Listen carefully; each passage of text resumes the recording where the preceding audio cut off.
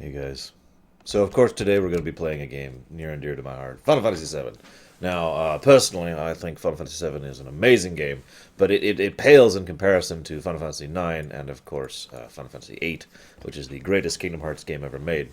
You can tell it's a Kingdom Hearts game because the main character has spiky hair, and that makes it a Kingdom Hearts game.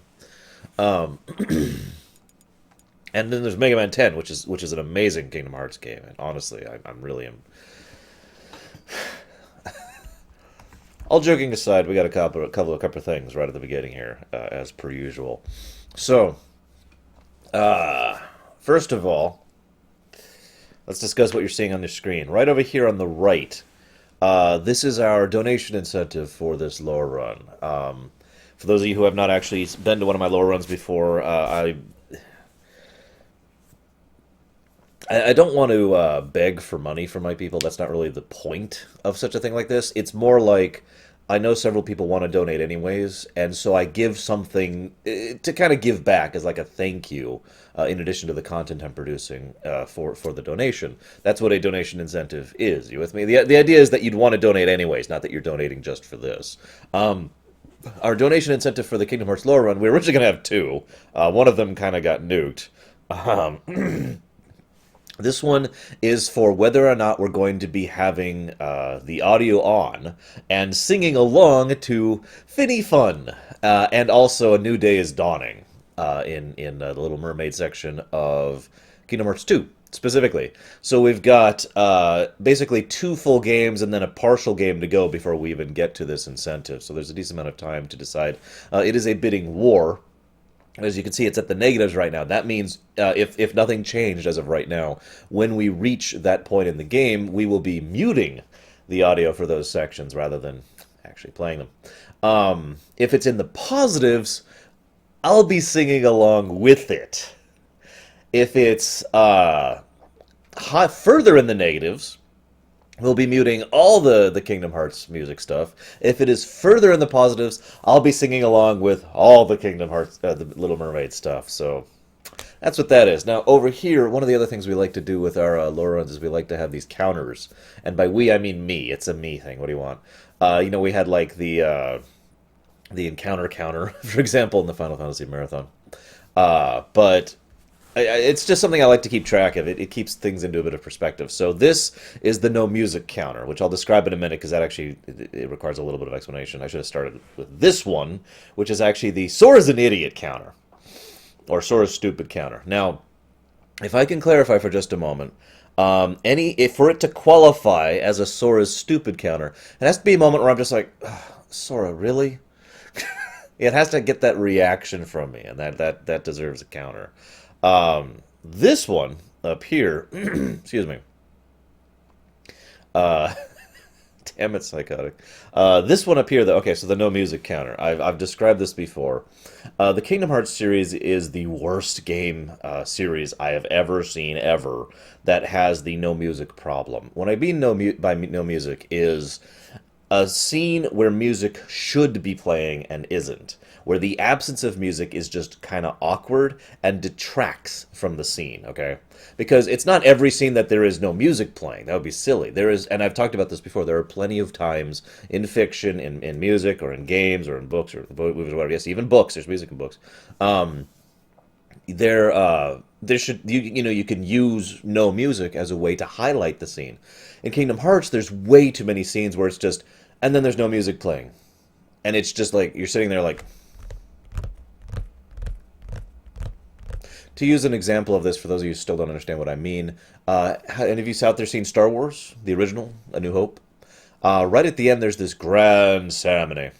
Imagine how that scene would play without music. I'm serious. Think about it for a moment. Because there's no dialogue. It's just people walking. You know, just walking down.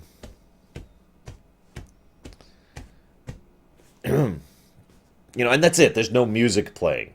It really, really changes how that would work. Oh, yeah, by the way, new chair.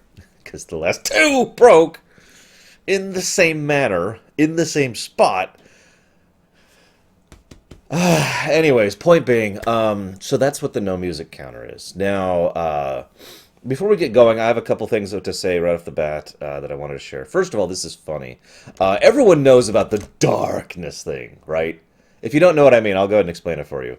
The darkness thing is when Kingdom Hearts is well known for having the word darkness said, and they tend to talk about darkness and all the darkness all over the place and blah blah blah blah blah. Darkness, darkness. It's the Bob Dole thing all over again. Um, so everyone thinks about that, but I actually decided, you know what? Just for fun, I'm gonna go back and I'm gonna go through the scripts of Kingdom Hearts, and I went through the script of each game and counted how many times the word darkness was said and how many times the word light was said. So, of course, naturally, I mean, the word darkness is going to be said more, but how much more? What do you guys think? Just go ahead and guess. Those of you who've already heard me give my results, please don't answer, because I've already mentioned this on the stream.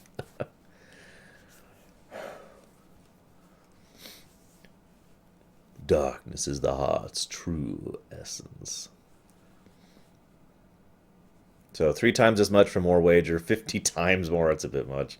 Jaywalk, of course, says darkness is used more. Uh,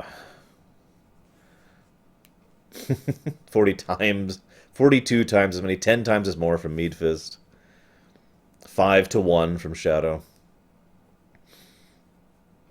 A billionth time. 1 to 1 from Lurker. That's an interesting guess. Sagefog guesses 20 times. Okay, I'll go ahead and tell you guys. So I'm just going to give you the numbers, okay, right here. Kingdom Hearts 1, first game. Darkness is said 49 times. Light is said 136 times. Chain of Memories. Darkness is said 124 times. Light is said 75. So that is the act that there is more darkness in that game. Kingdom Hearts 2. Darkness is said 77 times. Light is said 200 times. Birth by Sleep. Darkness is said 129 times. And light is said 215 times.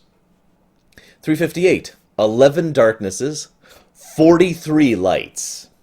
Recoded. 20 darknesses. 61 lights.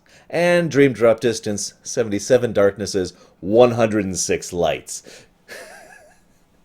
I have to admit, I was totally blown by this too. I had no idea that light was said so much more than darkness in all but one of the games.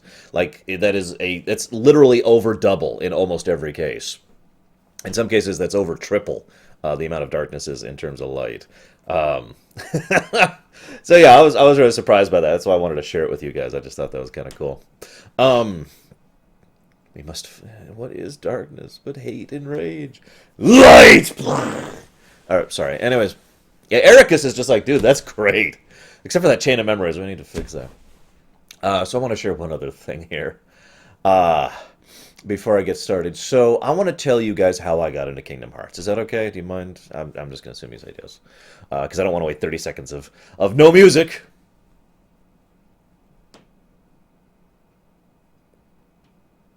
So, anyways, seriously though.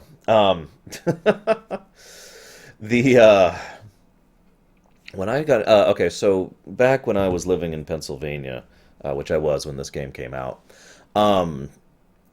my girlfriend of the time, Jenna, she was really, really into this game. And at the time, I was kind of in a swing out of games because I was trying to make my own. This is actually when I was working on my own MMO along with several of my friends at the time. And so I was just like this deep into work and constantly trying to design, write, and get the funding for it. The marketing and the business side of things were my job. The story writing was my job. And some of the code design philosophy was my job. So I was really, really busy. And I wasn't playing like anything at all. No games. I know, weird, right? And then, so she was having this huge trouble with this new game she was playing. And I'm like, what game? And she says it's this game called Kingdom Hearts.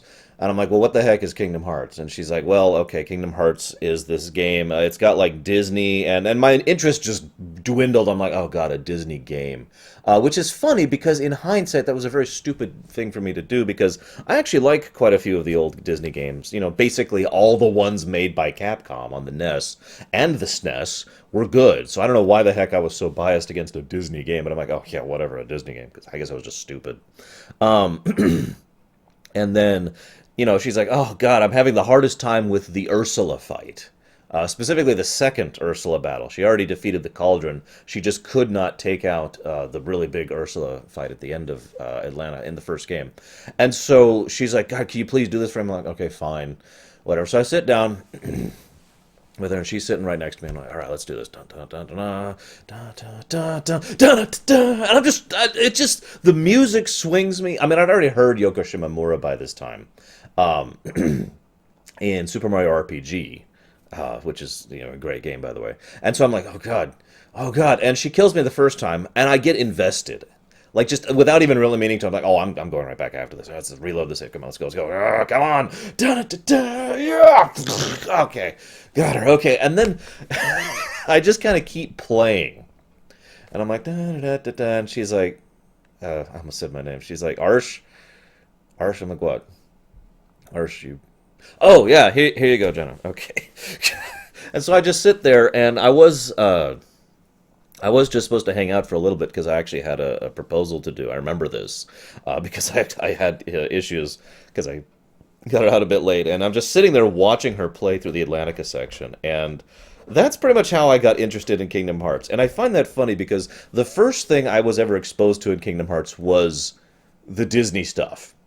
You know, Sora fighting Ursula. That's the first thing I saw, along with Donald and Goofy. So it's not like I even got into the great parts of Kingdom Hearts, which is its unique stuff, at the off the offset. Because one of the things that's interesting about Kingdom Hearts, if you were to divvy it up, there's three different aspects of it, right? There's the unique stuff, the stuff that Kingdom Hearts itself came up with. There's the Disney stuff, and there's the Final Fantasy stuff, right? Now, of these, the Final Fantasy stuff is like this much. It's basically nothing. For all intents and purposes, none of the FF characters really matter. And I hate to say that, but it's true. Basically, none of the FF characters actually are relevant or significant, with a couple of exceptions. For the most part, they are there as cameos. They were there to help sell people on the experience. So that's over here. Disney stuff is a decent chunk of it. Not a huge chunk, but I'd say like 30% of it is the Disney stuff. And there are Disney things that are very integrally tied in to the overall main plot and arc and character themes and all that fun stuff. So that's that chunk. The other, like, I guess that would be 60% of the game is the unique stuff, the stuff they came up with just for Kingdom Hearts. That's where the real meat and potatoes of the games are. And, hey, Moogles are awesome, Dakota. Don't let anyone tell you otherwise. So this is and this is the stuff that really gets me about the Kingdom Hearts series. The FF stuff, it's cool. You know, there's some good stuff there. I really like what they do with Zack. I really like what they do with Squall. The Disney stuff, I'm pretty hit and miss with the Disney stuff. About half of it is, yeah, I'm with this, and the other half of it is, oh my God, get off my screen! Parts of the Caribbean, excuse me. But then there's the Kingdom Hearts unique stuff, which I like basically all of. Like, as much as I have complaints about this game, none of those complaints about the stuff that was added for Kingdom Hearts. You know, I don't have any complaints with Sora, legitimately. As much as he irritates the crap out of me, he is still well written and well presented, and I'll argue why that is when we get there. I have no problem complaints with Aqua or Terra or Roxas or whatever her name is. I can't remember. And all of them are just, it's awesome. It's all awesome, and I love it. So that's my perspective. Now, last point, because of stupidity, I'm going to have to actually mute the game for several sections throughout this lore run. Because, because of copyright garbage.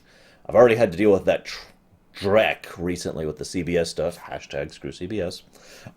So I'm just going to go ahead and say hashtag screw whatever her label is. I don't remember and I don't care. The one that makes it so I can't play like the intro or the outro song for any of the games. So thanks. stupid frickin' label. But anyways, so why don't we go ahead and play the intro? Now I'm going to go ahead and, per request, basically talk and just mute the game so I can kind of discuss it, because they do a lot of symbolism and exposition in these intros. They really like symbolism in the Kingdom Hearts series, almost a little bit too much, one might say. I do need you guys to help me with the audio balance, as ever. I believe I have it set up properly. I don't know her name, Rory. The chick who sings, Atada, apparently. That's our current... Damn it, Case, now I already explained that. This is the current donation incentive counter. Alright, so first we're going to start with 358 days, because I feel that's the... No, I'm kidding. We are, in fact, going to be going and starting here at the beginning. Wait, are there that many birthdays? Seriously? Holy crap. Well, in that case, happy birthday to everyone! So happy birthday to Kemek, happy birthday to Deutsch, and happy birthday to Omni. To all of you. I wish you a very merry unbirthday. To you. A very merry unbirthday to you.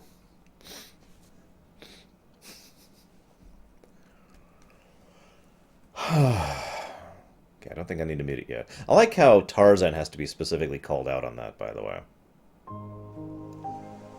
Okay, so we are, of course, playing the final mix version. It's a new game. What do you guys think? Should we do beginner, regular, or proud mode? I'll let you guys decide. What do you think? No, beginner. Well, this is also partially your Christmas present, Omni, so I hope you guys enjoy.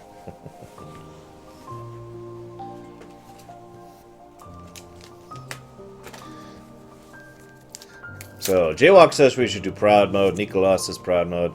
Bunavesabla says proud mode. Krenzer says regular.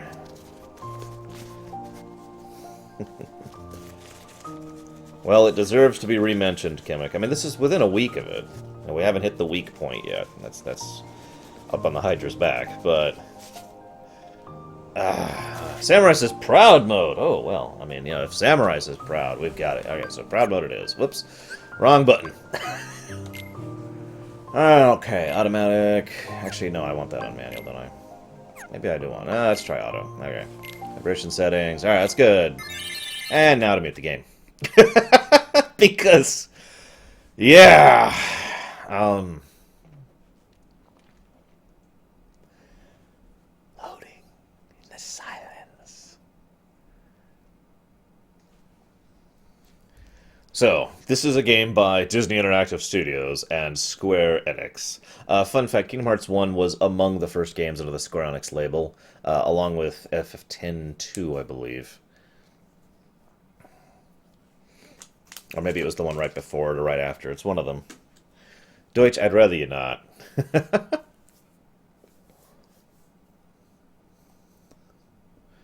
I've been having these weird thoughts lately.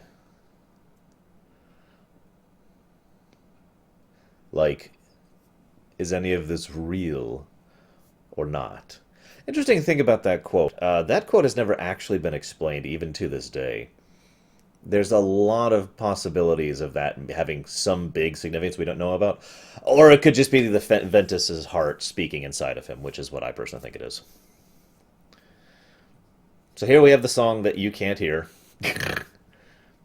Hashtag screw the label.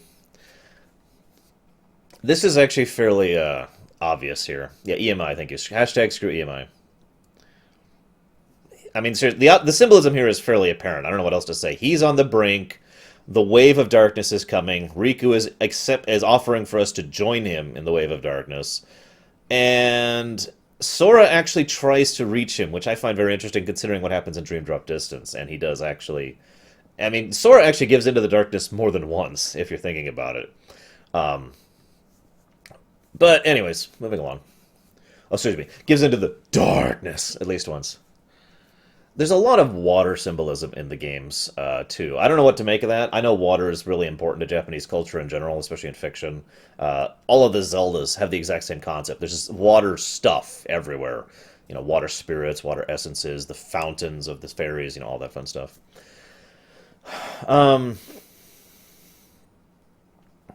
Of course, the world's shattering also happens to include Sora plummeting, which, again, fairly obvious symbolism there. Yeah, FF10 is another good example of the water symbolism thing. Our bodies are 75% darkness. I like that. You know what's funny is I don't even like this song. So as he descends, Kyrie disappears, which makes perfect sense. She's actually in his heart. Again, symbolism. Pretty obvious. Now, this is actually really cool. Awesome, Msanda. You're not the only one like that. So, this actually has several terms. Dive into the heart, station of awakening. There's a few different terms for what this is. But what this location is, and we'll see it several times throughout the game, is literally what the inside of your heart looks like. If you were somehow to travel inside your own heart, you would be standing on these pedestals, and the image on the pedestal would be significant to you. Each person has a different image portrayed, which is relevant to them. In his case, it is the seven princesses of heart here. And, oh, hey, we can finally unmute the game. Let me know how the audio is. Whoa, we've got interlacing problems. Whoa, we got bad interlacing problems. Hang on. Oh yeah, they added a skip scene thing to the remix. Thank God. Not that we'll be using it, but oh my God. Hey, Lorerun. Where's Lorerun? I don't see her.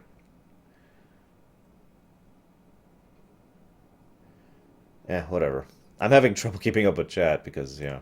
Okay, so why are we interlacing? We have the... Oh, we turned off the de-interlacing, that's why. There, that should fix it. Okay, so back to it. But yeah, so the Station of the Heart, right? So what you see within here is really significant. No, I'm not Kusanagi. I'm not going to go for the one-winged angel one.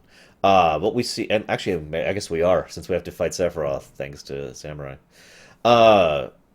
It's obviously significant to who or whatever we are, and who or whatever our purpose in time is. Like, for example, my favorite one is actually Roxas's, which has an image of Sora, Donald, and Goofy on it, which, of course, makes tons of sense. And we never see certain people's Station of Awakening. Generally, the significance of being in one of these stations, very good, Nicholas, with one exception, which we'll talk about later, is... I mean, it's called Station of Awakening for a reasoning. The point is, you come here and it's like, you don't just go into your heart for a Sunday drive, right? You don't just like, yep, here I am inside my own heart. It's kind of chill here. No, the only reason that any of the characters ever go into the dive into the heart in these sequences is because something significant has happened or is about to happen. We'll actually see this twice in Birth by Sleep with Ventus' story. To use a good example of that. And so in this case, this is the moment where Sora is going to finally basically wake up the destiny that has already been thrust upon him. Now, I have my own theories about why Sora has this great destiny of being thrust upon him, which I will not share with you now. However, what I will say is that I hate the fact that Nomura says this is Mickey in here, because that makes no sense! According to Nomura, this text that's on the screen, that's Mickey. That doesn't make sense. Mickey hasn't met Sora yet. Mickey isn't even aware Sora exists yet. Mickey does not have the magical power to reach into your heart and speak to you. So... he also doesn't know most of the things that he tells Sora here. It really just does not make even the tiniest bit of sense that this is Mickey, and yet according to Word of God, according to Nomura, it is in fact Mickey. However, if any of you have seen any of my works ever, you know that just because the developers or the creators or writers say it does not mean I necessarily agree with it. Cough, cough. No, he really was the magistrate in StarCraft. Cough, cough. To use one example of that. So I don't think this... I'm just going to go and flat say I don't think this is Mickey. It makes the most sense if it's Ventus. It makes the most sense by far if it is Ventus. It could be Aqua. It could be something we don't actually know about yet. It could be Kingdom Hearts itself, which would tie into the previous theory, which I'll share at some point. But anyways, so yeah, take your time. It's okay. Don't be afraid. I mean, listen to the tone of familiarity that the words are using. The door is still shut, and of course Ventus would know most of this stuff. Now step forward. Can you do it? It would also make sense for this to be the time at which Ventus is awakening within Sora's heart. Oh, by the way, don't forget Ventus is quite literally in Sora's heart, so he's already here. There's no intrusion, no presentation or whatever. Exceptionally unlikely, Shadow, since Diz hasn't even encountered Sora yet at this point in time. Yeah, anyways. Hey, Venters. I want to talk about one thing really quick. Samurai actually linked me an animations video about this game, and he didn't actually have anything new to share, but he did remind me of something that I wanted to share with you. So, this is Sora. Hey, buddy. What's up? The interesting thing about Sora is definitely a great example of the in-between, and we'll see this more later on. And I don't mean in-between Light and Darkness. I mean in-between Final Fantasy and Disney. If you look at the visual aesthetic of, for example, Final Fantasy VII, which is one of the character design ones that Nomura worked on extensively. It's not the only one. He did some stuff with FF9 and a few others as well. But the point is, his general design for the Final Fantasies and the general design of the Disneys, most of the Kingdom Hearts characters are pretty much in the middle of this, on purpose, no less. In fact, if you pay attention to the overall design of most of the characters, you can kind of tell where they sit on the scale of light versus darkness, because those that are leaning more towards light have more of a Disney approach to their style, and those leaning towards darkness have more of a Final Fantasy approach to style. For example, Sora has the big goofy shoes and the big goofy pants and kind of the loose approach, and the way he talks. Like this, for example. Or the walks, excuse me, I meant walks, not talks. The way he walks just screams Disney. The over-animation of it, because he's leaning more towards the light side of a thing, which is funny, given reasons I'll get to in a minute. Riku, by contrast, looks way more on the Final Fantasy side. He looks like a Final Fantasy character in most of his presentation. Normal-sized shoes, normal-sized outfit, he's got the hair. He's leaning towards the darkness side. You with me? This is true for most of the other characters as well, but we'll get to that later, of course. That being said, I do feel some characters don't really lean towards one or the other all that far, which is funny because I think most of those characters are genuinely in between, because there is a differing inclinative in between. That reminds me, something that is actually discussed in Birth by Sleep quite a bit, actually, in the Xehanort reports, but I'm going to mention it now because it's relevant for the entire freaking series of games, is they keep using the word world in two meanings. Light Yagami, okay. Yes, that's correct, Venters. What I mean by the two terms of the world is there's the world, which means like Destiny Islands or the Tarzan world or the Atlantica world or whatever, and then there's the world, aka the world of light. It's been debated, and I actually don't know the truth of this anymore because I've seen a lot of people debate both directions. But the debate here is if this is done deliberately or as if this is a localization issue, because they specifically call this out in Birth by Sleep, like I said. So I'm going to make my terminology a little bit different. When I refer to a world, I'm referring to a planet. Much simpler, okay? When I'm referring to the realm of light, or the realm of darkness, or the realm of the in-between, I will use the term realm. They will use the term world, and I'll make a point of actually mentioning any time that they mean realm when they say world, okay? To make that clear. And I just gotta say, it irritates the snot out of me, Siran Bosky, that they actually won't differentiate the word usage there. How's the audio, guys? Nobody tell me about the audio. Tell me about the audio, or I will destroy you. Yes, we're going in pseudo-production order. There's actually only one game we're doing out of order. You'll see when we get there. And we're starting with Dream Drop Distance. That's what we're doing. No, I'm kidding.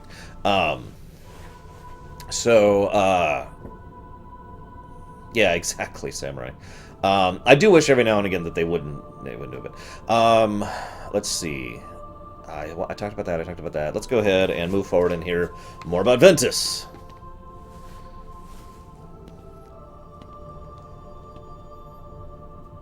Now, the fact that the 7... Okay, I guess this is a good time to talk about my big theory. So Ventus is saying, power sleeps within you if you give it form. So we have to pick one of these three things. Yeah, we won't for a bit, sure you. Not until we're done with the dive into the heart. Uh, some people have asked why the 7 princesses of heart are being represented in Sora's heart in the beginning. Why that? Why not any of the other dozens of things that would actually make sense to be in Sora's heart? This is another point of evidence in favor of my big theory, which is the fact that he is either directly or indirectly Kingdom Hearts. I'm dead serious. I think that Sora either actually literally is Kingdom Hearts manifested into a person, or is, for example, a piece of Kingdom Hearts manifested into a person. There's a decent amount of evidence of this throughout the entire series of the games, and I'll be pointing it out as we go. This is the first piece of evidence right here. Sora's awakening right now when the Princesses of Heart are in danger. The Princesses of Heart are in his heart, and the Princesses of Heart entire purpose is accessing Kingdom Hearts, and you can generally get the idea of where I'm going with this. That is, of course, just a theory, and it's possible that Sora's just an idiot, it doesn't matter. But given the fact that Sora is the only one who is naturally connecting to everyone around him, no one else does this. No one else naturally forms these directly, very unlikely, okay? These direct natural connections between other beings, literally chaining hearts together in order to augment his own power. And again, he does it naturally. He doesn't do it artificially. Xehanort does it artificially. Xehanort forces it and coerces others into having pieces of his heart in him and affecting others through his heart. But Sora is just without even realizing it. He doesn't even become aware of it until the end of Kingdom Hearts 2, or more accurately, until the end of Recoded, is when he finally becomes aware of what he's been doing this whole time.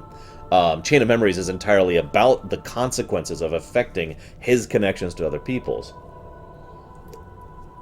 Ergo, so yeah, one way or another, there is something up with Sora, and this is my my theory on it. Especially given the fact that we know Sora is the reason Ventus survived, basically.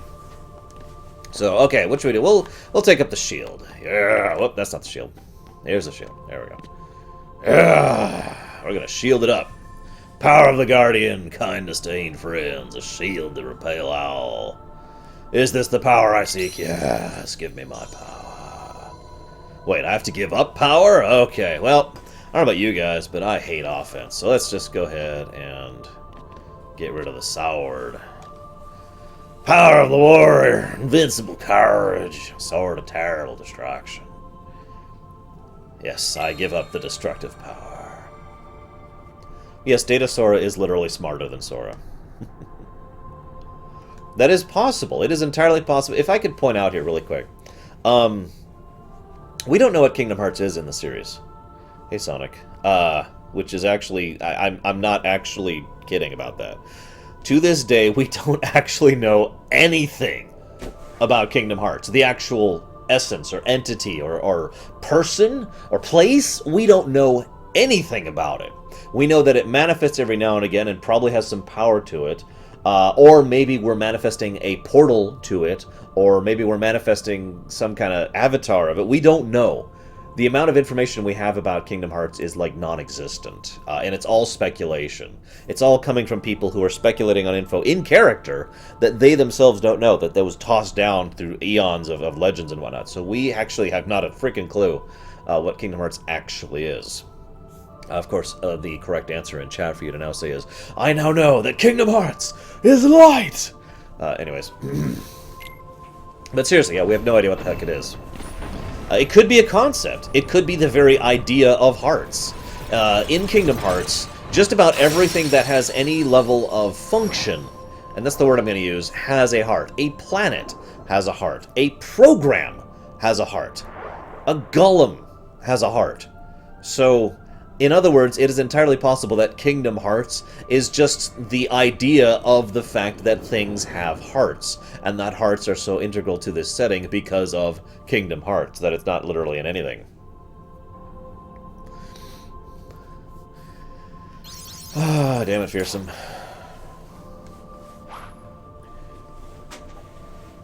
Ah, hang on, having controller cabling issues. Oh yeah, shield time! Yeah, an experiment has a heart too. my god, there will be times you will have to fight. Keep your light burning strong. Again, this just makes so much sense for this to be Ventus.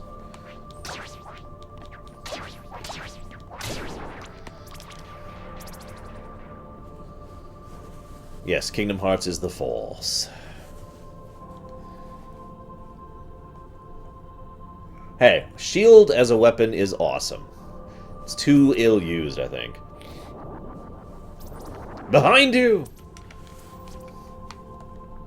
Now, of course, this is a tutorial, and will be referenced hilariously in Recoded. I'll talk about that when we get there.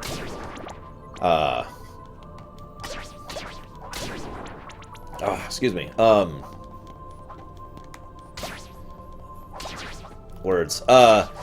One question that's been asked, why the heck are there heartless inside Sora's heart? If you're asking that, you haven't been paying that much attention to this series.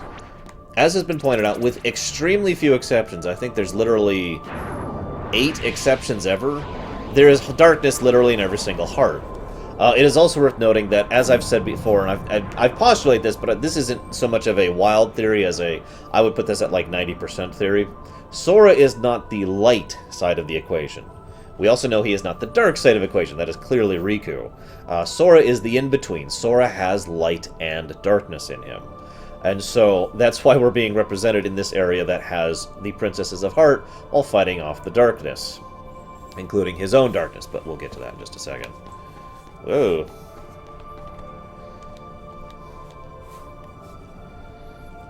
X-Bubbles. Yeah, I can see that, Nicolas. Like I said, there's like 7 or 8 hearts that do not have darkness in them. And that's it. There's Ventus. Not the original Ventus, the altered Ventus, of course. The Princesses of Heart. And I think that's it, actually. Ah, push! There you go.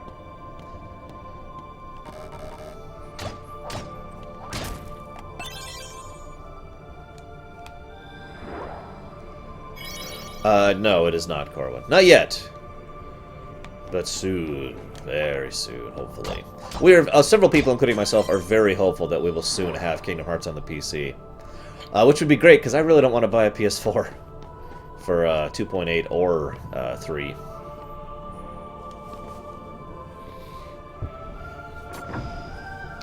We're not going to talk about Ventus yet.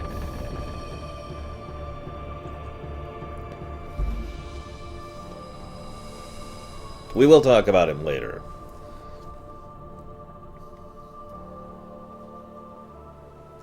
I like how Ventus is like, whoa, hang on there, buddy. The door won't open just yet. First, tell me more about yourself. Another fun fact here. I guess I can just let it play. Actually, no, I won't, Sonic Doctor. That's almost assuredly coming out on PC. Thank you, Square, for giving into the PC side. Several times the door is referenced. It's almost always referenced like that. It's not said to be the door of light or the door of darkness, although sometimes it is, the door to light, as referenced in Kingdom Hearts 2, for example. But for the most part, it's simply referred to as the door. This is one of the long-time themes, and that ties in through basically every aspect of the game. The idea of opening a door. Sometimes literally happening, literally functionally opening a door, and most of the time it's much more metaphoric or metaphysical. The door that is being referenced here is a good question, and I say that because we don't really know exactly which door is being referred to here. The door to Kingdom Hearts? The door that led to the Realm of Darkness? Well, that's possible. The door to light, aka the door that leads from the Realm of Darkness to the Realm of Light. Well, that's also possible. It could be referring to the door of the world that he's on, which Riku actually ends up opening. My point is there are quite a few different options for what the door could be referencing here. All I have to give you is speculation.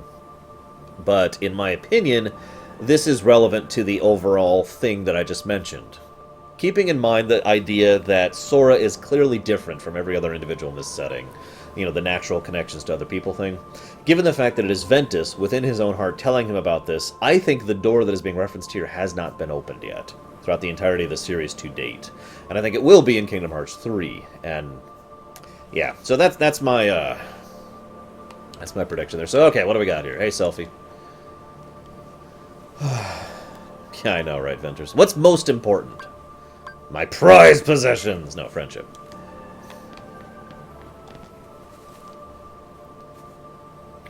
What are you so afraid of?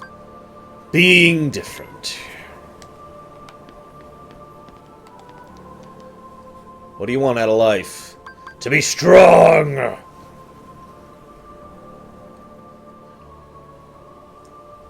So it might be like, what the heck is the point of this? Well, earlier you pick one of the 3 items and remove one of the 3 items, right? That determines where you get the abilities. Which levels you get which abilities as you're leveling up. I think it affects your stats too, but in such a minor way that doesn't really matter. And this thing right here determines which of the 3 leveling curves you could have. One of them is normal. You always level at the same rate. One of them is the plateau method. You level up very quickly and then plateau right about at level 40. The other is the curve method. You level very slowly, right up until about level 40, and then you start leveling up very, very quickly. I usually prefer the latter. It doesn't matter for the sake of this lore run. Midday, yeah, that's the normal one.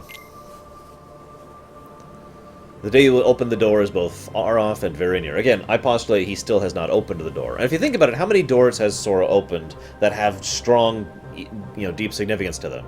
He closed a door at the end of Kingdom Hearts 1. He went through a door at the end of Kingdom Hearts 2. And I think that's actually it, really. This is a nice one. This is a nice touch here, by the way. So this is, of course, Sleeping Beauty. This is the only one that actually has obvious darkness in it because of the fact that Maleficent is already here. Oh, by the way, another nice touch. Most of the Princesses of Heart in this one, not all of them, but most of them have their eyes closed and are already asleep because they've already been captured by Maleficent at this point in time. Nice touch there.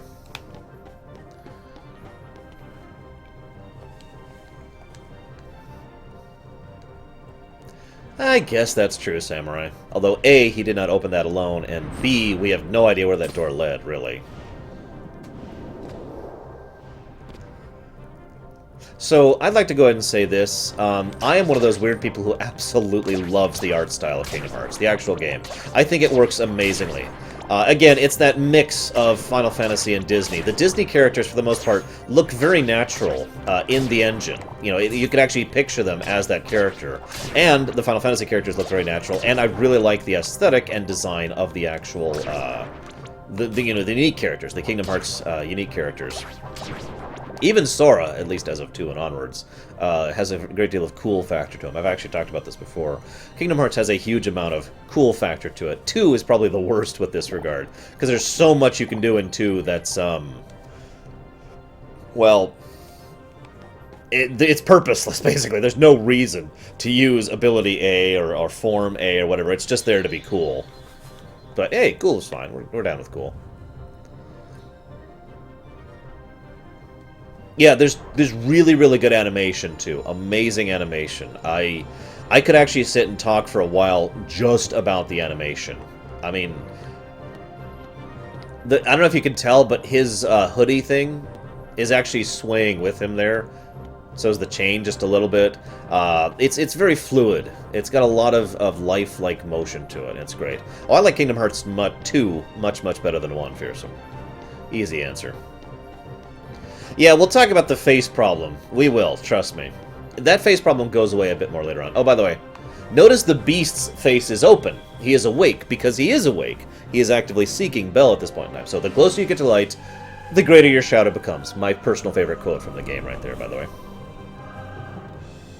Also significant that the closer you get to light, the greater your shadow becomes happens on the Beauty and the Beast thing. But anyways, so don't be afraid. So this is interesting. This is a dark side.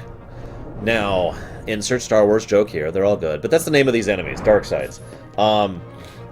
These guys are, well, they're always presented in lore as if they are massive, powerful, destructive Doom guys. But they never are. These are always the easiest guys ever. Now that I say that, I'm going to lose this fight. What do you want to bet?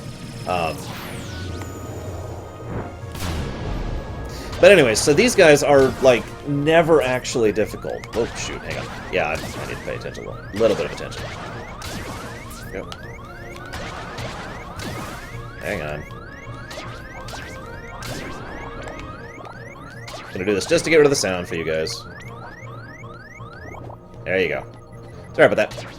But yeah, they're like really, really easy. Now, this is either on purpose to make a point, which, hey, that's actually kind of clever, or they're just sort of SNES RPG, which I suppose brings me to my next big point. Kingdom Hearts is a SNES RPG. Now, how many of you know what I'm talking about? Oh, by the way, there is actually one exception to the dark sides are easy thing, and that's the last boss of Recoded. Props to them for actually making a dark side fight hard. Fine. Let me make this one thing clear, by the way. I like Kingdom Hearts. I do. I love this game, but it is an extremely flawed series. And I'll be pointing out a lot of those flaws as we go through, okay? There's a lot that has to be taken into account when enjoying this game. It's also one of the reasons I don't mind doing a lore run of this game. This would technically be the third lore run I've ever done of a Kingdom Hearts game. One was done in person for a good friend of mine just a few weeks ago, so I actually got a bit of a practice lore run in, basically, for this lore run. The other lore run I did was, of course, the Kingdom Hearts 2 one, which was one of my first lore runs ever on this show, so hey, that's great. But yeah, Kingdom Hearts 1 has several very bleh aspects to it, and one of that is the padding, but we'll talk about that in a bit, because we're about to see an awesome cutscene. And then I'll talk about the SNES RPG thing. No, my shield! Personally, I always think the dark sides are supposed to be super strong. They just aren't. That's just my take on it. It's the SNES RPG thing all over again. But don't be afraid.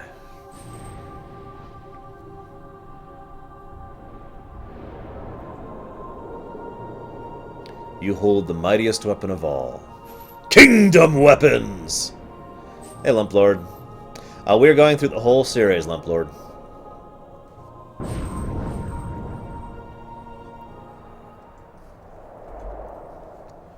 You are the one who will open the door. Again, unless you're pulling it technically or invalidating the significance of it, that hasn't happened yet. We still have not opened the door.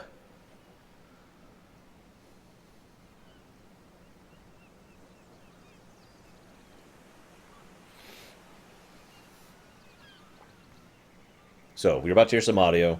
Finally, you guys are going to tell me how the audio is. Hey, Sigma. Whoa! Give me a break, Kyrie. Sorry, you lazy bum. I knew that I'd find you snoozing down here. No, this huge black thing swallowed me up. I couldn't breathe, I couldn't...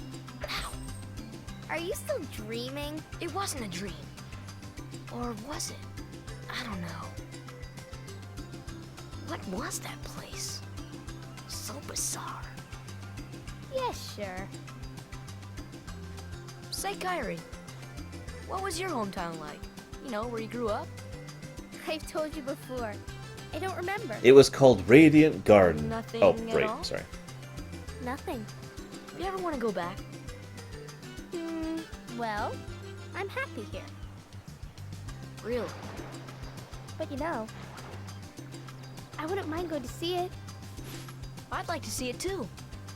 Along with any other worlds out there. I want to see them all. So what are we waiting for? Hey! Aren't you guys forgetting about me? So, I guess I'm the only one working on the raft. And you're just as lazy as he is. So you know this. Okay, we'll finish it together. I'll race you. Huh? What? Are you kidding? Ready? Go! So, I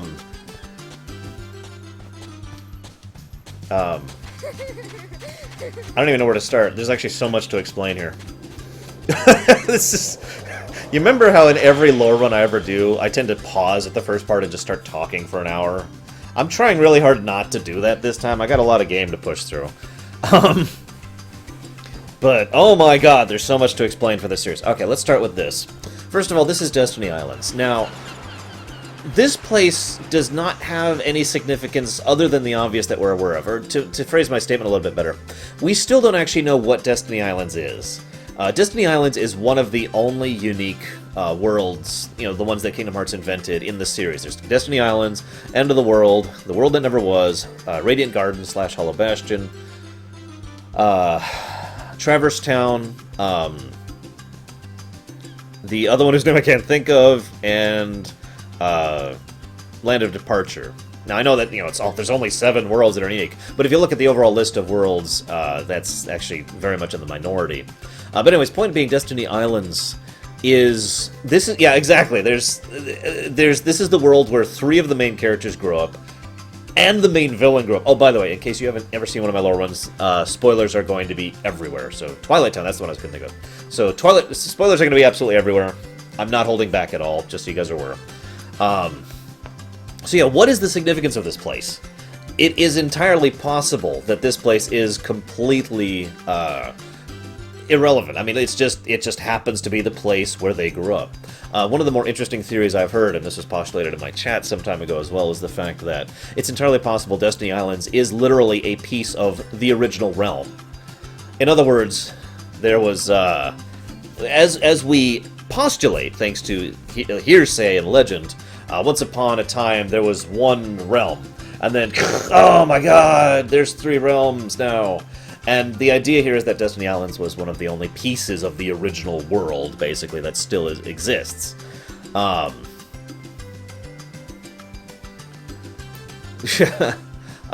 So, that's one theory. Another theory is that this place is quite literally the center of everything. I mean, like, geographically, as well as metaphysically. Just turn that music down a little bit. Here, enjoy his shoes, guys. It is entirely possible that, like I said, the third theory I've heard is that Destiny Islands has no significance. It just happens to be a place where 4 of the major characters of the entire series came from. You know, so the other thing I want to talk about here is the parents' situation. So we do hear about Sora's parent once. And Riku's parents are mentioned once, and Kairi's adoptive parent is mentioned once.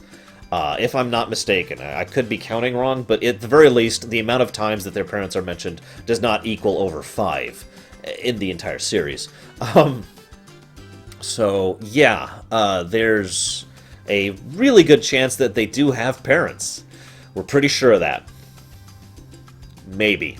We're not sure, but... Fun fact, we don't actually know who Kairi's real parents are. We know her grandmother, but not her parents. Some people have actually theorized several times, actually, that Kairi's is royalty thanks to her stature, aka is the daughter of Ansem the Wise. By the way, I will make a point of trying to say Ansem the Wise, Ansem Seeker of Darkness, to make that clear. I do not promise I will always be 100% on that, but I'll do my best. An anchor point, that's a nice idea as well for this kind of for Destiny Islands. No, Deacon. Point being, though, and as we'll see this more in Kingdom Hearts 2, this particular island is actually just this tiny little spit of land that happens to be not actually that far off from the main shore where the actual city is, where they actually live and grew up. So they just kind of take the robots. In fact, here, I'll actually demonstrate what I mean a little bit here. If we head over here, and this is also pretty well emphasized in Birth by Sleep, when we encounter these kids as kids. Oh yeah, by the way, that is Waka, that is Selphie, and that is Tidus. These are the boats that they actually take in order to swim out here, in order to hang out with each other. So, there is no lore explanation for it, Lumplord, other than the fact that these are not DFF characters, which I suppose is a good time to talk about that, I suppose. So... we've got, in this game, we have a fairly large number of characters from Final Fantasy. I mean, a pretty big cast, all things considered. This is also the only place where several of these characters have been given voice acting. Fun fact. But more to the point, This was a significant moment in the history of everything. This is the first time Tidus's name is ever pronounced. Was in this game, Kingdom Hearts 1. I kid you not. This is the first time. Yeah, anyways, the point is, though, that these Final Fantasy characters are not actually the original characters. This is not like some parallel dimension. This is not where they grew up or whatever. Sora, you feel lucky today? So, you know, there's Tidus. And we can go fight him. We're not going to. We don't care. Well, I imagine he went in there a lot, Hemo. Ah, the breeze feels great. That's, of course, Selfie. And Hey, what's happening, man? a person trying to do a terrible impersonation of Joe DiMaggio. Anyways. But yeah, so these characters, they're not actually from the Final Fantasies. They are basically what I like to think of as reimaginings. To use an example of what I'm talking about, I've actually read a fan fiction, bear with me, about Kingdom Hearts, which basically was Kingdom Hearts set in a high school. In other words, none of the, it was the same characters. They had the same personalities. They went through the same general character arcs. The overall story progression was the same. It's just instead of worlds, it was schools. Just instead of, the Kingdom Hearts thing, it was all much further scale. The point being, it was a reimagining of the same general concept, the same characters, the same personalities, the same ideas, but presented totally differently. So yeah, it was basically a AU version. There's apparently a billion versions. I've only seen one. But the point is, the AU thing is basically what this is to the Final Fantasies. We will see, for God's sakes, Yuna and Riku and Pain in this series, and they will be little fairies. And they always have been little fairies in this setting. We will also see Auron, who is freaking amazing. And as you've already seen, Tidus and Waka alongside Selphie at the same age, despite the fact that Sid is older, and yet Squall and Eris and Yuffie are all relatively young, and blah blah blah blah blah. You get the point. So total AU situation here. Apparently that's a common thing, the high school thing. I'd never heard of that until this one. So what the hell do I know? Apparently. Okay.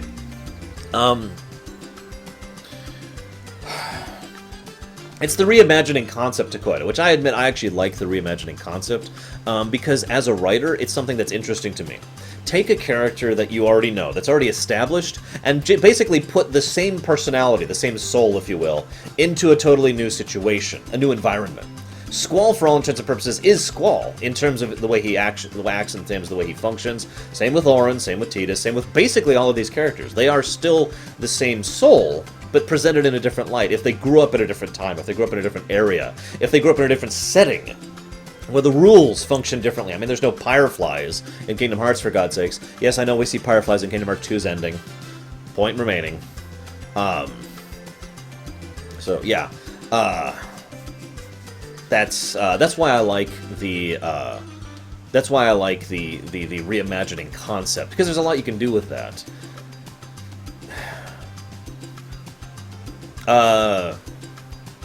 This one, Notherson. I have not answered that yet. Now, it's funny you say that, Taqueta, because there's actually one example of a character in this one that is completely reimagined to the point where he's a different character, and that's actually Sephiroth. Cloud. I would argue this is Cloud, one of the Clouds at least. But Sephiroth is very clearly a completely different character in this one. And I actually like the direction they took in it. I really hope we actually see more of Sephiroth and Cloud in Kingdom Hearts 3, and I mean this sincerely, not just because I like the characters, but because I think they present an interesting dynamic we haven't seen anywhere else in Kingdom Hearts. The closest we've seen is Ventus and Vanitas, and that was really a different situation. Sephiroth is actually Cloud. He is just the mirrored reflection of Cloud on the other side of the mirror, to use the FF4 analogy. The Paladin Cecil staring at the Dark Knight Cecil. And the fact that they're both wandering around at the same time is actually really cool. And again, I hope they explore this more in the future. Because again, no one else is really doing that. Hang on, get this out of the way here. So, yeah, that's that. What am I doing? Logs? Did I already do that? I need to go talk to Riku really quick. I have to say, speaking as someone who played Kingdom Hearts pretty recently to when it came out, and played FF10 when it came out, Riku got a little confusing. Just for a while there.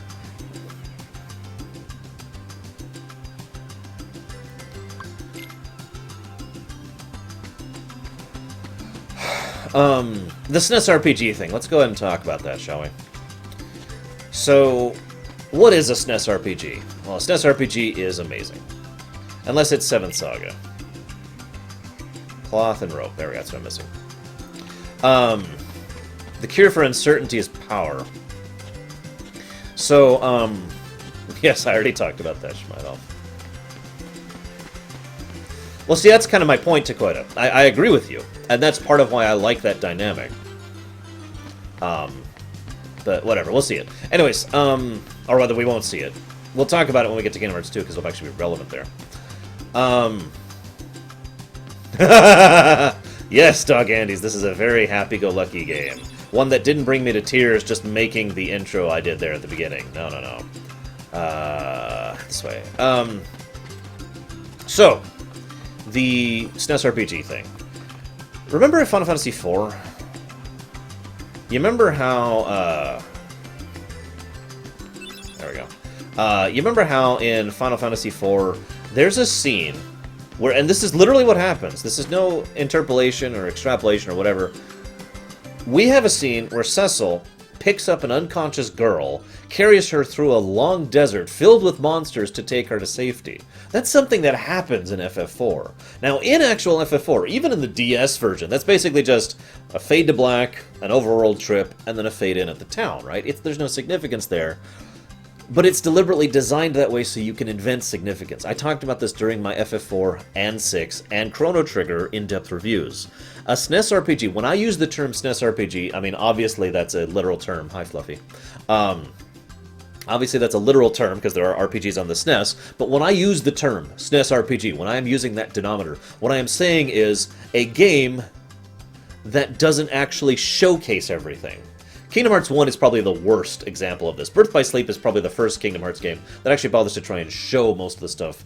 But for the most part, you're just supposed to interpret. You're supposed to envision and imagine what's actually happening, because they don't show it. They don't actually show you what's going on.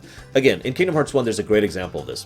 There's a scene much later where there's waves and waves of darkness pouring out of it. Oh god, the Heartless are coming. We've got to run because there's so much darkness coming. And we see nothing. We see like 6, I think it's actually 8. We see like 8 little speck Heartless, and that's it. We don't see any of that. We don't get to see what is being implied to happen in lore. It's a SNES RPG, because we don't see a lot of the stuff that's awesome, and that has to be extrapolated on in the old SNES RPGs either. And so it's all over the place in the series. Most strongly, clearly the most strongly in Kingdom Hearts 1. But it's still present pretty much up till Birth by Sleep, which is the first game that actually bothered to try and showcase a lot of this stuff actually happening, as opposed to, you know, just kind of letting us figure it out for ourselves. Again, to go back to the exact example I mentioned earlier, and I'll be talking about this when we get there, we would have lost in Kingdom Hearts 1 if not for the fact that the 7 Princesses of Heart stayed behind, 6, excuse me, Princesses of Heart stayed behind to hold off the waves of darkness coming. It's implied, it's stated, we talk about it, but they never show the fact that the world is, all the worlds are about to be completely covered in darkness. That Ansem, the Seeker of Darkness, would have won if not for the fact that they were holding back the waves of darkness. The only way they show that is the fact that all the enemy spawns are updated in all the worlds. We have to imply that, because it isn't showing it. The Kingdom Hearts 1 and several of the Kingdom Hearts games are very much tell, don't show. And I feel that that is one of the first big flaws of the games. As Samurai points out, several of these things never actually they didn't really pull the full extent of the hardware that they had at their disposal. I am very, very, very hopeful that Kingdom Hearts 3 will actually start showing, really showing what should be happening in several of these circumstances. I've already... Pandemonium, I already... here, okay, you know what, here. There are 49 darknesses in Kingdom Hearts 1. There you go, Pandemonium. Excuse me. Okay. So that's what I mean by the SNES RPG thing. I will be pointing out quite a few of those as we go through, and the moments where this should be happening, or this is implied to be happening, or this is how I interpret what's happening, and they're not actually showing it. That'll, again, happen most commonly in the first game here.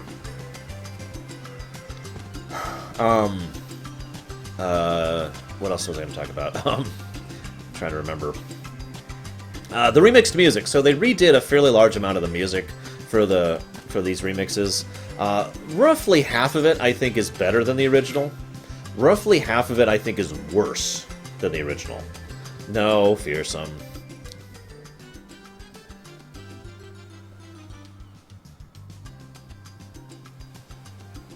So, Kyrie's home is out there somewhere, right? Could be. We'll never know by staying here. Also, I really hate to point this Well, out, how but far did the rock take us? Riku has a Who knows? recusant, or however you pronounce it, on his chest there. If we have to, we'll Recusant? think of something else. The recusant sigil. Suppose you get to another world. What would you do there? Well, I haven't really thought about it. It's just, I've always wondered why we're here, on this island. If there are any other worlds out there. Recusant. There we go. Why did we end up on this one? And suppose there are other worlds. Then ours is just a little piece of something much greater. So, we could have just as easily ended up somewhere else, right? I don't know. Exactly. That's why we need to go out there and find out. Just sitting here won't change a thing. It's the same old stuff. So let's go. You've been thinking a lot lately, haven't you? Thanks to you. If you hadn't come here, I probably would have never thought of any of this. I gotta pause to comment on that. One of the things we learn later, in Birth by Sleep and in this game both, is they make it a point to say how we must not disturb the world order. And then they immediately turn it around and go ahead and disturb the world order, but whatever. I think it makes a lot of sense. Elisila? Not sure how to pronounce that. Especially since Riku has always been a little bit more disciplined, a little more intelligent than Sora. But anyways, so one of the reasons that is implied to have the world order not be disturbed is the fact that it will basically have a metaphysical impact on the setting.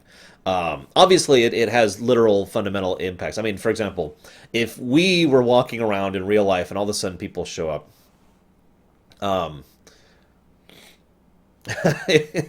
yeah, trust me, Rory, there's a lot of that in this series. If we were walking around and someone's like, oh, by the way, there's a whole bunch of planets out there and it's totally, just so you guys know, bye. It would, and if there was a way to prove it, obviously, because we're very cynical people here on Earth, that would fundamentally change the way we function, the way we work. It would actually alter a lot of society's fabric. So that's the obvious reason why you don't want to disturb it. But I postulate that the people have to not be aware of the other worlds thing has a more metaphysical problem to it. In other words, maybe one of the only things that's actually keeping the world separate is the fact that all the people think that that theirs is the only world, that there aren't other worlds. Because if you kind of pay attention, this is really vague. Awesome, Lurker. But if you kind of pay attention, throughout the series, the more the series goes on, the more you notice that people have an easier time of traveling back and forth between the worlds. Even though, as of the earlier games, that's supposed to be actually a significant feat. In Birth by Sleep, they needed to specifically unlock the corridors, which were never locked again, by the way, fun little fact, in order to pass through them, and they needed the armor and their Keyblades in order to even be able to function in there. In Kingdom Hearts 1, we need a special ship comprised of the material that was built from the walls that the Heartless had broken down in order to be able to actually travel through the worlds and so forth and so on. By Kingdom Hearts 2, we're just kind of a lot more casual about them and getting around them and so forth and so on. You generally get the idea of what I'm talking about, at least I assume you guys do. And yeah, exactly, Darth Pony Many. The point here is that the more people are aware of something other than their world, their sphere of understanding, I guess, basically, the more they are the more things stay separate, the more things stay as they are. And given the fact that this is a setting in which the metaphysical has a very tangible effect, ironically, to wit, when Sora's memories are disconnected, other people forget he ever existed. That is a literal thing that happens. People forget Sora ever existed because Sora's memories are disconnected. So we know for a fact that there is a metaphysical aspect to this setting. And that's just one example, by the way. We know for a fact that there is plenty of this setting that is affected by perception rather than something more literal, more tangible. I mean, for God's sakes. The idea that all the worlds are being segregated basically as a result and as a consequence of everyone thinking the worlds are segregated, it just makes so much sense to me that I don't actually know how else to explain it. Forgive me for not explaining this properly. But my reason for bringing it up here, I probably would have never thought of any of this if Kairi hadn't come here from another world. Now, of course, they know she's from another world. She says this openly. You know, she talks about where she's from. But even if that wasn't true, the inclusion of someone from another world, someone of a different mindset, someone of a different culture, someone who is so fundamentally different from your world, it gives you the idea that there's other worlds. That's kind of how... that kind of leads to Riku's own concepts and ideas of there are other worlds, I want to get to other worlds, I open myself to darkness. It's literally the domino. So again, the concept here... Excuse me, the concept here that that we have to maintain the world order has a rather fundamental effect here, given that fact. That is correct, Leander. Although there's some interesting things that could be said about that, which we'll get to in a minute.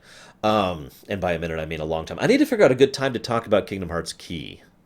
Samurai, any ideas on that? Because I need a good point to just pause and talk about that, and I'm really not sure of a good time to do that. Anyways, so the other thing that's relevant here is these Xehanort's from Destiny Islands. We know that.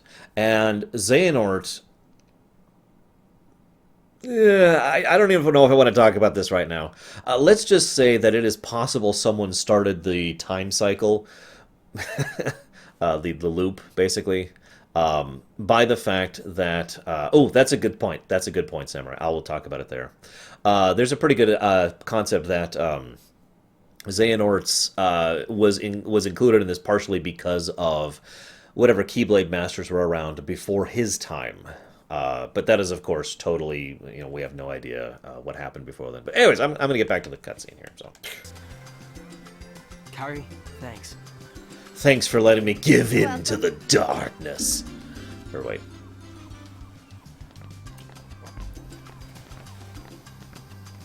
Sora! You wanted one, didn't you? It's a Paupu fruit. Paupu fruit? If two people share one, their destinies become intertwined. They'll remain a part of each other's lives, no matter what. I don't actually personally think that Pandemonium... What are you talking but it's a great theory. I like that. Both, Shadow. It's the same thing.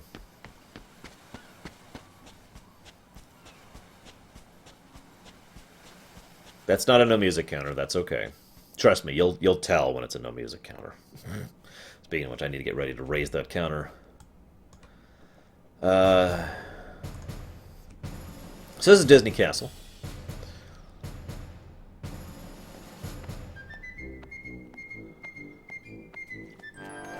Let me just go on record and say that I really like the Final Fantasy design of Donald and Goofy's outfits.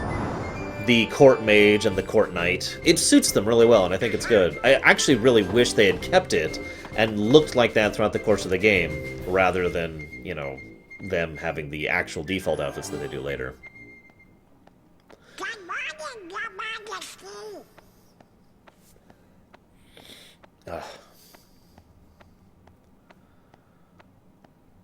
It's nice to see you this one. What? And there's Pluto, the interdimensional traveler. I'm not kidding. He really is an interdimensional traveler. Oh my gosh.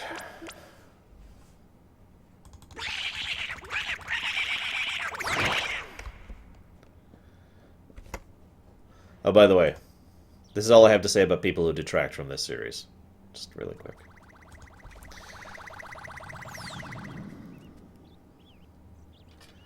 Because the entire Disney aesthetic is to be ridiculous.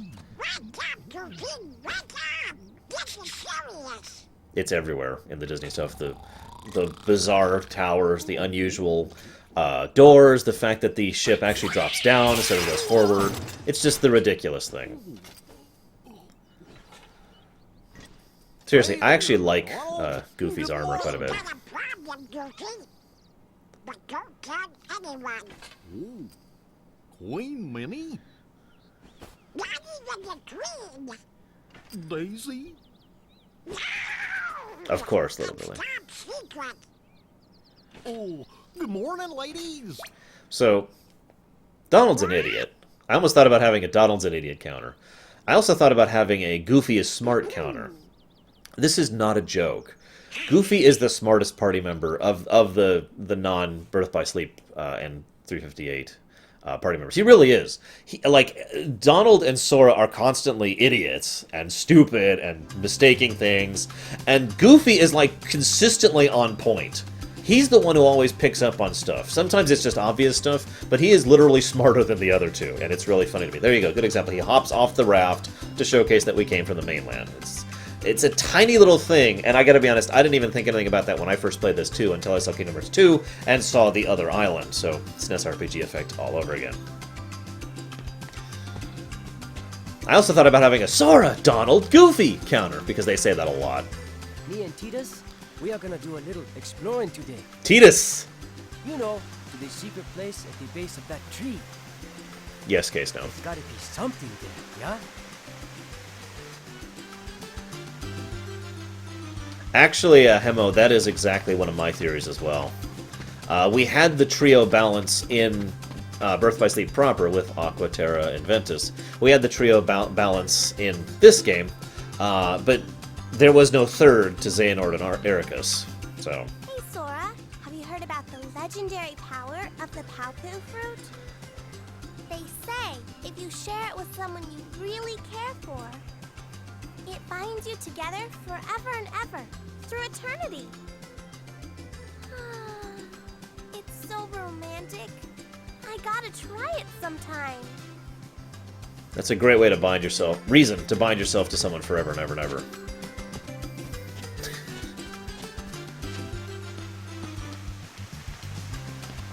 Could be Pandemonium. We do know Yen Sid and Ericus were in contact with each other.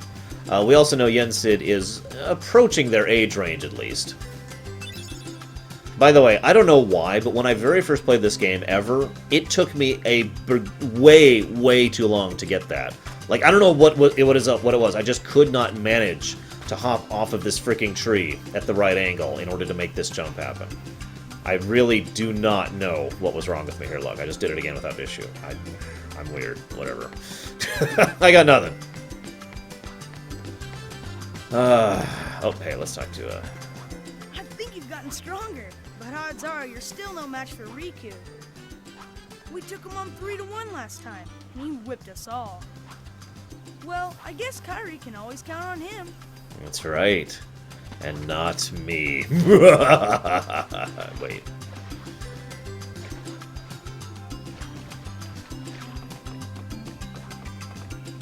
Actually, Paopu fruit is based on a real-life fruit. I just can't think of what it's called off the top of my head. Yeah, so, who wants me to see me really try to win the race against Riku? One of my mods, set up a poll really quick.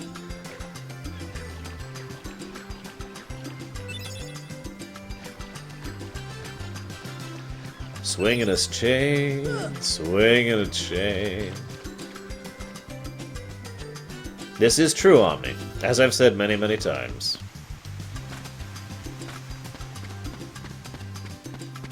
I see lots of people saying yes for some. There you go. Thank you, whoever set that up. Vote 1 for yes, vote 2 for no. So, Kingdom Hearts is the One Piece. It makes so much sense! I'd make a joke here, but I don't feel like it. Is it this way? I already got that one. Oh, let's go ahead and... Oh, I can't do that yet, because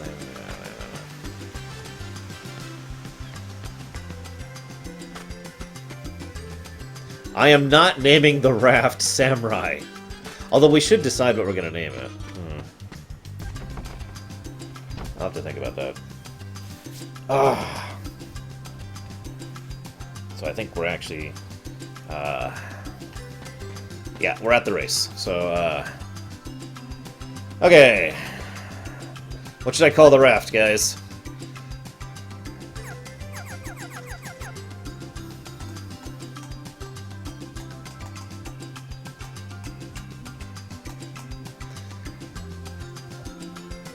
Go ahead and close the poll.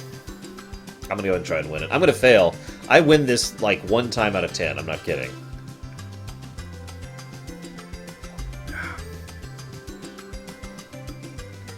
Master Xehanort, Pandemonium, easily. Leonard Nimoy nailed it completely. Friendship? Does that fit?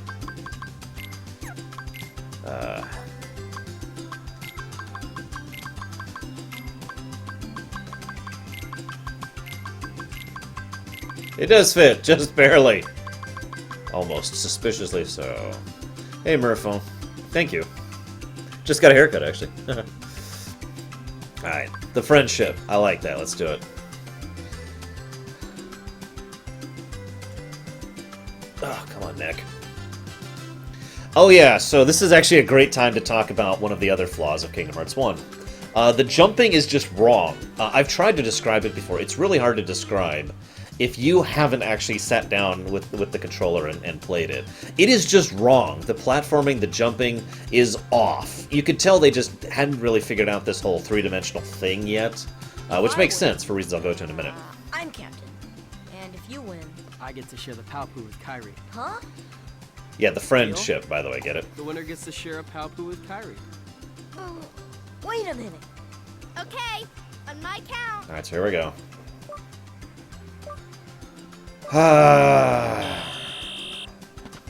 So yeah, the jumping just kind of sucks in this game. The combat kind of suffers for it, but only a little bit.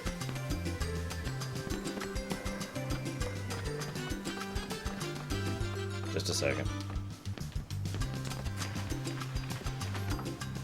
I'm actually really concentrating. I never win this race, I swear. I mean, I do. Like I said, 1 time out of 10.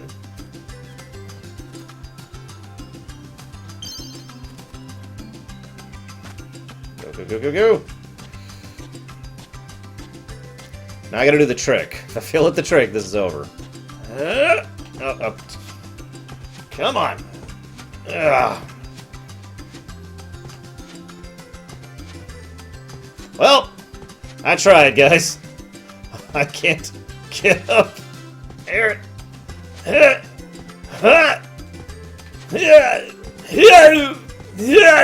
there we go. Okay. Yeah, that jump sucks. I'm pretty sure I lost. Which is a shame. I was going to win that if I made that jump. I was actually ahead until that. Yeah. Jumping! Yeah, you can't attack yet, Kay. I don't have a weapon yet. I know what you're talking about. It wouldn't let me. I was actually trying. Okay, apparently I have a weapon now, but I was actually hitting B, and it wasn't working. So anyways, as I was saying, Secret of Mana. Anyone out there ever play Secret of Mana? Oh, I miss that jump all the time, Samurai. As you can tell. Basically, you have to hit it at a pretty specific angle. The way I tend to think of it is I have to start going this way, and then I have to V-angle it this way, like that. Which is why I kept doing this roaming action here. Because I have the actual lip point, and you saw it when I actually made it, was over here. See? Look at this. Ah, come on. Come on. Yes, friendship is no longer magic, guys. We ruined it. Of course, now I can use the sword trick, but, you know. Yeah, anyways, so, Secret of Mana. Great, great game, right? Come on! Seriously, I love Secret of Mana. It's a great game. I replay it about once a year. It's kind of a tradition now. I did it just for Shadow. Yeah, the jumping in this game. It gets really frustrating. Come on! It's one of the reasons I never really try to 100% this game anymore. Because getting a lot of the jumping puzzles is just a pain, and it's like, I don't feel like dealing with this. Anyways, so, moving on. I only need 2? Oh, okay. Yeah, isn't this raft amazing? We're gonna explore other worlds with this raft.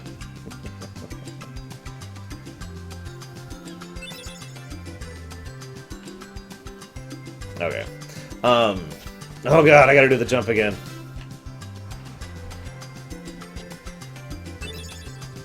Okay, here we go. I got this, yeah! Okay. See, you can make it easy when you do the trick. If you do the slash just right, you gain a little bit of more vertical height. And you have to do it just right, though. In some cases, it's easy. In other cases, you'll do a thing where you slice and you bounce off of the thing and you jump backward, and it sucks. But anyways. Secret of Mana. Secret of Mana is an awesome action RPG. It's not the first action RPG, but it's what I like to call the codifier. It really pushed the limits of what you could do with the SNES, and how that kind of a format of game worked. No, Fearsome, it'll be good. Actually, I have a thought about that, but we'll get to that in a minute.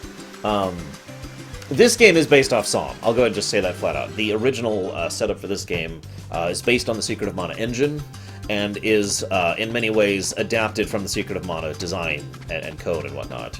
I mention this as significant because it partially explains why Kingdom Hearts 1 plays so awkwardly. The combat is a little and the jumping is pretty bad, and yeah, there's a decent amount of Kingdom Hearts 1 that just plays awkwardly because of that as well. Actually, ironically, I will not be streaming tomorrow. Guys, I'm sorry, I meant to mention that earlier. Tomorrow there will be no stream, okay? My options were stream today, don't stream tomorrow, and then keep streaming Monday and onward, which is what I'm doing, or don't stream till next Saturday. So I've decided to do this one. Sorry, guys, but we have to skip tomorrow. No stream tomorrow. Sorry. There will be a stream Monday, and once Monday is done, we'll keep going from Monday onwards. But Sunday's a day off, and I'm sorry.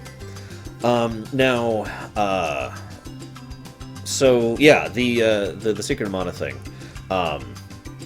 Like I said, Kingdom Hearts 1, just a lot of its awkwardness and problems is because of that conversion from the 2D to 3D, and the fact that they really did not know what the hell they were doing. The other side of this, though, that I want to mention is Kingdom Hearts 2 actually made basically a brand new engine for Kingdom Hearts 2 that really pushed what the PS2 could do, and is the engine they have used for Birth by Sleep, for Dream Drop Distance, and so forth and so on. That engine is the one that actually feels smooth and nice and has good controls, and is part of why I enjoy playing those games much, much more than this one. There's another big design flaw with Kingdom Hearts 1, which we'll get to later, when it's relevant.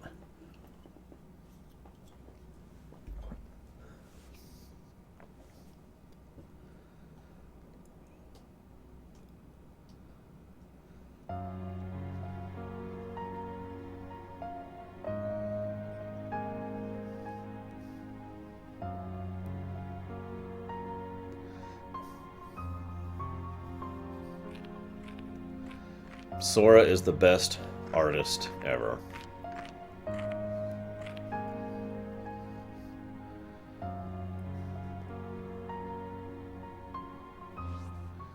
So here's Ansem, the Seeker of Darkness. I've come to see the door to this world. Huh? This world has been connected. Well, what are you talking about? Tied to the darkness. Soon to be completely eclipsed. Well, whoever you are, Stop freaking me out like this. Huh? Well, where did you come from? You do not yet know what lies beyond the door. So you're from another world. There is so very much to learn. You understand so little. Oh yeah? Well, you'll see. I'm gonna get out and learn what's out there. Well, he is. A meaningless effort. One who knows nothing can understand nothing.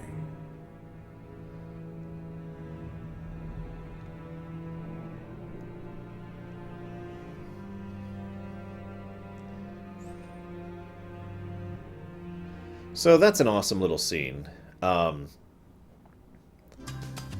was obviously Ansem, the Seeker of Darkness, who does not have a body. Fun fact, Ansem, the Seeker of Darkness, will never actually have a body of his own.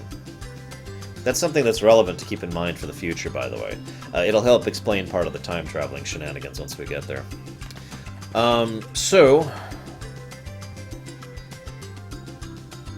I like the fact that there's just this door here, by the way. And as we see in the past flashbacks, this door has always been here. So the door to this world has always been on this island of Destiny Islands. But unlike every other door in, like, the entire game, there's nothing on it, like keyhole-wise or otherwise, until after it's already been opened.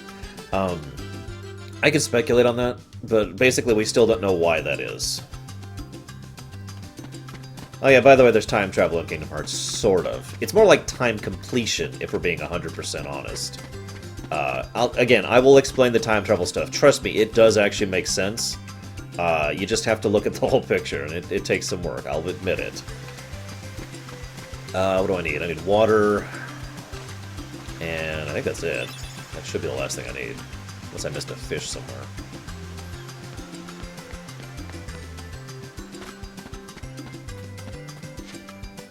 Now, I will say this, if they have more time traveling in Kingdom Hearts 3, then yeah, that's wrong.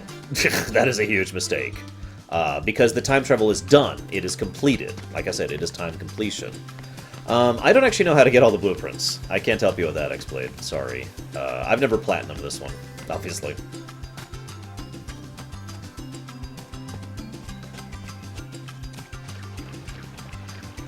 Starfish.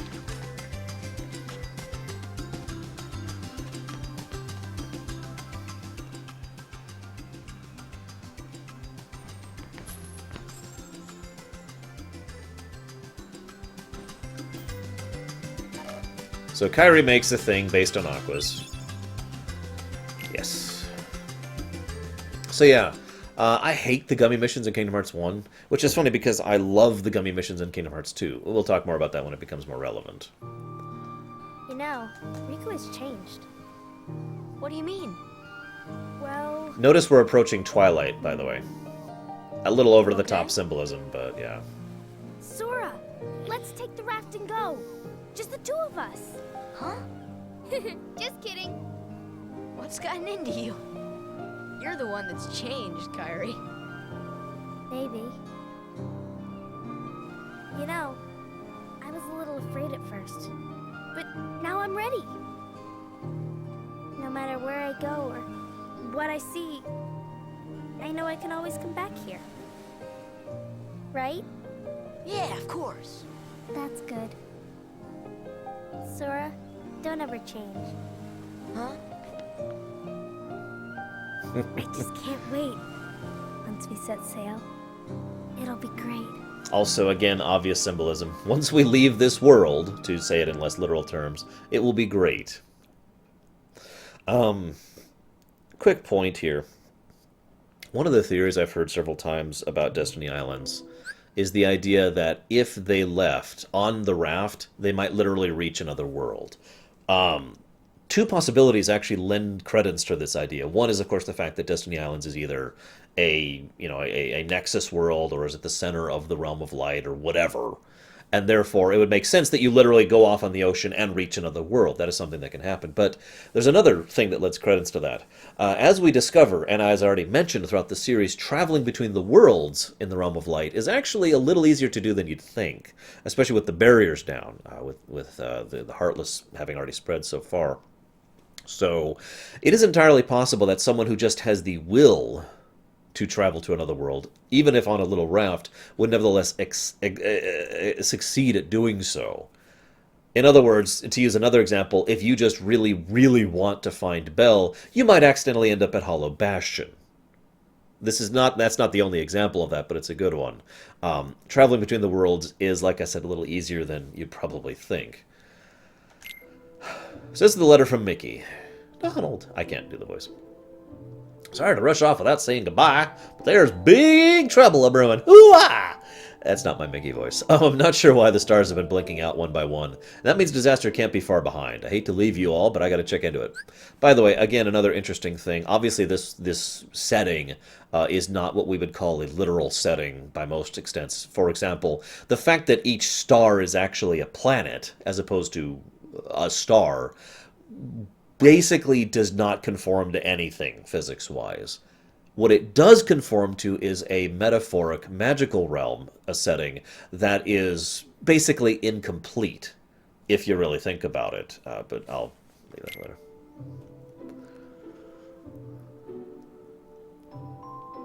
There's someone with a key, the key to our survival. So I need you and Goofy to find him and stick with it. Got it?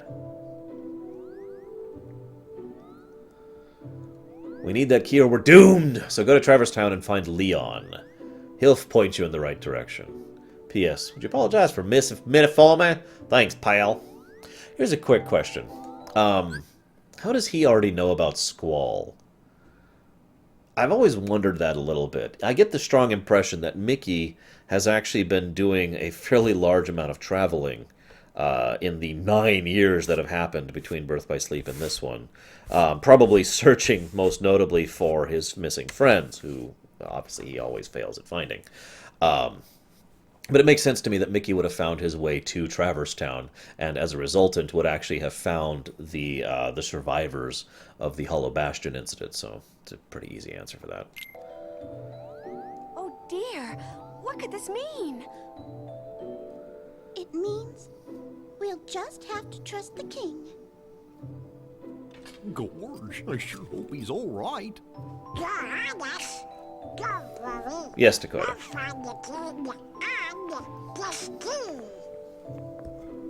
Thank you, both of you. Daisy, can you take care of them? Of course. You be careful now, both of you. Oh, and to chronicle your travels, he will accompany you. It does make sense, does it, Luxia? Doesn't it, Luxia? Over here. That could be Leander. That's also Cricket's the possible. name. Jiminy Cricket at your service. So, he is going to be responsible for a surprising amount of crap in this game, but I'll get into that much later. We hope for your safe return. Please, help the king.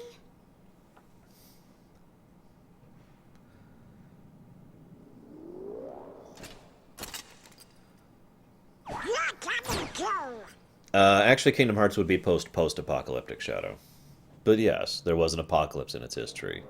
And we'll actually see one of the battlefields from that apocalypse. Your world disappeared. And it looks horrifying. It was terrible. We were scattered. And as far as I can see, I'm the only one who made it to this castle. Goofy. I'm sorry, I hate to point this out, but how did Jiminy get from his world to Disney Castle? Now, obviously, he was aware of Disney Castle and Disney Town, as several of them were, but it's never really stated outright, and I only mention that not because it's a plot hole, but because it, again, emphasizes a point I've made like 3 times so far. It is easier to travel between the worlds than you'd think. Oh, right. I gotcha. You mean while we're in other worlds, we can't let on where we're from, huh? We gotta protect the world border. Order. Right. World border.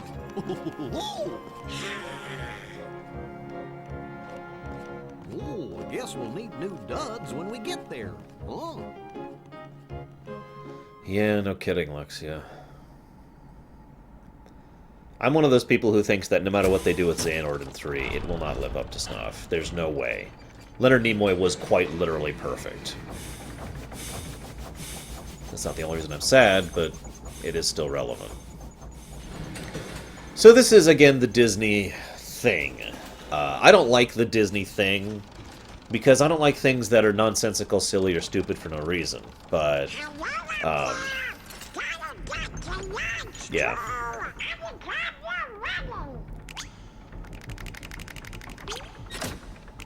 By the way, fun fact, the same voice actor does Chip and Dale in this game. And someone else who I can't remember, but it's somebody. So yeah, this is how they get on. Giant hands come down, pick them up, upside down, to dump them into the ship.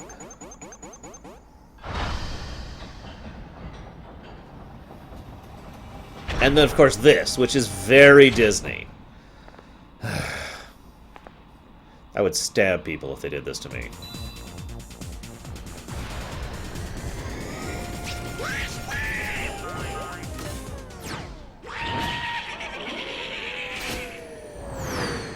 As an aside, you can tell that Mickey has been invested in exploring the other worlds extensively for some time. Because they have a freaking launch facility with a ship made of gummy. Now, of course, the gummy shattering event happened years ago, so that makes sense. And Mickey has been exploring the realm for years, so that makes sense. I do think that the major cataclysm, the fact that the Princesses of Heart were taken by Maleficent, Ansem starting to move around and do his thing, and the Heartless really starting to spread throughout the worlds is a recent thing. Probably within the last year at the latest. So it is very likely that that's why Mickey chooses now to go leave. And we also know where Mickey is right now. He's actually in the Realm of Darkness, but we'll get to that later.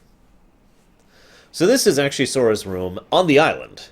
Not the island, the other island. The good island, not the... I just can't wait. Yeah. Once we set sail, it'll be great. Oh my god, they are mites. No, I'm kidding. And of course his room is a mess. Storm? Yeah, he's on the mainland. Let's just call it that. I like how his first thought is of the raft. Sora, dinner's ready. Come on down. Sora? I like the heart robot there. So that was Sora's mother. The last time she will ever be referenced ever. Awesome music.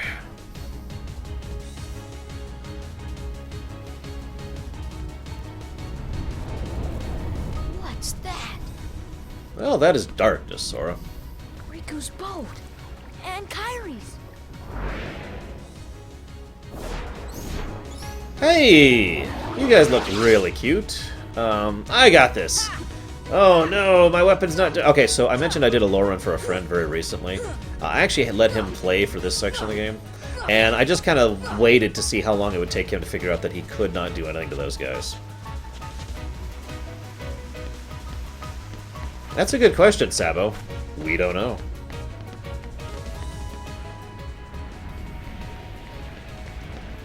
Where's Kyrie? I thought she was with you. The door is open.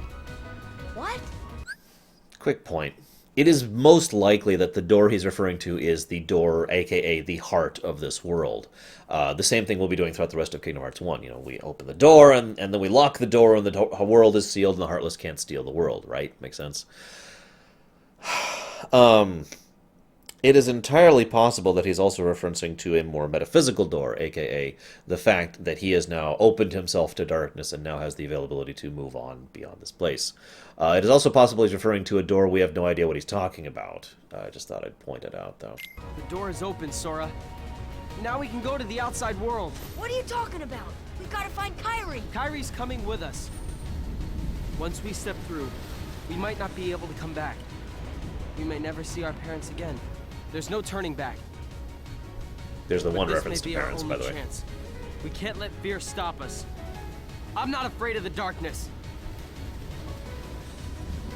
So, Riku's story arc won't actually be completed until Dream Drop Distance, the most recent game. But he will be going through it throughout the entirety of those games.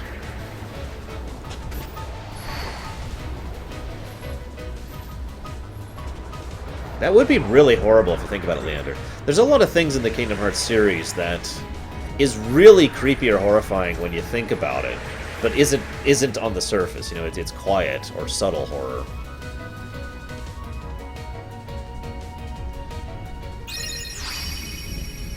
Correct, Dakota. It is entirely possible to traverse through the corridor simply by opening oneself to darkness. As we know for later interactions, if you open yourself to darkness without being afraid of it... By the way, Ventus again.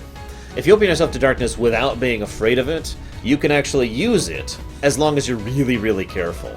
In a similar vein to the dark side in Star Wars, darkness is not actually evil or bad. However, it can very easily lead to evil or bad because of the way it works, because of the way it functions.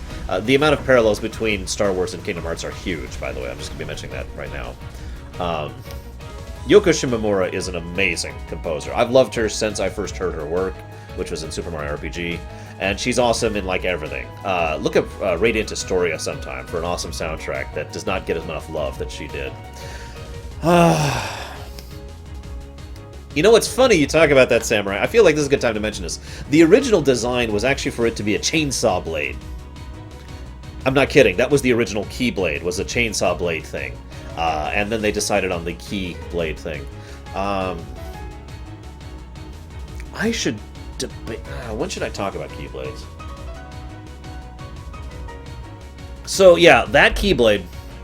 This is actually... okay, yeah, I actually have a lot to talk about. Let's go ahead and talk about this right here. So, first of all, Keyblades in general. Keyblades are what you might call potentially the ultimate weapon. And I mean this kind of sincerely. A Keyblade is not a physical object. Bear with me. A Keyblade is literally your heart's power being manifested into the blade, right? This is why you can summon it at will just into your hand, and why when you put it away you don't have to put it onto a holster or anything, because it doesn't actually exist in the strictest sense of the word. You are literally pulling your heart out and attacking with it, right? This is why some people are much stronger Keyblade wielders than others, because their hearts are stronger than others. This is also why Sora is so ridiculously powerful, because Sora's heart is incredibly weak. But again, Sora's great thing, his significant power, or whatever, that he naturally does, is he connects to other hearts. So, his Keyblade, by himself, would be pathetic. I always call the other one Keyblade or Chi-Blade, fearsome, to make my point clear. I'll probably be referring to it as Keyblade in this one. Anyways, so Sora's Keyblade is not just his heart. It is his heart and everyone else's heart that is connected to him combined. That is also why he gets so much stronger throughout the course of the series, because as he's going through, again, it is the exile thing from KOTOR 2. It really is. The more people he connects to, the more powerful his Keyblade is, which makes him more powerful. Simply wielding a Keyblade actually grants you superhuman abilities, and this is true, by the way. This is fundamentally true. I mean, we make fun because, you know, Sora can do things like jump ridiculous heights and do all these feats of acrobatics and whatnot, but he's not the only one. Anyone with a Keyblade can do this. The Keyblade literally augments you. And yeah, that's what the keychains are. The keychains are representative of, for example, this is a chain that represents Kyrie. This is a chain that represents the Tarzan world. This is a chain that represents Cloud. You know, and they add to this, change the form of the Keyblade, giving it different stats, but ultimately it's still the same weapon, Sora's heart. It's just having more and more power added to it over time. You with me? So that's what a Keyblade is. By definition, therefore, you could only ever have one Keyblade, because you only have one heart. However, anybody who, of course, knows anything knows that there are several characters who actually wield two Keyblades throughout the course of the series, and every single case where that is true is someone who has multiple hearts, either literally within them or directly connected to them. This is one of the things that actually makes Roxas so special, as well as why Sora himself gains this ability in mid to late Kingdom Hearts 2, for that matter. This is actually represented in gameplay as well, since you literally need to do a drive form to dual wield. But anyways, it's presented as different chains, but ultimately it would be more accurate to say it is different links in the chain, Takoida. In other words, in gameplay, it is different chains. In lore, it is different links. You with me? So yeah, actually, I was actually thinking about this literally just last night. By my count, Sora should be able to quad wield Keyblades. And just for reference, if we get to see him quad wield in Kingdom Hearts 3, that would be so cool! Seriously, just imagine like he's got the 2 Keyblade wings from like final form, and then 1 in each hand, and he's just and it's really cool. There's a lot of cool factor in the games. What do you want from me? No, Sinister Sylveon, because they actually only have 1 heart, even if they have 2 hearts. Make sense? So the Keyblade thing. Now, if you actually pay attention, and I really wish I still had this piece of paper that I wrote once upon a time, you can actually chart each Keyblade in the entire series, except for Xehanort's, that big Keyblade. In other words, this Keyblade is this Keyblade is this Keyblade, and this Keyblade goes over to here to this Keyblade, and this Keyblade goes over to here. There's actually quite a bit of logic in how the Keyblade progression works. It's like this. You can't just use a Keyblade. You can't just be like, Shah! Like in FF10. By the way, fun fact, the sword that Jecht uses in FF10 is, for all intents and purposes, a Keyblade, if you really think about it. But anyways, but it's so cool, Kemek! It's got cool factor going for it. Anyways, so, you can't just pull out your heart and use it as a key. If you are very, very skilled, very powerful, and know what you're doing, you can do that. But there is a method of forging Keyblades which has long since been lost. We don't know how to make Keyblades anymore, and we haven't for the entirety of the series, from Birth by Sleep all the way up to Dream Drop Distance. That's been a lost art. So, the only ways anyone actually gains access to a Keyblade is from someone else who already had one. Every single Keyblade that gets passed down is from someone previous, right? So Sora's Keyblade here would actually be better described as Riku's Keyblade. This is the Keyblade that was passed on to Riku by Terra. No, not the woman from FF6, the guy from Kingdom Hearts. I don't know why they named a character Riku and a character Terra in a series that already has Final Fantasy in it. If they ever actually have Terra or Riku in this series... Oh, that's right, they do have Riku in this series! Although Riku doesn't meet Riku, so it's okay, but... Point being. Point being that Terra's Keyblade was passed on to Riku, and Riku's, basically, because of the darkness within him, and this is the Light Realm Keyblade, it was denied him. It was like, no, can't do that. Now, you might be like, well, how does that get to Sora? Well, first of all, Sora is connected to Riku. He's got that chain of connection between those 2 hearts. Second of all, he already has the ability to use a Keyblade thanks to Ventus, because he has Ventus within him, Ventus's heart within him. And if you think about it in a weird way, the Keyblade we're using in all of Kingdom Hearts 1 is not Sora's heart being wielded. It is Ventus's heart being wielded. Which actually makes a lot of sense, especially when you think about the fact that when we get to Kingdom Hearts 2, and he learns how to wield his own Keyblade, in conjunction with the fact that Riku has basically reclaimed his in the year passing, you see how that kind of lines up pretty well, because by Kingdom Hearts 2's time, we're actually wielding our heart, Sora's heart, rather than Ventus's heart. Or maybe we're wielding both, because, dual wielding, as I already mentioned, but I digress. Well, I'll get more into that later, but let's just say that that's kind of also how Roxas can wield Keyblades, and Xion. Anyways, I'm getting off topic. The point being, we are actually wielding Ventus's heart through Riku's passing here. Riku basically does not have a Keyblade right now. He does not have the ability to wield a Keyblade. To be more accurate about that, actually, I'm still saying that not quite right.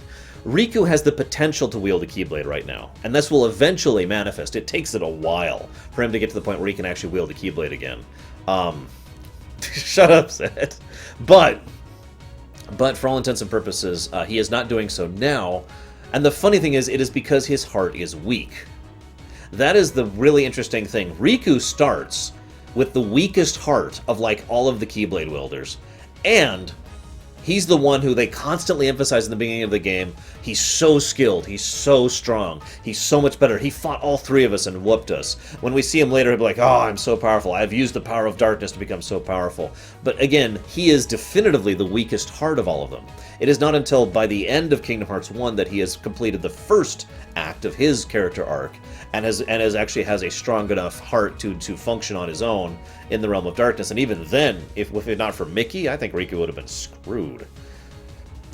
But anyways, so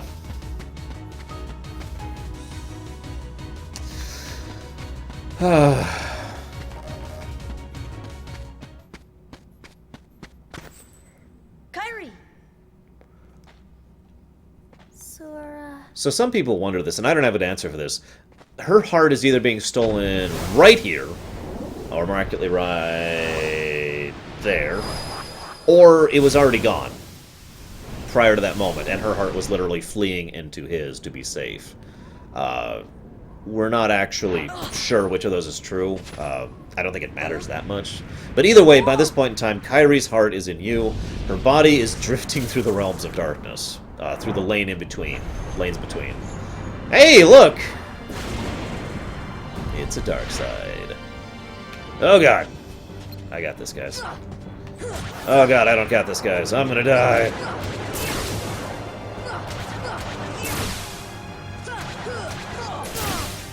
Well, it's funny you say that, Taquita, because actually, yeah.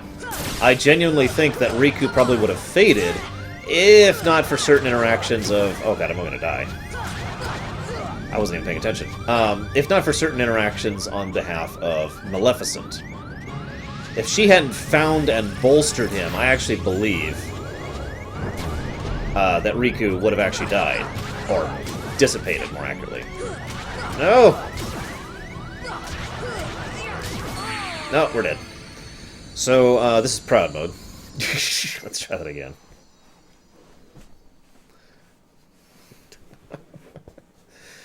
Oh my goodness. Yeah, the way they use the term heart, it's not a physical thing. It's more like the manifestation of will, drive, whatever you want to call that.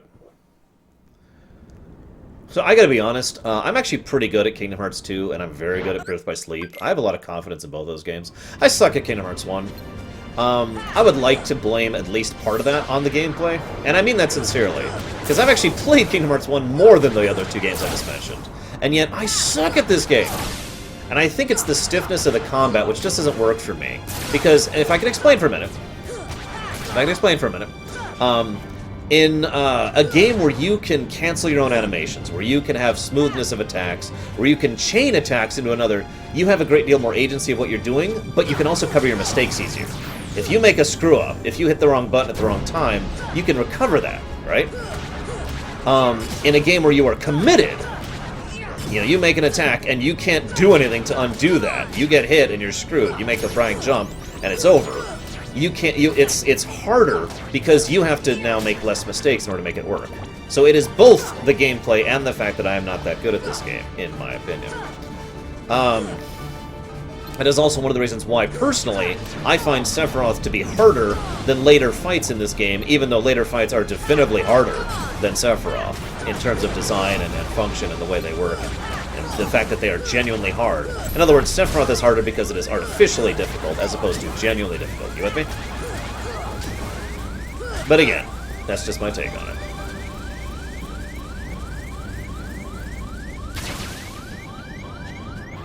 What is he doing? I've never even seen this attack.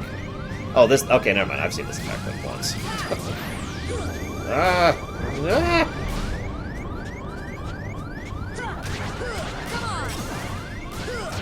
I really hate not having scan.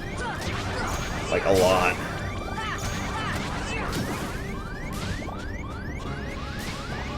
Is that just me? Because I really do hate not having scan.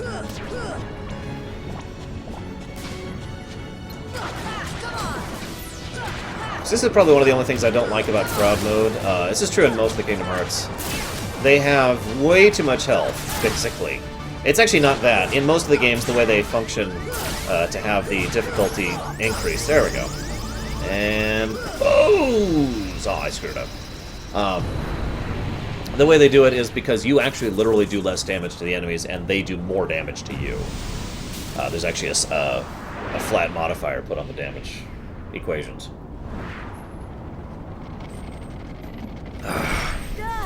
But yeah, scan! Let me see the health! But whatever.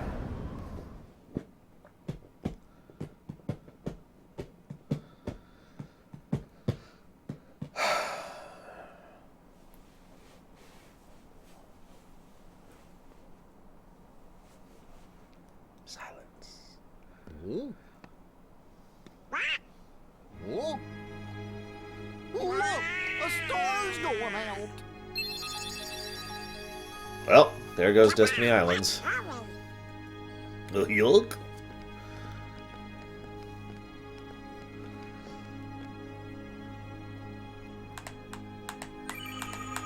Traverse Town. There's actually been some interesting theory crafting about Traverse Town. Would you guys like to hear my theory? Hey, you know, maybe we ought to go find Leon. No, Samurai, I haven't seen one yet. Oh, Donald, you know, I bet you that, What do you know, you big palooka? Yeah, you What big do I know? palooka. Come on, Pluto!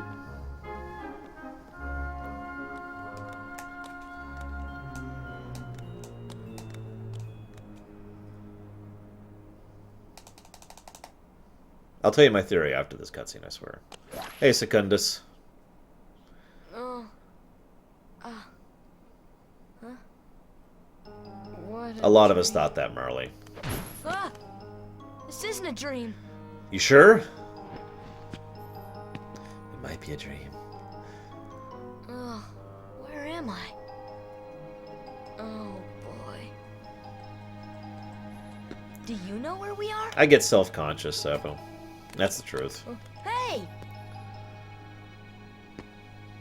So, Dream Drop Distance does a better job of showcasing how large Traverse Town is, for the same SNES RPG problem that I have already mentioned, aka the fact that you just kind of have to interpret it. This place is ridiculously small, but that's true for like every SNES RPG. I mean, look at the Great Kingdom of Baron is this town that's like this, and this castle that's like this, and that's it. And that's the Great Kingdom of Baron. A better example of this, in which I can do as a direct comparison, think about how large Midgar is in FF7, and then think about when they showcase it in the CGI, when they show it in Advent Children, when they have an entire highway that runs along it. You get the idea that it's like this ridiculously huge place, as a city should be, but in game it's like this. Traverse Town is just... This is probably, this is my next big flaw. I know I keep mentioning these big flaws, I apologize. Oh, I would hate that, Sabo. My next big flaw for Kingdom Hearts is it feels very empty. There are large sections of the game that feel small and feel completely devoid of life. And it actually bothers me in some cases, to the point where I'm running around an area and I'm like, where am I? You know, I mean, I feel like I'm in a tiny little box, and I'm just... Oh, God. It's hard to actually have any sense of scope or scale when you encounter, like... I mean, okay, 1, 2, 3, 4, 5, 6, 7, 8, 9, 10, 11... There are 12 people in Traverse Town. I mean, think about that for a moment. There are 12 people in this town. And yet, in Dream Drop Distance, we see this huge, sprawling area, and we get more of a feel of how large this place is supposed to be. That is true, Samurai, absolutely. But for the most part, it's like, oh my god, why?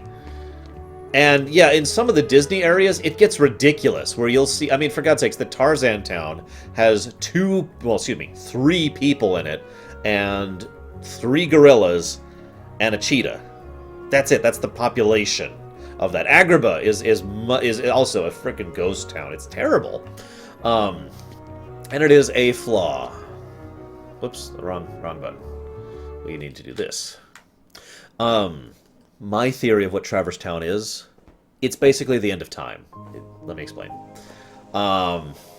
In the end of time, I postulated remember, we see in Chrono Trigger, Gasper just shows up and there's nothing there. You know, it's just this empty, devoid realm. Yet by the time we get to that, at the end of 2300 AD, it's got this whole little area, and he's got these lamp posts and all this stuff built there. So either Gasper literally constructed that, or it just kind of formed around him from his mentality, either a literal or a metaphysical. I think Traverse Town is the same idea. I think Traverse Town was the nexus point, the natural, logical place for people to end up when things went bad, and more people ended up there, and more people ended up there over time. Over the last... Remember, it's been 10 years since stuff really started going down. It's basically been about... Whoa. No. Okay. Don't need any of that issues. So here's my cheat save. So it's my theory that more and more people ended up like in this empty space and just started kind of building when they were here, and just started constructing this city to be a welcome point for other people. And I love the lore implication of that. The idea that everyone in Travis Town ended up there because something happened to their world. So they know, naturally, logically, what it's like being cast out, having no idea what's going on, and being lost and confused, and so they deliberately made this place to be a welcome, warm, inviting area, so that new people, when they showed up, would be like, okay, look, hey, listen, we know it's crazy, we know you're from another world, it's alright.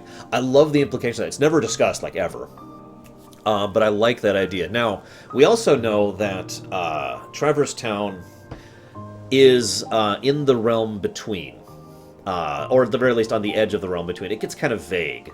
So I guess I shouldn't say it's actually in the realm between. But, well, let me put it to you this way. There's the realm of light, the realm of darkness, and the realm in between. It actually forms the triangle. It's not like this. And so Twilight Town is, if I'm not mistaken, literally smack dab in the middle of all three of these points. It is the center of the Triforce, so to speak. Each of the other ones that is in between leans more towards a direction. The world that never was leans towards the darkness. Traverse Town leans more towards the light, etc. But the thing is, I feel like this isn't quite a geographical thing so much as a metaphysical thing.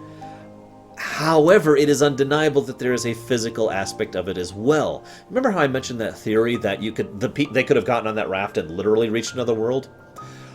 Remember, when they are in the realm between, at the end of Kingdom Hearts 1, they walk to Castle Oblivion. On foot.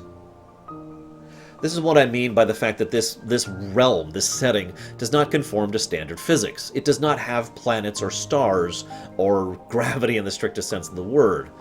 It is basically a planar situation, similar to what most Dungeons & Dragons things do. And again, in most planes in Dungeons & Dragons, you can literally walk from one plane to the other. You just have to know where to go. Ergo, the idea of just walking from the realm in between to Castle Oblivion. I mention this again because it's relevant to keep the cosmology of Kingdom Hearts in mind. Also, the fact that Traverse Town is kind of the in-between of the light and dark makes a degree of sense for it to be a natural destination point. But that leaves Twilight Town in question. I don't want to talk too much about Twilight Town now. Someone remind me when we get to Kingdom Hearts 2. But Twilight Town is still a puzzle piece that has not actually been answered yet. Hello, Papa Kush. Oh, don't Deluxia. Oh God. Okay, so we've got a slightly modified save here. We've got a little more health than we did. We also have this fancy new Keyblade. I don't know. I think it'll help a little bit. We'll see. We'll see.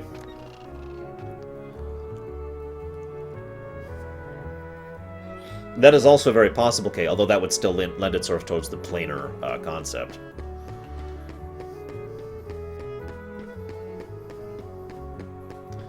Oh, by the way, Moogles. Moogles! Talk to me! There we go. These are among my favorite Moogle styles around. So, believe it or not, this is one of the only times in the entire series that we actually see someone's heart being stolen and a heartless being created right in front of us. And I love how his face is terrified there. It really gets across the idea that this is a horrifying thing to happen.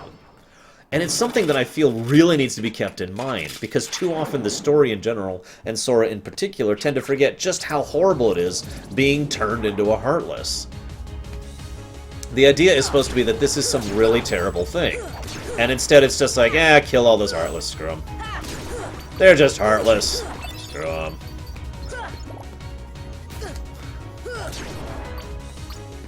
Gotta get all that money. Ironically, we almost see one of those happen on screen as Sora's heart's being stolen. Not taken, stolen. What else did I do? Did I do anything else? I don't think I did. Exp-Zero! Did I do anything else? I don't think I did. Okay, that's it. So we've got... Wait, hang on, did I? I did, okay. We're good, we're good. I know what I'm doing. We better get those treasure chests. Now we're not even gonna bother. I don't even know I'm fighting these guys. Go away. Right, so I kind of hate this section. But this is a good time to talk about the Dragon Quest effect. I've talked about that a lot, actually. Yeah, no kidding, Dakota. Leon! Master Leon! Oh my god, Fearsome, it's true! Actually, that might be sense-making. Anyways, yeah, we're killing people, Rory. Although not all of them are people. There is such a thing as natural heartless, which are just creatures from the realm of darkness, innate and indigenous to the realm of darkness.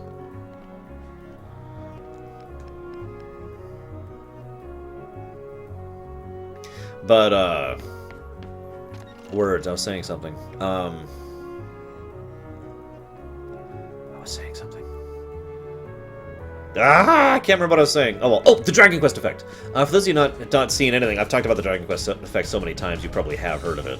The Dragon Quest effect is when... there we go. The Dragon Quest effect is when you have something that is simultaneously lighthearted and silly and fun and happy and incredibly dark and serious and horrible. Pretty much at the same time. Like, literally right alongside each other. I call it the Dragon Quest effect because Dragon Quest just screams that all over the place. It's got tons and tons of, oh my god, everything is horrible, going throughout the entire work. While at the same time having lots of puns and silly humor and that kind of thing. Kingdom Hearts 1 is very much that. Lighthearted, funny, silly aesthetic. Everything is great, yay.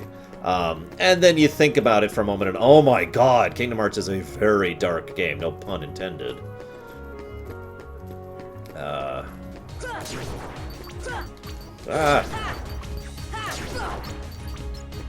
That's right, we're killing people with the power of friendship.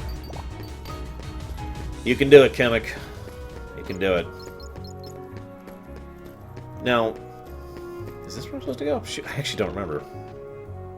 Don't leave, Kamek. Don't do it. Yeah, like the Mothers and like Undertale, another good examples. Okay.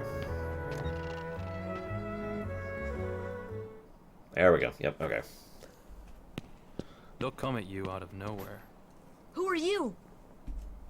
And they'll keep on coming at you. As long as you continue to wield the Keyblade. So, first of all, this is Squall. Second of all, his voice actor hadn't really nailed the part here yet. He does better in Dissidia and in Kingdom Hearts 2, unless it's a different guy, in which case, never mind. But I do feel that Squall is better presented in the Kingdom Hearts series and the Dissidia series than he is in FF8. Also, this fight is one that I almost never win. We are super cheating. But why? Why would it choose a kid like you? Hey, what's that supposed to mean? Depends on the method and the timing, now, Zachariah. Let's see that Keyblade. What? There's no way you're getting this. Well, then never mind. The other voice right. actor does a better job. Then have it your way.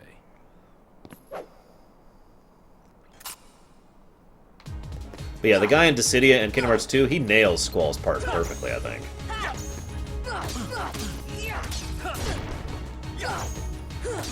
I want to stress, I have 100 strength. If you don't understand what that means, I don't think it's even possible to get 100 strength normally in this game.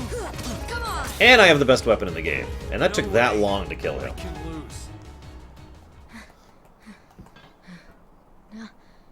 Now you're gonna...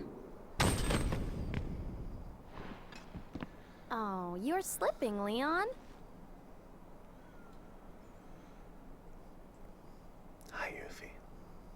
I went easy on him. Oh, shut up. Looks like things are worse than we thought. A lot worse. You know, it's funny, because Squall is much better, in my opinion, in 2, and Aeris is much better in 1. God, Square, can't you just get voice acting right? Isn't it a thing you can do? Please? Whatever.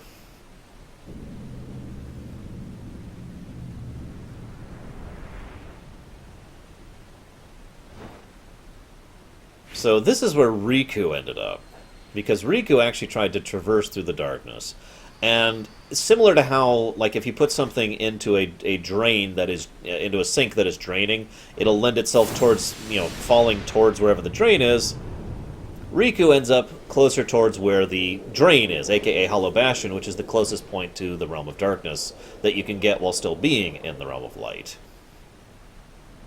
Zechariah, I used my amazing Lorerunner powers. There we go.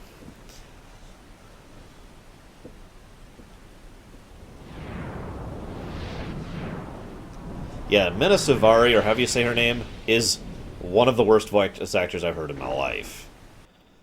I also like how Riku's appearance actually draws Maleficent's attention.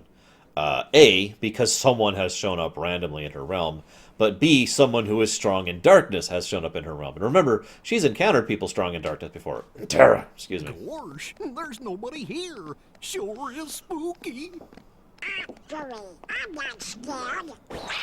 So this is the only good voice actress for Eris. Did the king send you? Right here. Trust me, you'll hear her in Kingdom Hearts 2 and you will know true pain. God, she does so terrible. It's just so bad. Oh my god. Come on, lazy bum. Wake up. Remember, Kairi's heart is literally in us. You okay? I guess. Those creatures that attacked you are after the Keyblade. But it's your heart they really want. Because you wield the Keyblade. I'm so glad that you're okay, Kairi. Kairi? Who are you talking about? I'm the great ninja Yuffie. Nice voice acting switch there in the middle of that. I think you might have overdone it, Squall. That's Leon. Shut up, Squall. The Keyblade. I'm never going to call him Leon, just a heads up. Yeah, we had to get it away from you to shake off those creatures. It turns out that's how they were tracking you. It was the only way to conceal your heart from them. But it won't work for long. Still, hard to believe that you, of all people, are the chosen one. I'm going to give a no music counter for this scene.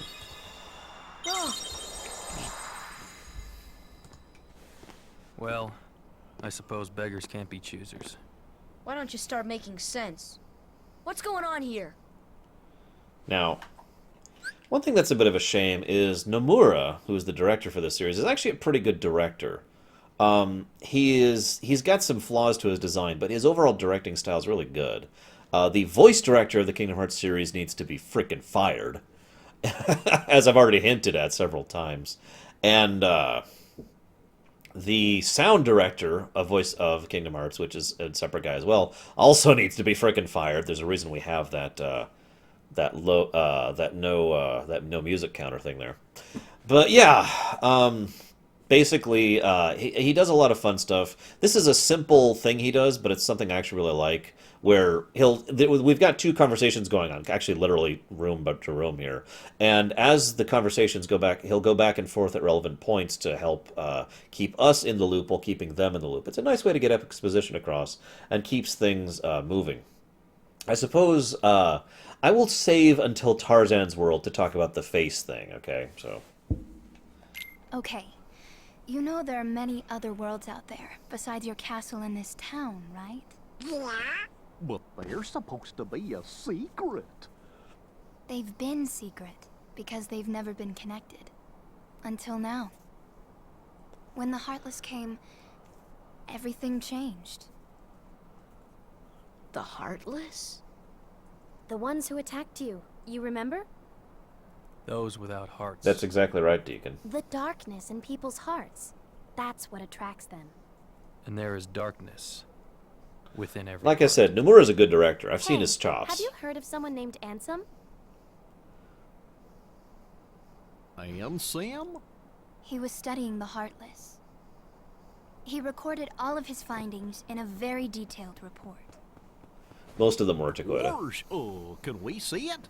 Its pages are scattered everywhere. Somehow. Too many worlds. Oh, then maybe the king went to find them. Yes, those were my thoughts exactly. We've got to find him quick. Red!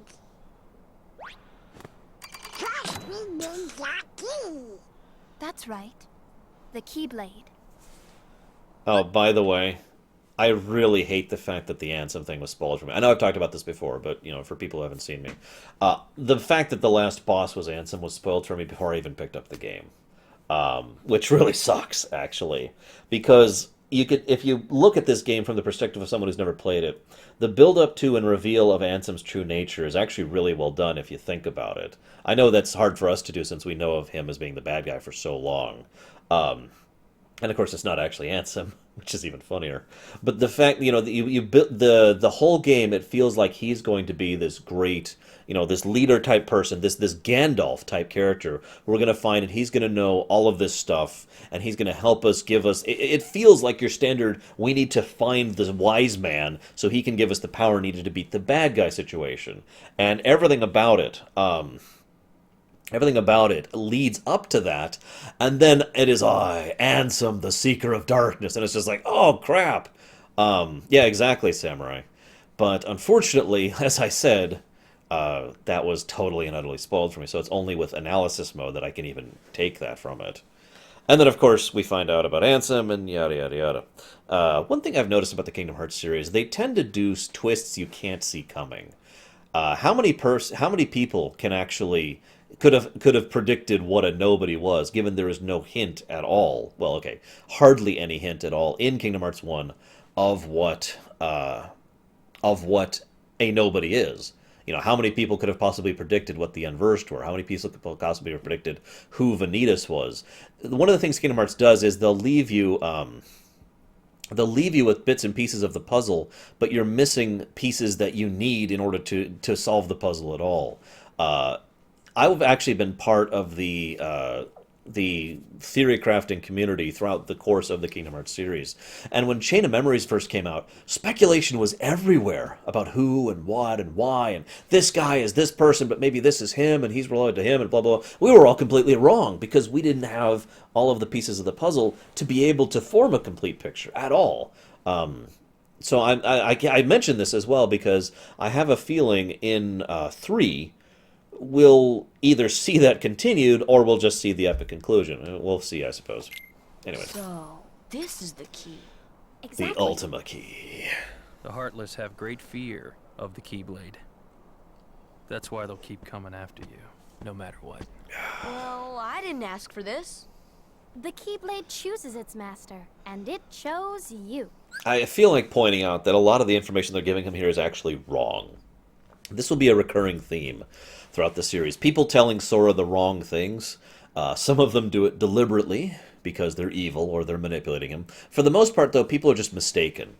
I like this because it makes sense from a real-life perspective, if you think about it. You know, someone doesn't just necessarily know everything, right? They don't just know what's going on. They know what they think is going on. They know what they have interpreted to be going on. They know what they have been told to what's going on, right?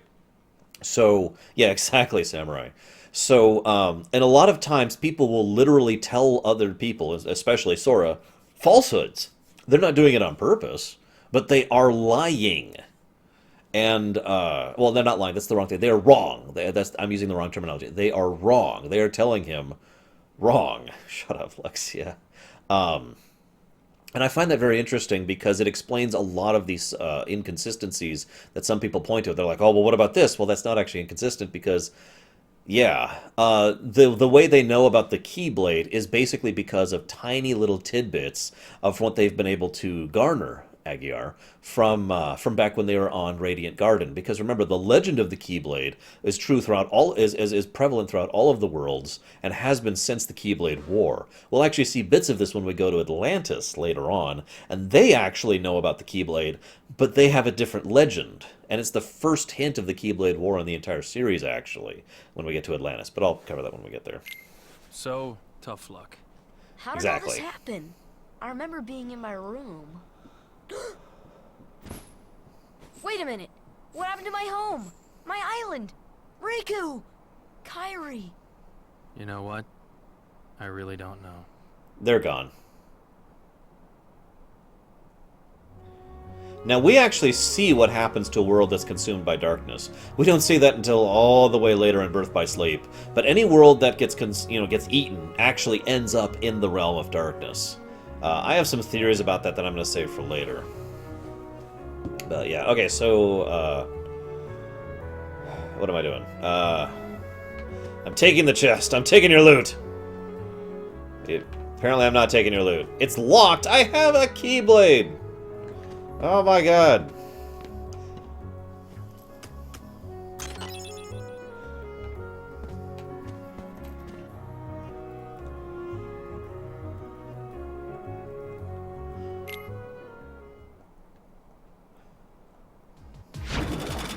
Yuffie, go! No, Donald! Yuffie! Sora, let's go.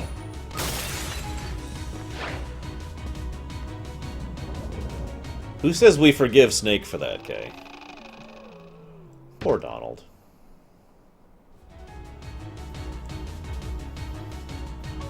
I don't know about you guys, but when I was 14, I was a moron.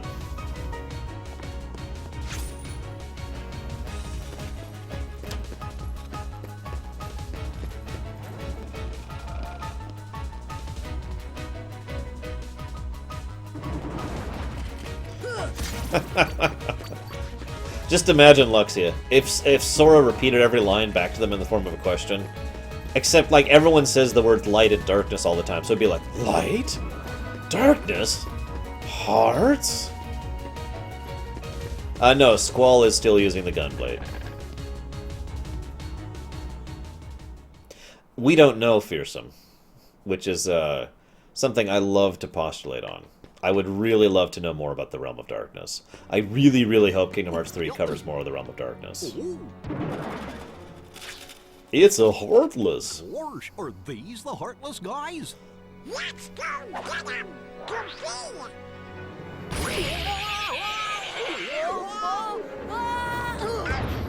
There's a bit of silly in the games, too. How can you tell?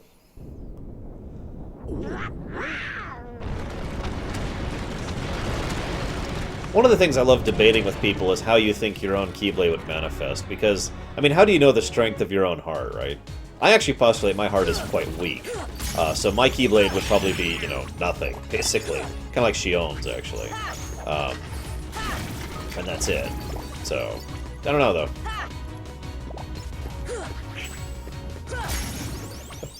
No, it's a key. It's a Keyblade, Samurai. Totally. I like the new coloration on this boss in 1.5. Just saying.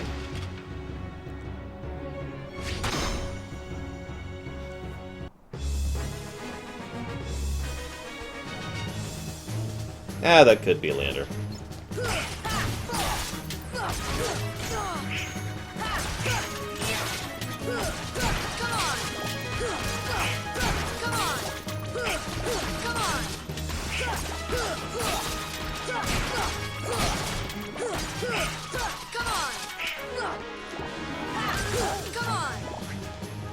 Ah, get back here.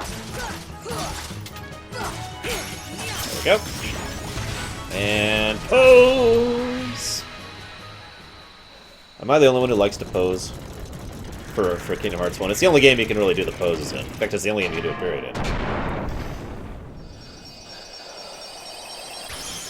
One thing I find interesting is the larger hearts that come out of creatures like this. There's two common theories I hear about this.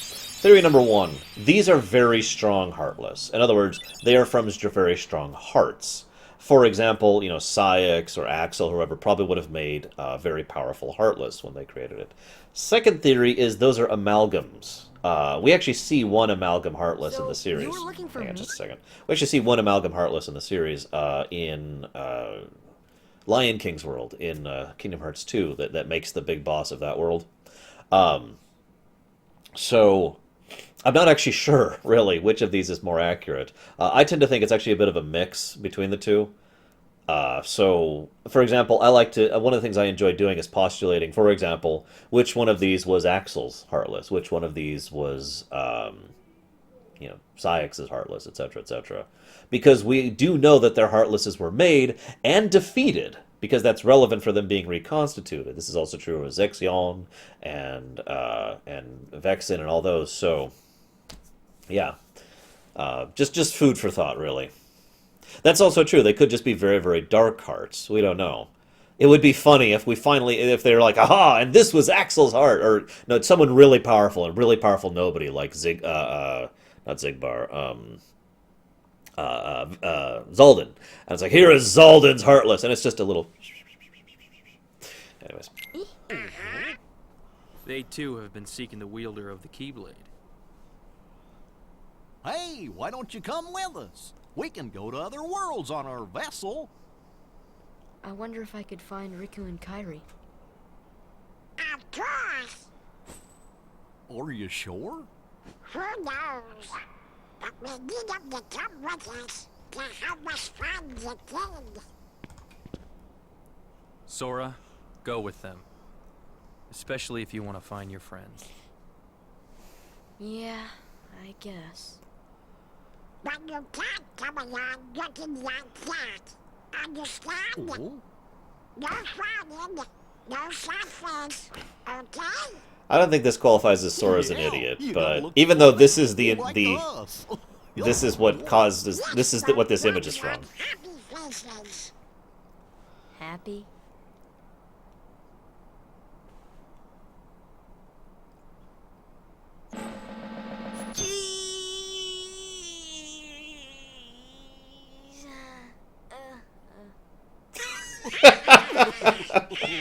No, I'm sorry.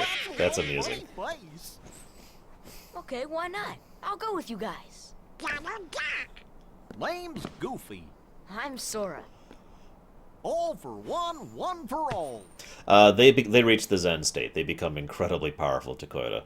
That's actually what happens to Riku towards the end of the series. He comes to grips with the darkness within him, accepts it as a part of him, accepts the fact that darkness is not wrong, is not bad, is not something to be feared, and he becomes way more awesome and powerful as a result of that. Little squirt. Put down that heartless. Oh yeah, so real quick. So those of you who have never seen the movie Hercules, it's a Disney flick. You should go watch it. I'm dead serious. You should go watch it. If for absolutely no other reason, because the actor whose name I can't think of does a great job of playing Hades. Oh my god, I can't think of his name. James Woods. Plays Hades, right? Fun little fact, Hades is in virtually every single Kingdom Hearts game. In fact, I think he is literally in all but one of them. And the reason why is because James Woods loved playing the role and was totally down for it. And so when they decide which Disney World's going to be in a game, they have to figure out rights, they have to figure out actors, they have to figure out who they can get back for it, etc. And there's a whole process behind the scenes before they even write it into the game, right? And James Woods was like, yeah, I'm down. And so he kept coming back and playing Hades, and it's awesome. And I just wanted to share that. Who'd have thought it? Such is the power of the Keyblade. The child's strength is not his own. Why don't we turn him into a heartless? That'll settle things quick enough. And the brat's friends are the king's lackeys. I like how they're in darkness They're all Bill's rats by the look of because the voices give them all away immediately. Surprise yourself. Shut up! Enough! Feel the heat. The Keyblade has chosen him. Will it be he who conquers the darkness? Or will the darkness swallow him? Either way, he could be quite useful. So here's the main Disney villain of the entire series, Maleficent. Part of me likes that because Maleficent is what I like of just a truly classical Disney villain, you know, and while a lot of that is simple and a lot of that is fairly one-dimensional, it's still interesting, and I feel like she gets more characterization in these games than anything else, actually, really. So, it also just makes it a great sense that one of the oldest Disney villains, I think the second oldest, actually, Disney villain, is like the main Disney villain. That being said, it is also interesting that Maleficent is the main villain of the first game, a game that primarily focuses on the Heartless threat and the salvation of the initial wave of darkness. while on that note, she's actually kind of pathetic to the overall power rating of the series. She is very weak compared to most of the other things in this series.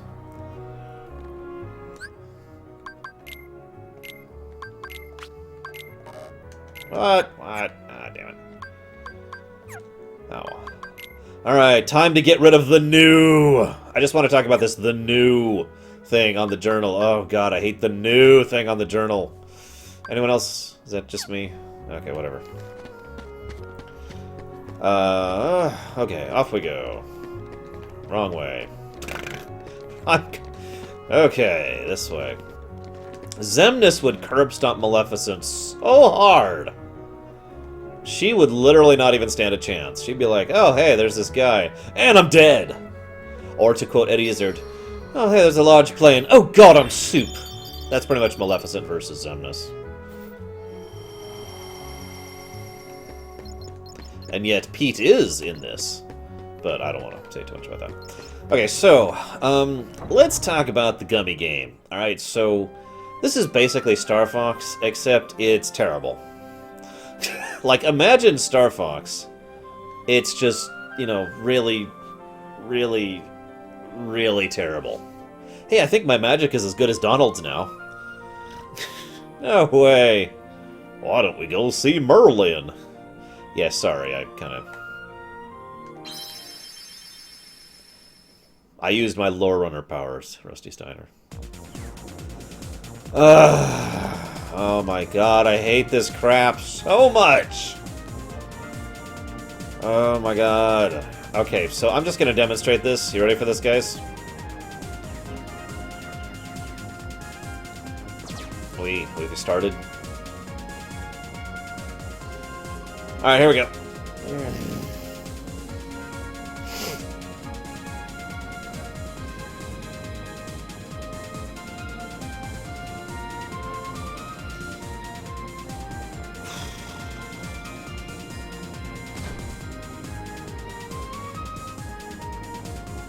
Just making a point here.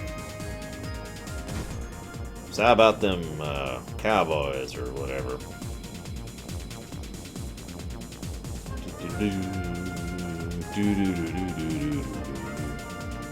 So, have I made my point? Yeah. Now, technically, you should actually hold down fire because there's a couple things you'll run into otherwise. So, okay, I am pressing one button. I will say this. One of the reasons I think Kingdom Hearts 2 succeeds at this so much better than Kingdom Hearts 1 does, well, actually there's several reasons. First reason, and first most important reason, is the fact that Kingdom Hearts 2, it's primarily optional. You have to do the one mission in order to get to a new location, and that's it. You never have to do anything else for that section. And there's like 5 of them in the entire game, and then you're done. Second of all, they go by very quickly. They're much more colorful. They have much more action going on. You have much more in the way of ships you can use. You have much more in the way of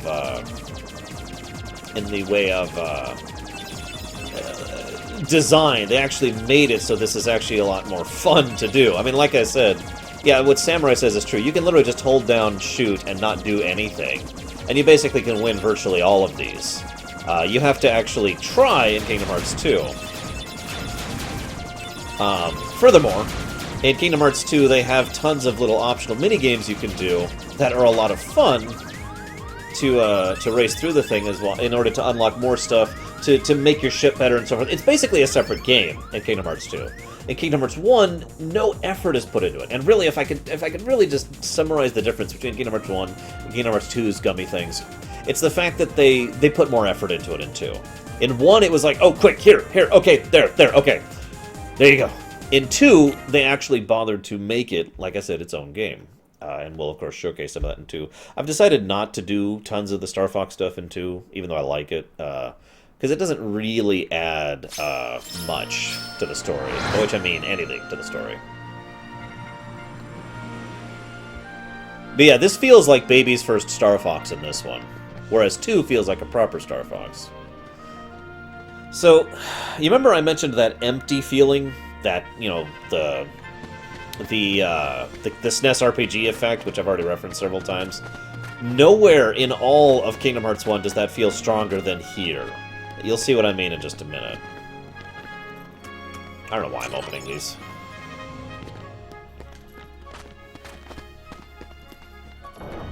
I mean, this is just... It gets even weirder in Birth by Sleep, but again, we'll get there.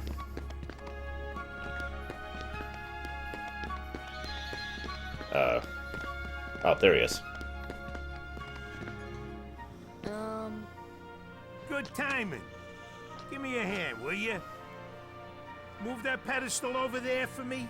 I gotta spruce this place up for the games. He loves saying that word. I almost thought about doing a games counter because he says it a lot. I might. I haven't decided yet, Nicholas. Oh no, it's too heavy. Can't do it, no. It's way too heavy. What? Too heavy? Since when have you been such Yes, I am, Kay. Oh, wrong guy. What are you doing here? This here's the world-famous coliseum. Heroes only. And I got my hands full preparing for the games. So run along, pipsqueaks. It's two. Look, it's like this. Heroes are coming from all over to fight ferocious monsters right here in the Coliseum. You've got heroes standing right in front of you. Yup, he's a real hero chosen by the Keyblade. And we're heroes too.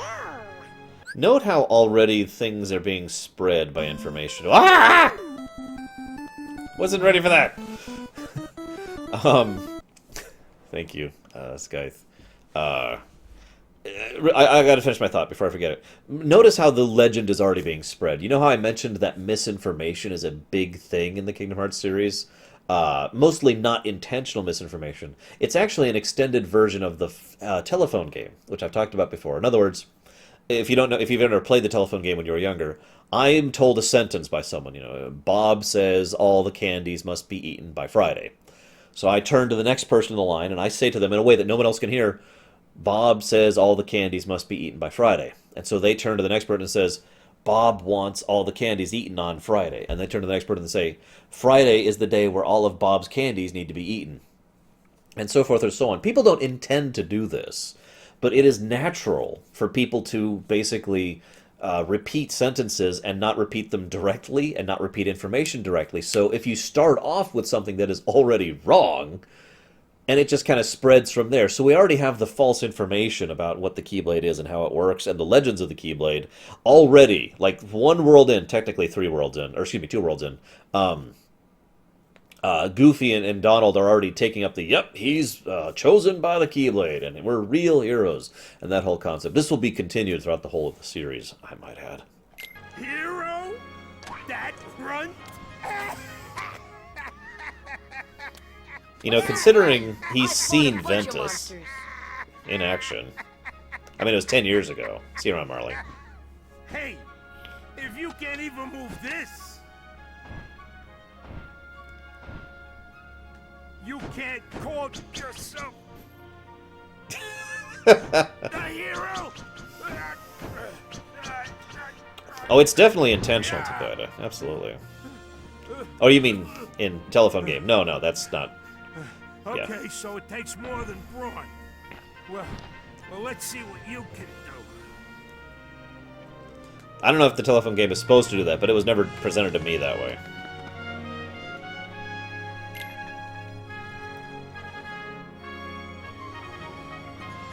Alright, so let's see what Scythe donated for here really quick, shall we?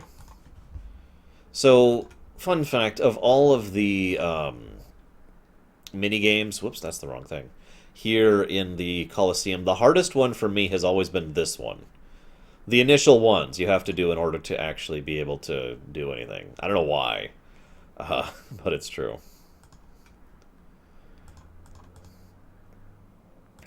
Well, thank you very much, Death God Scythe. Ladies and gentlemen, Death God Scythe has decided to put it... Where is it? Here it is. No, that's the wrong thing. Here it is. Okay. Has decided to put it... against... has decided to put it against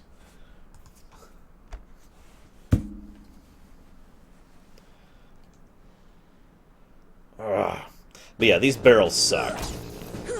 I've already screwed up. I've literally already screwed up. I think I got this, but yeah.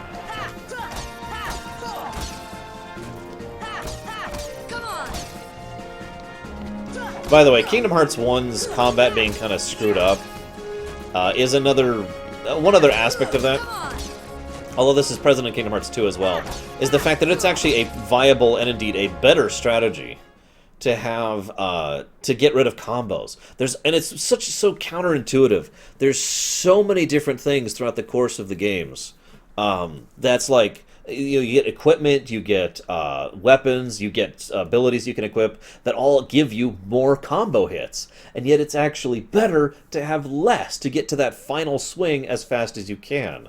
In Kingdom Hearts 2, there's actually an entirely strat around literally just being like, BAM!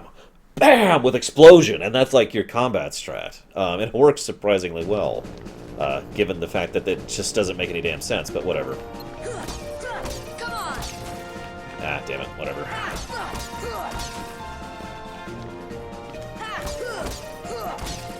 So, fun fact, about half of the voice actors from the actual Disney games, or Disney games, well, Disney shows and movies that these are from, actually returned for this series. And about half of them are the people who are their knockoffs, who did the voices for them. Whoa!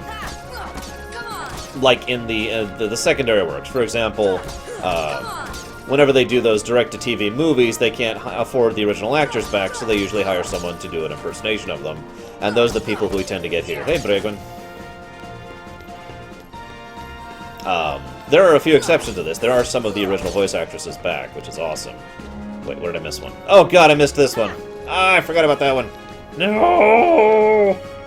No! I am not a true hero!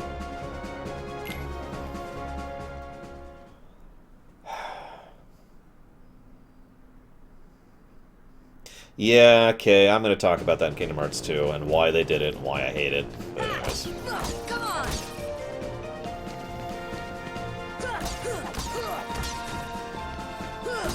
For those of you not aware, I'll just talk about it now, because I have nothing else to talk about. In Kingdom Hearts 2, virtually every boss in the game can actually only be killed by a finishing move. In other words, if you are just comboing through the boss, even if he's at 1 health, you will not kill him. There we go. And, so you have to get that finishing move off. Ah, damn it, to hell. God damn it, this frickin'... I'll kill Phil. Must kill Phil. Must... why didn't you jump? Why didn't you jump? What do you have against jumping? No! Why won't you jump? Why, Sora? Why? Oh my god. I hate this thing so much.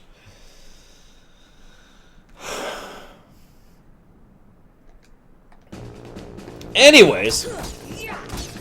What was I talking about? Oh yeah, I do have magic. Because I cheated. Anyways, point being, the reason they did that in Kingdom Hearts 2 was because in quite a few of the fights, Mickey can show up. And Mickey can beat the snot out of basically anything. The catch, as weird as that sounds, is Mickey cannot do a finishing move. AKA, Mickey can never beat a boss for you. You always have to go back to being Sora. So, yeah. Totally don't got... Oh my god! Really? Really? Okay, we got this, guys. We got this! Okay, we actually got this. Jesus, oh crap. I hate that freaking minigame so much. Every time. Anyways, we did it. Yeah. You know, you ain't bad, kid. Looks like I'm headed for the games. Afraid not. Why not? 2 words. You guys ain't heroes. Come on. Of course, Goofy's the only one who can count. As usual.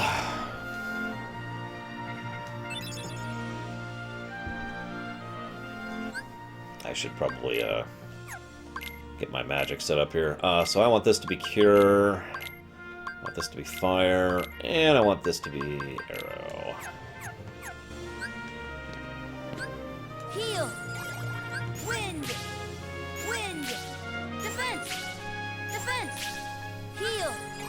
Wow, I have a lot of mana, don't I? I'm not even touching my mana. Look at that. Heal! Heal! Oh, whatever.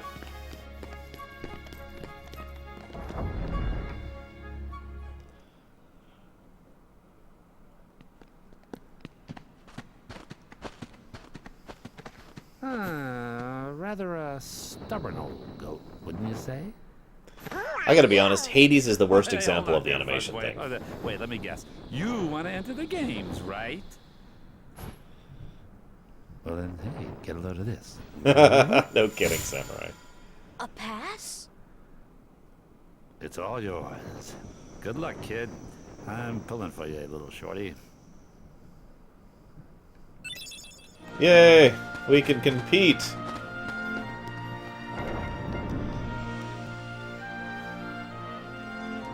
Agreed. Okay. What he means is, I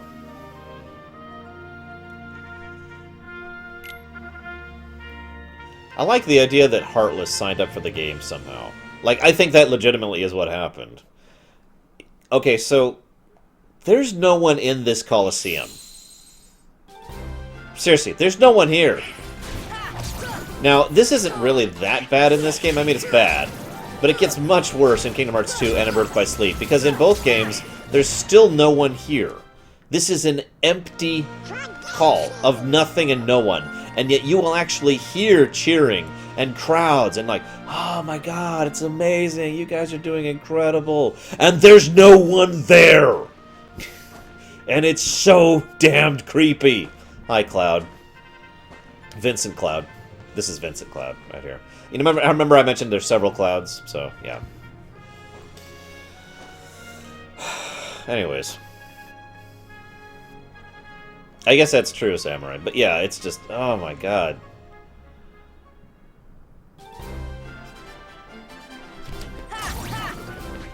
I know, right, Luxia? It's just like, there's nobody there! There's never anyone there. They're invisible. They're invisible people, oh my god. That's the power of the Keyblade! Well, he is, Samurai. Even admittedly. Or was it Vincent that stole it from Cloud?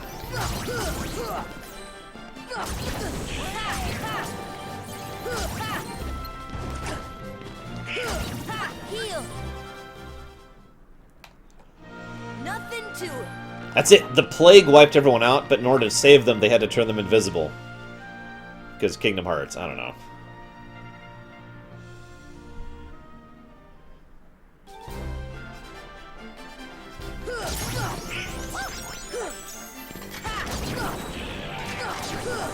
So, I gotta be honest, most of the bosses in the early part of Kingdom Hearts 1 are harder for me than the ones in the later parts of the game. And it's a funny thing, because it's one of those examples, I forget what it's actually called, there's a term for this. The idea is, as you give the player more tools, you know, more equipment, more abilities, whatever, they have more ways to deal with a problem. You know, the problem in this case being a boss to defeat.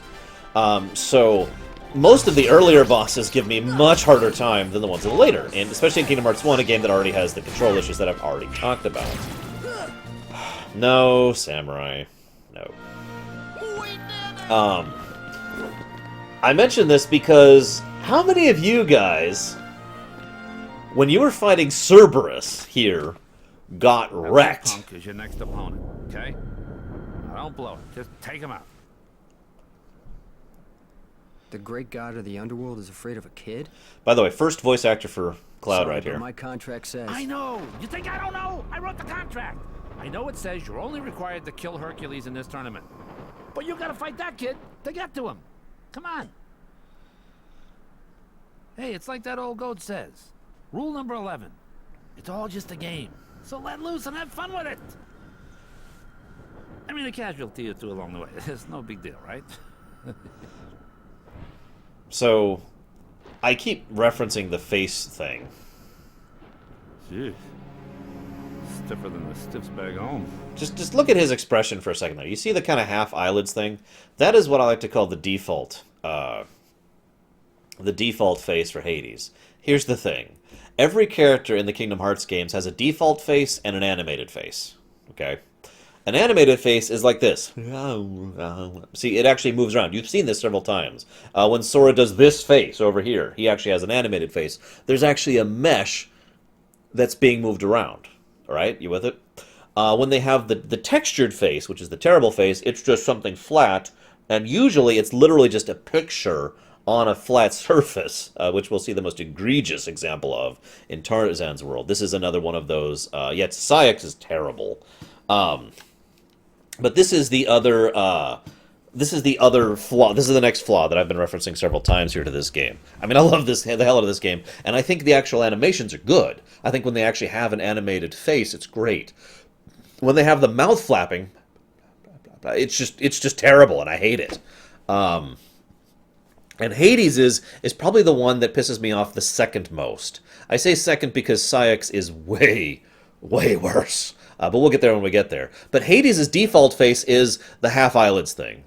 Like, in so many scenes, and this is true even in later games, his voice acting doesn't even begin to match his kind of half dull, half on drugs or whatever expression he's got going. He's just rah, rah, rah, rah, rah, rah, rah. And it's like, dude, no, you know? Because his voice is like, hey, yeah, let's go do this stuff, and yay! But he looks like this, and it just, the contrast drives me crazy. Still, suckers like him are hard to come by. Just use a hex editor, actress. That's what I use.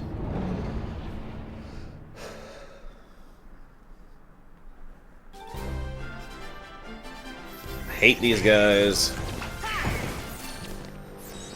What? Well, see, the thing is, his voice is emoting. It's just his face isn't. It's just such But again, we'll showcase how incredibly bad it is in Tarzan's world and with Saïx.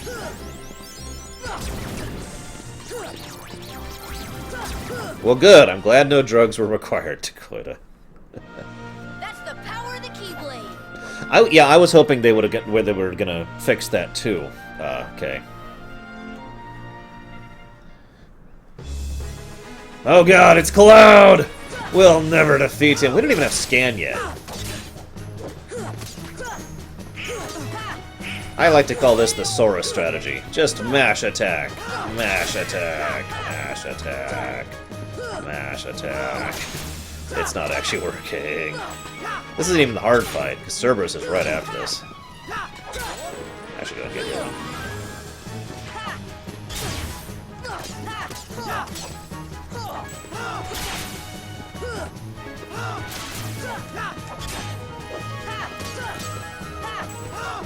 How are you still alive, Cloud?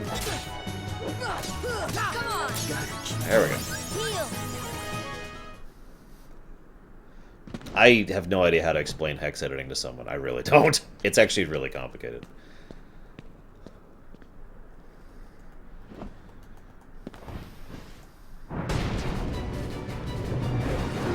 Level 21? Really? Oh, right. There was one other rule. I forgot. Accident. So, I know I keep referencing flaws to this game. I'm sorry. Here's another one. The sound design specifically in 1 in the remix is actually not just bad, but actually bugged at times. In some scenes, certain sound effects volume was improperly set, so it's actually hard to hear the voice acting underneath the of the background. And in some other cases, you can literally lose the sound entirely because it glitches out and stops playing. Yeah. That's specifically a problem with the remake. Yeah, so we gotta go save him.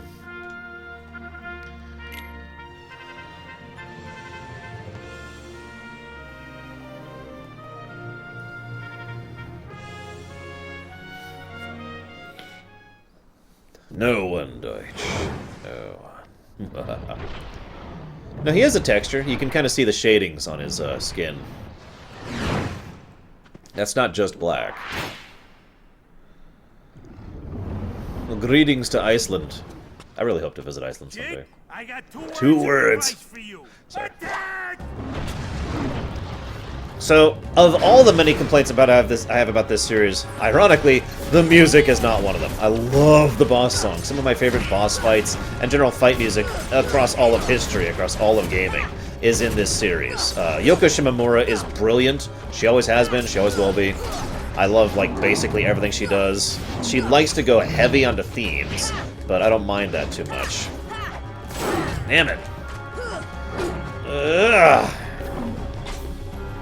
Sorry. There's actually a song later that I absolutely adore that we'll be enjoying when we get to Kingdom Hearts 2. But yeah. Puking shadows. We'll go ahead and treat this like it's serious. I think I'm actually on proud mode. I'm not sure. I believe I am, because I have 0x as an option.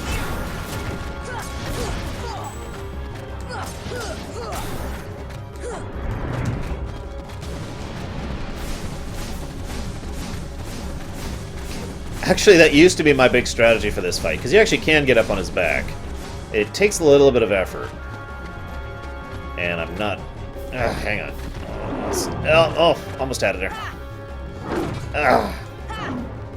Damn it, I keep clipping onto there and then missing it. Hang on. Oh, gotta get up on the Hydra's back. Oh, God. Almost. Oh, God. You're from Iceland, Bregman? Wow. That's actually really cool. Okay, whatever. Okay. Yes, I do, Samurai.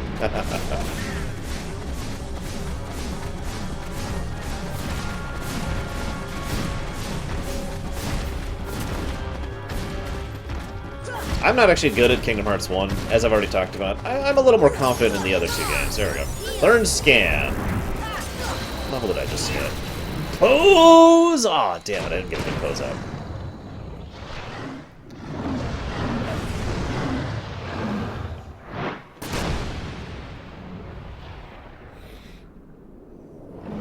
There's... Oh, God, Shadow. There's a long explanation of that. I'm not going to go into it. Inferno Band.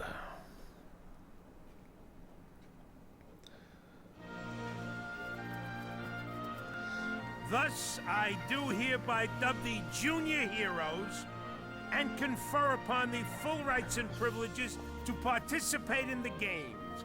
Further... Hey, what do you mean, junior heroes?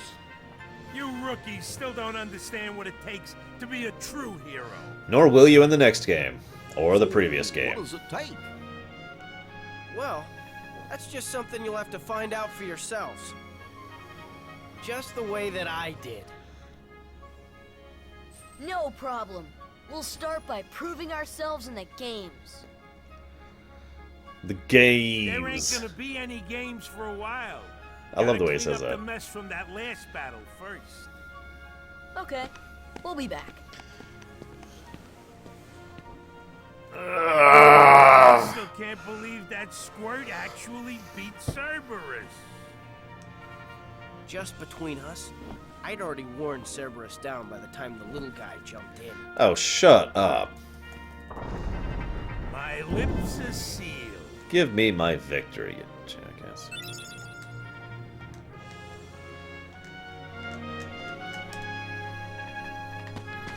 So, question, how many of you do the worlds in this order, even though you technically shouldn't?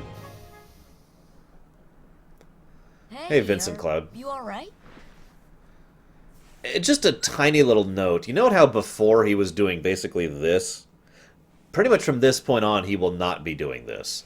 And I like that. I like the fact that they have that little tiny visual indicator of the fact that he's not hiding anymore. Yeah. So... Also, Burton does a pretty good job of Cloud, in my opinion. I really do like his acting as Cloud. Always have. I'm looking for someone. Hades promised to help. I tried to exploit the power of darkness, but it backfired. I fell into darkness, and I couldn't find the light. You'll find it. I'm searching too.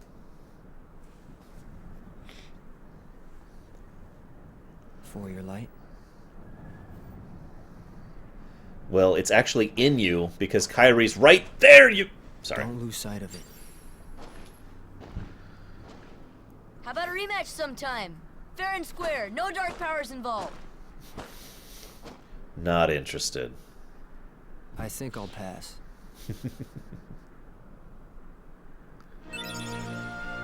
Ugh. No, that doesn't count as a no music. That worked. By contrast... Wait, really? You have to load the cutscene? Oh my god. He's strong. He's kind. He's always there for you. And he's handsome to boot. He's perfect. Perfect. Perfectly infuriating. He makes me crazy. This is a no music counter, by contrast. Wait a minute. What are you worried about? All the pieces are in place. Relax. Whoa, whoa, whoa, whoa. Here's what you do. Let Hercules train the kid. In the next games, I'll take care of them both. Who invited you to the party? Stay out of this. This is my show. As you wish. Fight to your heart's content. So this scene is kind of badly presented, so I'm just going to try and explain what's going on here. This is Hades officially telling Maleficent to go screw herself. Maleficent gathered together a convocate of all of the different villains across most of the Disney worlds who she felt would be working well for this cabal of darkness, right? And Hades was one of them. However, pretty shortly thereafter that, Hades was like, you know what, screw off, I'm going to do my own thing. And from this point on, Hades does his own thing, completely separate from Maleficent or any of the other villains. By contrast, every other Disney villain will be working with, or at least alongside Maleficent. So that's actually what's trying to be emphasized there, is that little point, not, you know, yeah. And yes, that is James Woods. Alright, here we go, let's do it.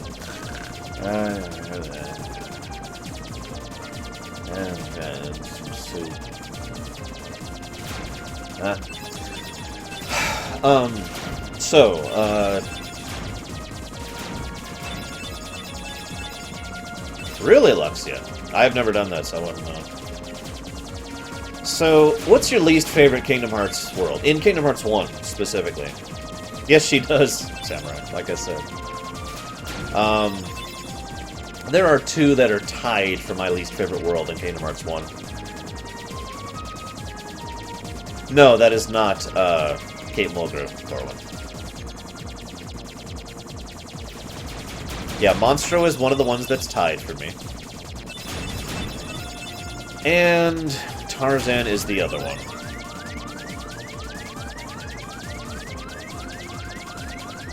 Because, yeah. I would also admit that, oh wow. Actress, I don't know how to help you. I really don't. It's like, okay, what you have to do is you have to get a USB drive into your PS3. You do the dump it to the PS3 thing, you pull it up in your hex editor, and then you have to start manually searching for files that you know. So you have to go into the save file and be like, look, I need to know the exact number of my health, the exact number of my experience, the exact number of whatever it is you're trying to figure out, and use that to cross-reference in the actual hex code to try and figure out where those data values are being stored in your save, because it'll vary from save to save. Then you go in and you try and actually edit them piece by piece, but you can't edit them directly. You have to edit them in hex. So you can't just put 15, because 15 doesn't mean 15. 15 means like 7, I want to say, or something like that. So you have to figure out what the hex code is for 3, the hex code is for 7, etc., etc. That's how you do hex editing. Let's actually pay attention a little bit this time. So hopefully that'll help.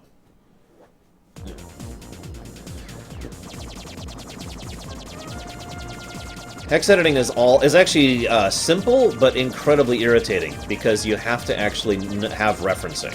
You have to have a reference point, otherwise you have no idea what you're editing.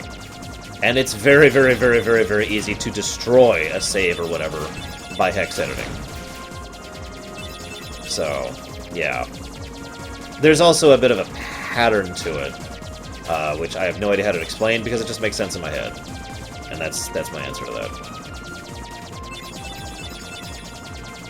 It's okay, Shadow doesn't like geeky things.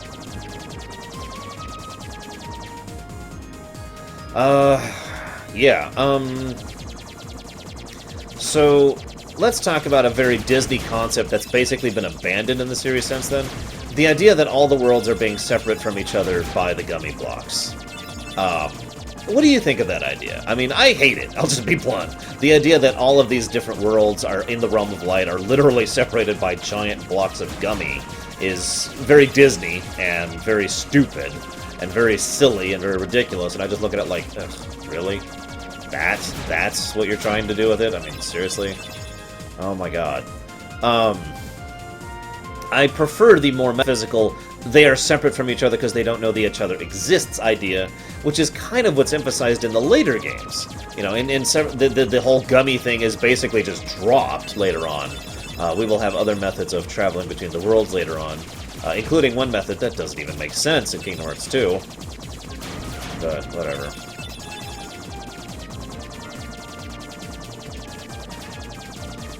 I guess that could be Taqueta, because we do know the lanes in between are separate to this entirely. Like, the lanes in between completely bypass most of normal space, so the gummy blocks wouldn't even interact with them. Or, the lanes in between were actually sealed with gummy blocks, and that explains that. I don't know. It's weird. We'll see in about 2 weeks, okay? 3 days, 3 days, 3 days. Except it's not 3 days, it's more like 2 weeks, but whatever. So this is dumb. I'm just going to explain what's happening here, because the dialogue really does not get the point across. They come across a world, and Sora's like, hey, people might be down here. And Donald is like, no, I'm an idiot. And so Sora tries to grab the controls, and Sora has no idea how to pilot this ship. And so what ends up happening is he literally crashes the ship. Speaking of which, this is a Sora's dump. However, this is also relevant. This goes back to that metaphysical discussion I mentioned earlier. If you crash a ship on a planet, you'd think it would crash and then they'd get out of the wreckage, right? But that's not what happens. Instead, what happens is, whenever it's unloading, well, this. Whoa! Sora, by himself, just kind of collapses in. And Donald and Goofy collapse in over there. We see a little bit of an implication of this later on. I'll just play through it. Later on in Birth by Sleep, when people actually leave the planet, they basically just right out wherever they are. So again, more of a metaphysical barrier between worlds rather than a physical barrier between the worlds. Which is another reason why I say they're not actually in the lanes between. Although maybe they are, because that works the same way too. So, yes, I know, Skyth. I haven't seen it yet, obviously, because I've been streaming. Whenever I break for lunch, I'll go look at it. And then billions of people will ask me about it. So yeah, it's basically dimension hopping is how I tend to think of it as. Again, that planar thing, you know.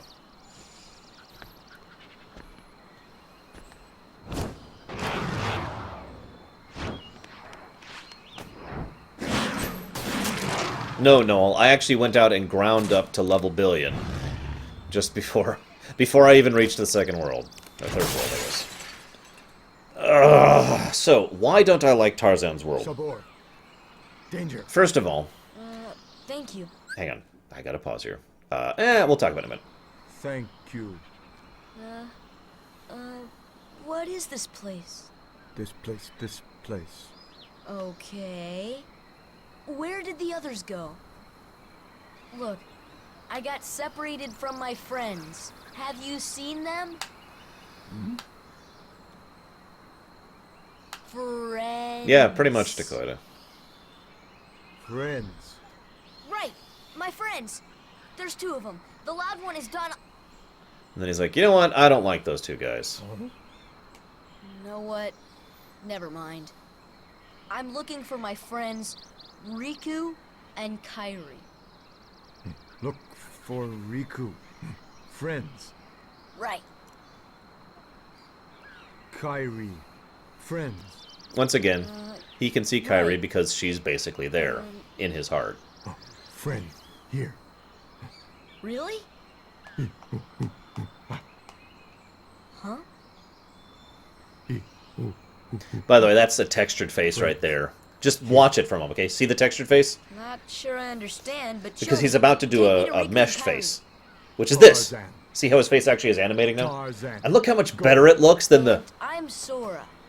Tarzan go. Ridiculous. Sora go. Ee, ooh, ooh, ah, ah. So anywho... Oh, sorry, that's a no music counter, I'm sorry. No music.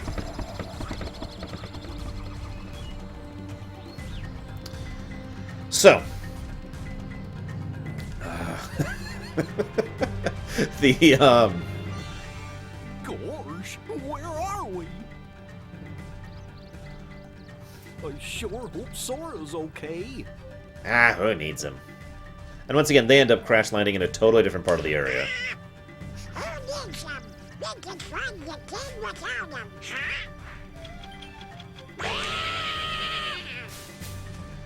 Oh, Yes, I know, Omega, I know. I haven't seen it yet, but yeah. Oh no, it's just Clayton. Hey, Clayton.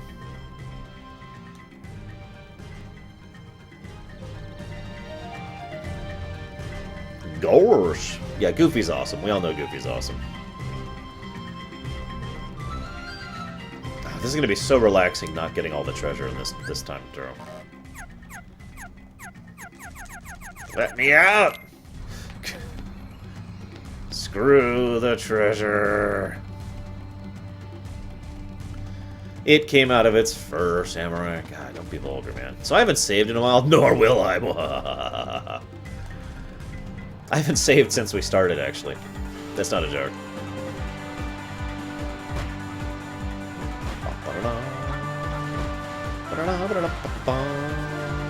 Totally exciting. Okay, so why don't I like Tarzan's world? Reason number one. It's got a lot of samey-looking locales, has bad direction of where you're supposed to go next, and it's very easy to basically get caught in a loop and get lost. Reason number two.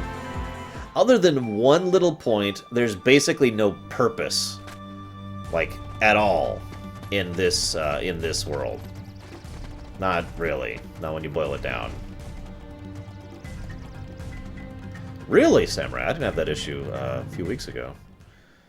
With either game. But I will save when we get in here. Jane. Tarzan. Oh, and who's this? Hi there. Oh, you speak English. No music. So then, obviously you're not related to Tarzan. Are you here to study the gorillas? Yes. Highly doubtful. Sora! Goofy! Donald! Oh, wait, we're supposed to hate each other. That's right. A circus of clowns. Not much use for hunting gorillas. Also, Brian Blessed, if I haven't said it already. Clayton, we're studying them, not hunting them. This is research. Well, the more the merrier. Do make yourselves at home. Oh, tell me about it, Fearsome. Irritates the snot out of me. Anyway, I'm staying. Huh? Sora, look what we found. Look at this. We found a gummy, and that means Mickey was here. Except, Mickey isn't here and wasn't here. There's a gummy here because of course there's a freaking gummy here. It just happened. There's gummy all over the place because of the shattering of the barriers. Mickey's in the realm of darkness. Get out of my party, Tarzan. Nobody loves you. Save. Anyways. So, I've heard two possible theories on how the worlds work when they're in, real life, basically. Like, for example, Tarzan and Mulan is a good example. Not only different, they're both Earth, but they're in different timelines of Earth. And yet they're examining at the same point in time, right? So, you know, why? Why actually have that work like that? Well, one of the theories is the obvious one. You know, they're just there is an entire planet Earth in the Tarzan world, and there is an entire planet Earth in the Mulan world, and there's an entire planet Earth in the Peter Pan world, and all of them just kind of are different entire planet Earths. Which is an interesting theory. I actually don't adhere to that one, although that's because, again, as I've said before, this is an exceptionally metaphysical game. I personally think that each of these worlds has only a sliver of a real society, and the rest of it is, like, implied to be there. You know, they all think there's a rest of the world. They all think there's a rest of England and the rest of Africa, but it isn't actually there, if that makes any sense. To use a really great example of what I'm talking about, in Recoded, we go into a white, stark room with no terrain and no furniture and no nothing, and yet everyone there acts like they are actually in the world they're from. Now that's a little bit of a different example, because of the unique nature of the digital oblivion that is, but as they're there, their perception is such, you know, they have the glasses off, basically. They think they're in their world. And I think that's what we're seeing here to a much larger extent. These people think they're in an entire world, but they're not. They're in a sliver of one. And this would make sense since we know that each of these worlds are comprised of what was once the greater realm, which was shattered into all these pieces. So in other words, there is no England. There is no, or not England, but there is no Africa. There is no Asia. There's nothing else there. It's just their tiny little area and their one sliver of it. Make sense? Which would also kind of help to explain certain things about the series, but that's just what I think of it. Is that all of them? Did I get them all?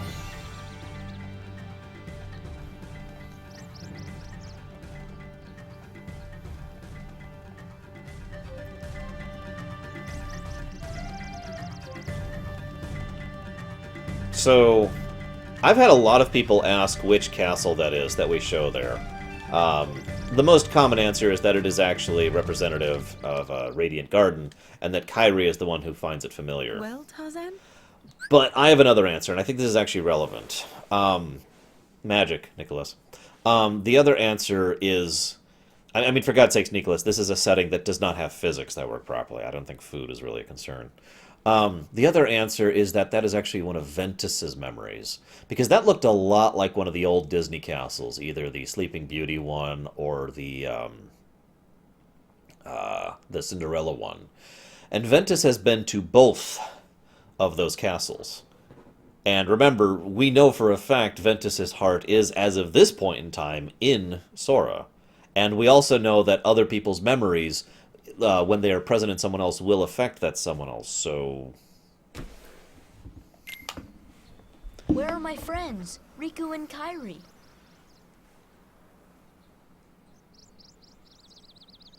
Hey... Okay, so hang on. I want you to pay attention to something.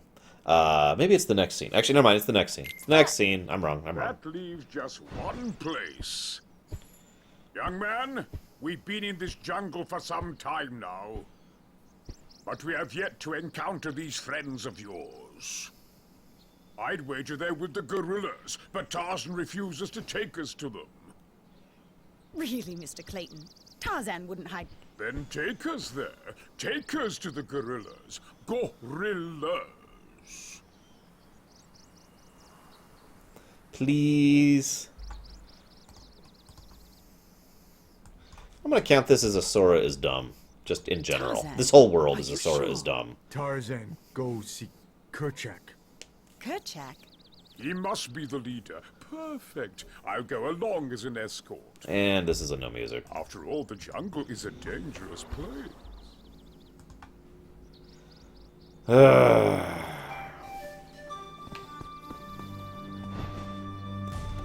we're going that way first. No, and he has an unhealthy obsession with gorillas.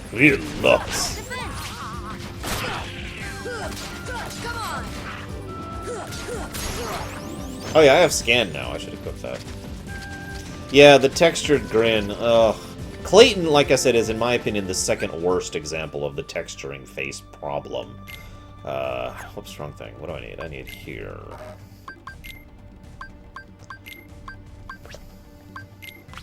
Yay! I can scan.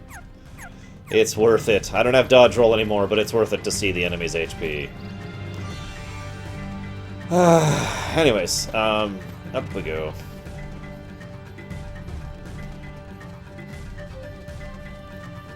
Or is Hades the second worst? Whatever, they're all bad. Hades, Syx, and Clayton are the 3 bad ones. Although, honestly, Syx is probably the worst. So... okay, come on. Right. Yeah. That's not actually what I was going for. Ah!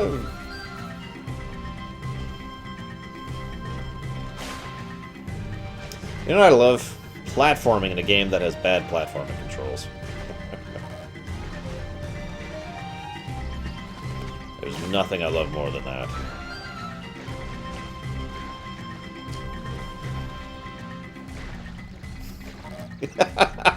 Okay, fair enough, Zed. Oh my god! Go onto the shore, Sora. Radagain, all of the various Disney sections happen at unique points in the actual Disney movies. Sometimes before, sometimes after, sometimes during. It varies from each one to the next. Is that? Oh, maybe that is where I was supposed to go. Okay, fine. I saw a chest and assumed this was not where I was supposed to go. Come on, there we go. Yeah, that's right. Which is funny, because Syx's actual face, when it's textured, is amazing. I think that's why Syx's bothers me the most, because his actual face is great, and his textured face is terrible. No music. I know this one off the top of my head. I hate this scene. This is a SNES RPG element in the nutshell. To me. So, Tarzan is rather suddenly speaking with full, emotive, expressive English, with an actual vocabulary. The point is, he is speaking in gorilla to them. And we're hearing it in English so we can understand what he's saying. I know the nesting grounds are secret, but I trust them. You see, I want to help them because, well, they need us. The gorillas say nothing, of course, even though they actually had lines in the movie. Did you get that? And of course, they didn't understand it because he's speaking in gorilla. And Kerchak just... Kerchak. And yeah, that's freaking it. And then this irritates the crap out of me. When I first played this game, or rather, second, if you want to get technical, I had no idea where to go here. Not a clue. Because the hint is right here. Was he looking towards the treehouse? That's the hint. That's how you know where to go. I probably should have picked up on that. You know, I know Omni calls me a horrible gamer, and I get it. But I mean, really, that's how I'm supposed to know where to go? Was he looking towards the treehouse?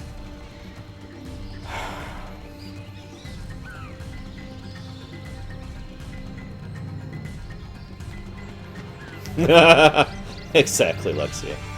Tom Cruise must be defeated.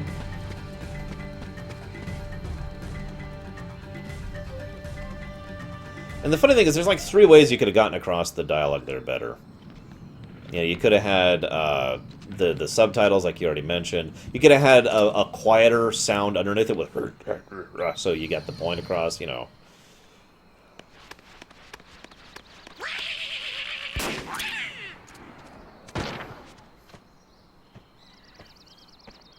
What's the big idea?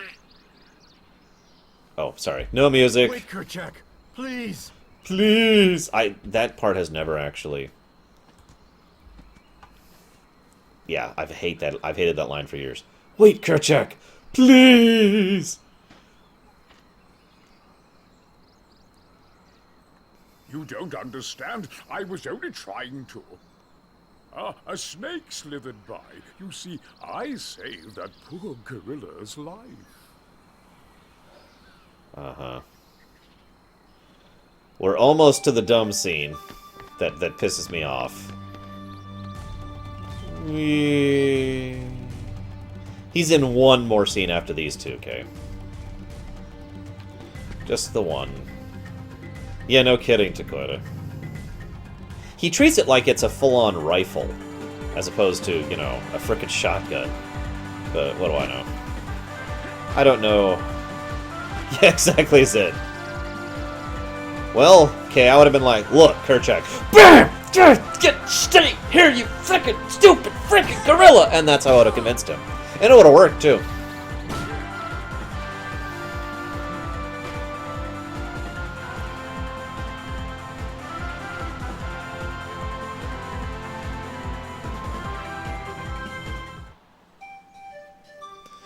So, I want you guys to pay attention, okay? This is the moment I've been referencing for like 2 worlds now. There's gonna be a scene. Oh, come on, where are you?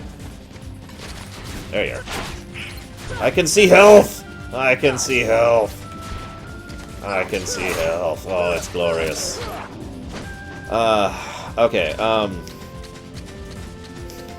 He can take it, man. So, okay. The texture versus the mesh, okay? We're about to see, for the first time in this world, Clayton's face while meshed. And it actually works quite well. They even do a convincing grin turning into grimace, like the gradual shift thing in a moment. And then, not too long after that, they show him thing, and just compare that compared to the... That is his normal. This really showcases the difference between the mesh and the texture faces. Could you do such a thing? Now, Miss Porter, as I told you, I was not aiming at the gorilla. You are not to go near the gorillas again. Oh, because of one mishap. Come now. Huh? They are, Zachariah.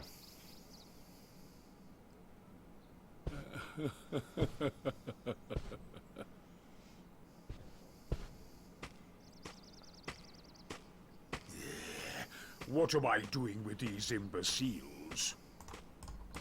Blasted gorillas! I'll hunt down every last one of them! I'll track them down somehow. I'll stake my life on it. Hmm? No music.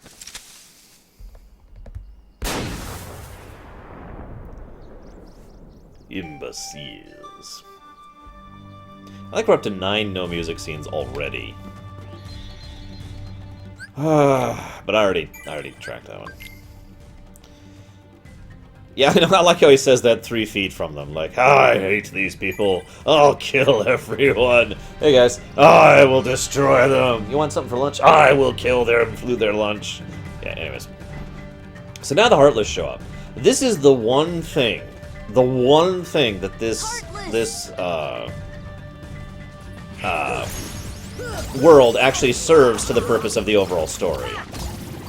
The introduction of how the Heartless work. One of the interesting things, actually, in Kingdom Hearts 1 is virtually all of the Disney worlds serve to highlight how the Heartless function, to some extent or another.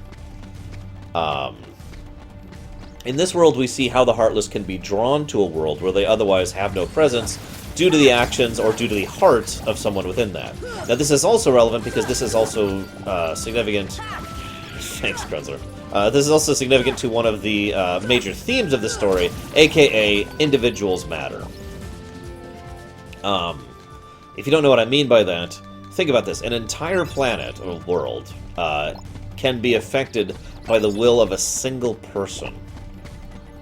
Like, the entire world is changed fundamentally and permanently because of the fact that he, one man, was so pissed off, was so angry, that he became fixated on this idea and basically gave into darkness without even realizing what darkness is, or the fact that he was doing it.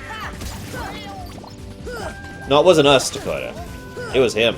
The gummy blocks have been down for some time. That's not new.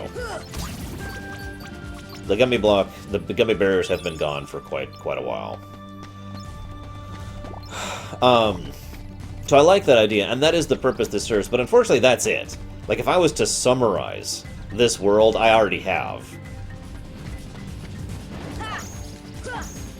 Hey, wow, I haven't even seen one of these before. No! Is it this one? Is it this one? It is this one! No! Is it this one? Is it this one?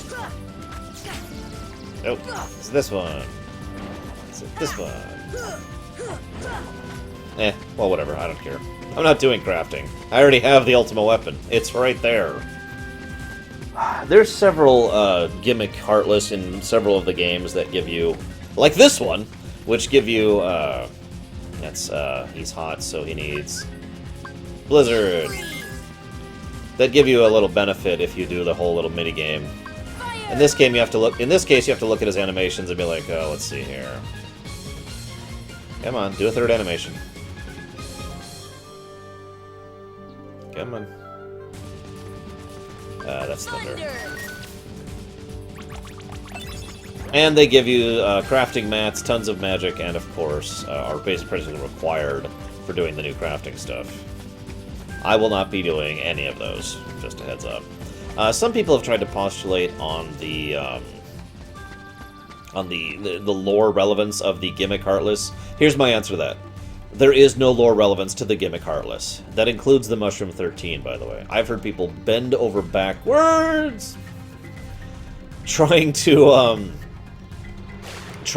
explain the Mushroom 13 specifically, and every theory I've heard is just, nope, I don't even begin to buy it. Sorry, guys. As always, I'm listening for you guys' theories if you want to share some, but I don't think there's any lore significance to them. You know, it just occurred to me, I can make the chat a little easier to read if I do this. God, I should have done that earlier. Oh, that's much easier to read. Okay. I wonder...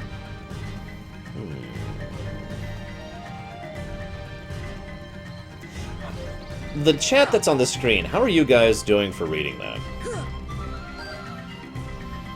Like, how easy it is for you to tell what's being written there, or what, really? Ah, no!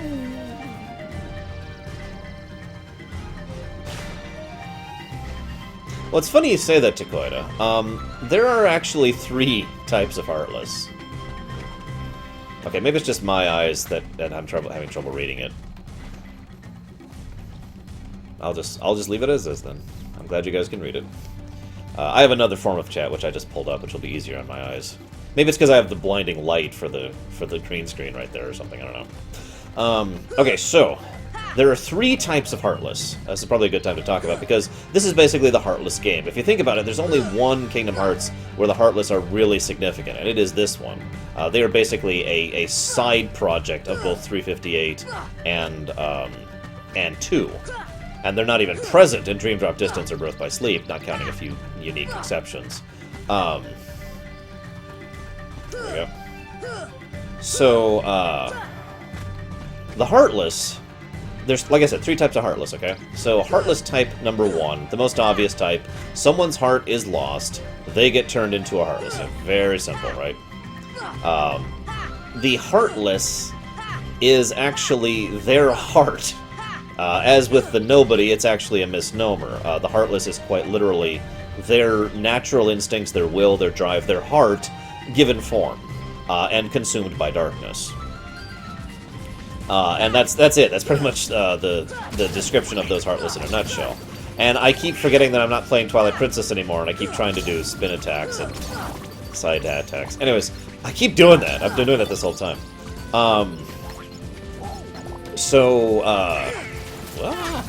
Then there is the artificial Heartless. These are usually referred to as Emblem Heartless. Now, Emblem Heartless can actually be produced from people or by people, but basically the distinction is very simple. Emblem Heartless are constructed. Now, one of the interesting things is there is a strong argument I've heard, and I get where they're going with this, that Emblem Heartless and People Heartless are the same thing, that any person whose heart is stolen does not make a natural Heartless, that they make a artificial Heartless, an Emblem Heartless, basically. Now,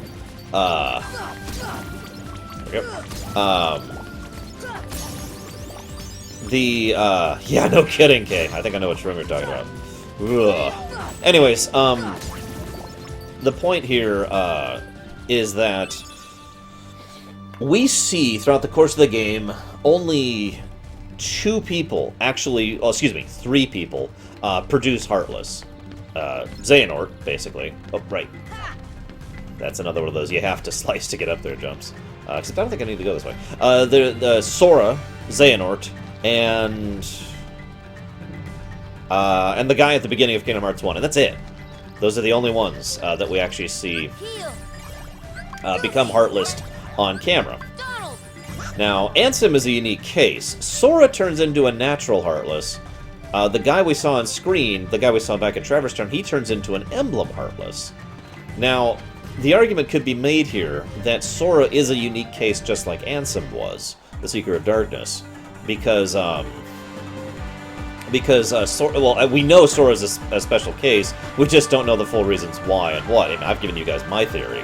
But there are plenty of other reasons why Sora is an exception and therefore would form a natural Heartless rather than an Emblem Heartless. But the implication is that every other form of Heartless that is created from a person is an Emblem Heartless, that they create an Emblem Heartless. The reason this is significant is the idea is that all artificial Heartless are different than all natural Heartless. And I don't just mean that in the obvious sense. I mean, without the Heartless having spread to this world, to the realm of light, because of the machinations of Xehanort, it is entirely possible the Heartless are basically non-invasive, I think is probably the best way to put what I'm talking about here. In other words, that they're not really a threat. I mean, yeah, sure, they're heartless, they're mindless beasts. But the idea that, if the natural Heartless have gotten loose in the worlds, normally it wouldn't really be a big problem, right? However, it is a big problem, but if you look at the way that the original Heartless were introduced into the realm of light, all the Heartless that were introduced into the realm of light were Emblem Heartless, artificial Heartless. And that is what started this chain of people being taken and worlds being consumed and all that stuff. All of this destruction was caused by them. We also know that the artificial Heartless are basically directly under the control of Xehanort. We don't know if the natural Heartless can be controlled by Xehanort. That's a bit of an interesting situation. The bottom line here is that the significant point here is that's entirely within the realm of feasibility. Wait, what? Oh, hey, I've got 2 royal crowns on. But yeah, that's the idea, Takoida, that someone took natural Heartless, which are not destructive, which are not devastating, which will not cause all the horrible things that happen, and used that same concept to create an artificial form of that, and then used their innate abilities in order to accomplish his own ends. So that's the significance of that idea. Now, natural Heartless are the final kind of Heartless, and we see those the least. Natural Heartless are exactly what they sound like. They are the innate denizens of the people. Yeah, exactly, Leander. They are the innate denizens of the people who live in the realm of darkness. Oh yeah, that's another thing. Sorry. That is confirmed, Samurai. I was going to mention that. Some people have asked, for example, we see Heartless here, and they look like monkeys. Why do they look like monkeys? When we go to Agrabah, they look like, they look like Agrabah people. I don't know what to call that. When they look like Arabian Nights people. When we go to inside a computer program, the Heartless in there look like digitized Heartless. The idea here is that it's that perception thing all over again, just like Samurai said, that where you are changes what they manifest as. So each emblem, for example, here's the idea. If you took one of these monkey Heartless from this area, bandits, thank you, and pulled it up and pushed it over here into, say, Atlantica, it would actually transform into, or be perceived differently, depending how you think of that, into a different Heartless. In other words, it would be the aquatic Heartless as opposed to the jungle Heartless. You with me? This is a theory I've had since the first game, and the more I've seen confirmation of this. It is worth noting that this is only relevant for Emblem Heartless, the artificial kind. That's only functional for them. So if you really think about it, the more and more, there's a lot of evidence that showcases that Emblem Heartless basically work differently than natural Heartless. And they don't, and that there's a lot of parallels, again, between Emblem Heartless and the Unversed.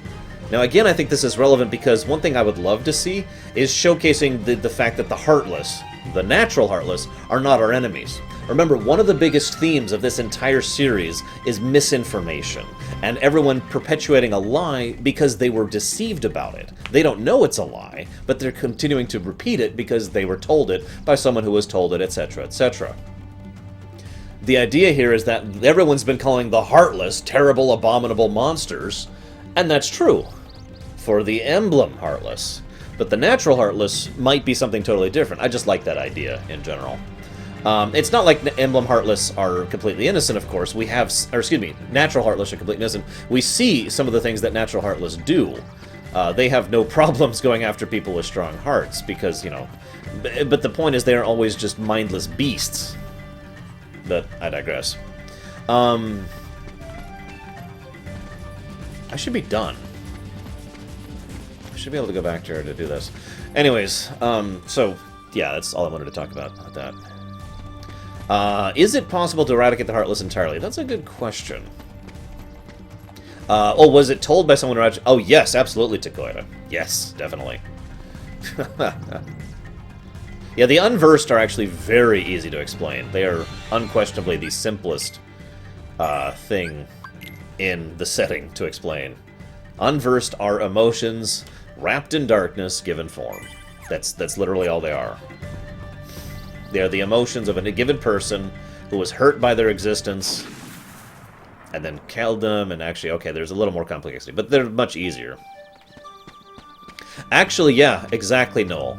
Aqua could literally be the key to understanding the Realm of Darkness. Oh, by the way, it's also worth noting, we have like a 90% chance, hey, Reckinson, that there is time dilation or time distortion in the Realm of Darkness. That's not 100% guaranteed, but it is exceptionally likely, given all the evidence we have, that time just flows differently in there. Probably the single biggest point of evidence for that is the fact that Aqua has been roaming the Realm of Darkness for 12 years. 12 years! And yet, not only has not aged a day, but acts like it hasn't been that long. Like it's just been, she's just been roaming for a while.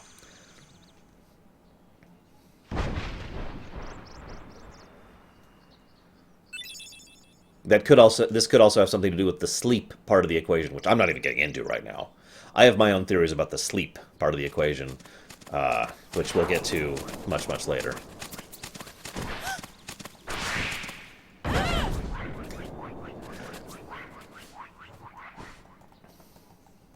Yeah, think about how long 12 years is for a second. Think about what you were doing in 2003.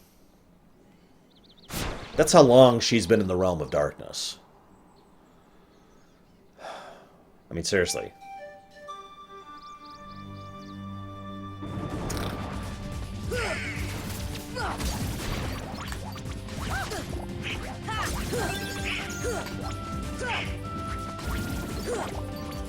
Damn it, Kay. No, she is not. Shut up.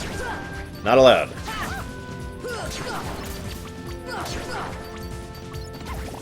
Exactly, Takoida. Like I said, there are 3 realms, which are a different layer of thing. There's the Realm of Darkness, the Realm of Light, and the Realm in between. Each of them follows different rules, functions a little bit differently from the others, and is basically the categories for all of reality. There's nothing above them. There's like everything, and then there's Realm of Light, Realm of Darkness, Realm in between, and then the worlds. You with me? So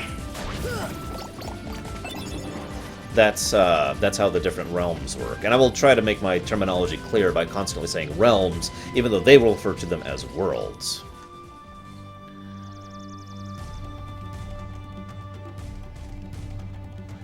Jane near Treehouse? Oh, right, yes. So this is the second time I got lost in Tarzan's world, by the way. Anyone else have that problem, like me? Because it's like, she's near the treehouse, and it's like,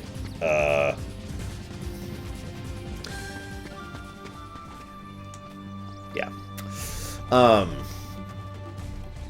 I would love to really explore the Realm of Darkness more. I have tons and tons of theories about the Realm of Darkness, and most of them are just random speculation because we have so little info to actually go off of. We know that worlds can be completely submerged in the Realm of Darkness.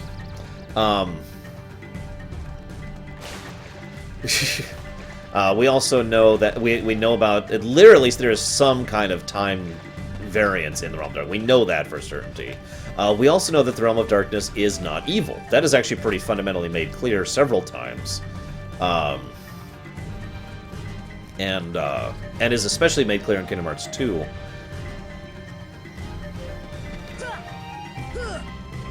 Actually, they do, Takoida, if you think about it. I mean, I could point out the obvious similarity of all the worlds that we've seen in the Realm of Light.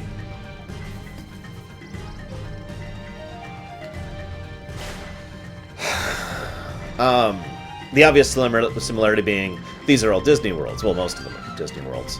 One of the only exceptions to that is actually Radiant Garden, although I have a theory about that. But if you think about this for a moment. All of the worlds that are exclusively in the Realm of Light, with one exception, are Disney worlds. All of the unique Kingdom Hearts worlds that they invented are worlds that are usually in between or in the Realm of Darkness. One of the two. The only exception to that is Radiant Garden. And I'll just go ahead and give you my theory now because I'm doing this stupid puzzle I hate. My theory is that Radiant Guardian was either an in-between world or a darkness world, and it was artificially converted into the Paradise Realm that it is. In other words, that Hollow Bastion is probably closer to the natural state of Radiant Garden than, well, Radiant Garden is. I'll give my theories, my evidence as to why I think that is once we actually get there. But let's just say it has to do with a lot of the way it's presented, the aesthetic, and the visual storytelling that is all over the place in Radiant Garden.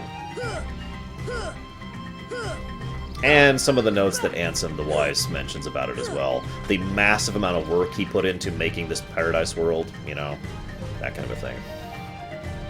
So in other words, getting back to my point, if that is true, the similarity between the worlds in the Realm of Light is they're all Disney worlds.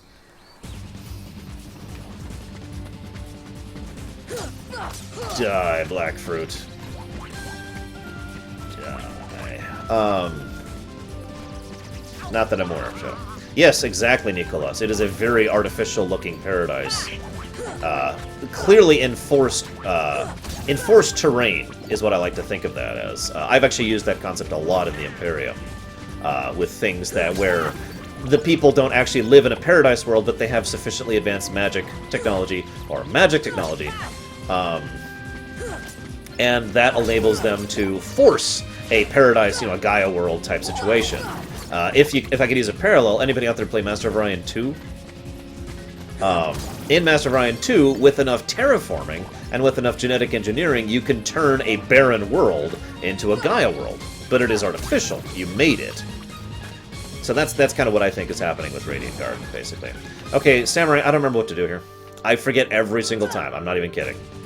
Every time. I can't remember how to advance here. Help, help, help, man! Oh, absolutely some Magitech in Radiant Garden. Definitely. Clearly and distinguishably.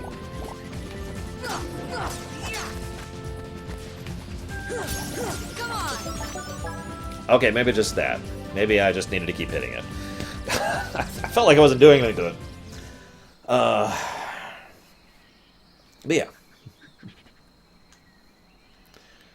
Yes, they are original characters, Corwin. That is correct. But yeah, no, I agree, Fearsome. That is absolutely true. This world is nowhere near as bad as Monstro, which is much, much worse for the getting lost problem in Kingdom Hearts 1, at least for me. Okay. There we go.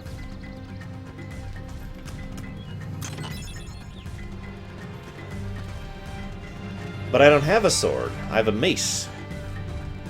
Actually, if you pay attention to Sora's fighting style, he is very much a brute force, blunt fighter. He basically is using a mace for all intents and purposes. And I actually like that, because it makes a lot of sense. I mean, Key Mace doesn't really have the same, ring to it, but that is what he's wielding for all intents and purposes.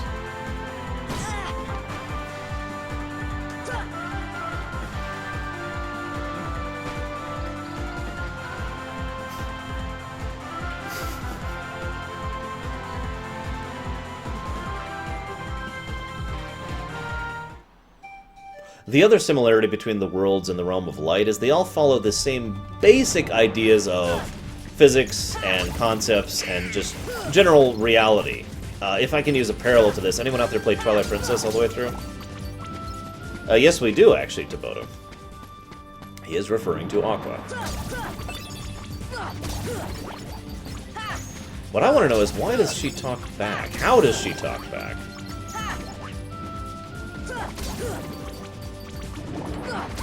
Yes, I know, Snickerfriend. Lots and lots of people have commented about that. It went live while I was streaming, so people are like, oh, dude! You know.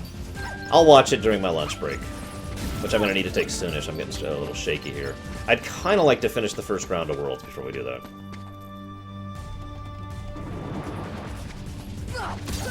Actually, you'd be amazed how many people I've seen who ship Terra and Aqua, even though I can't even begin to see that, but whatever.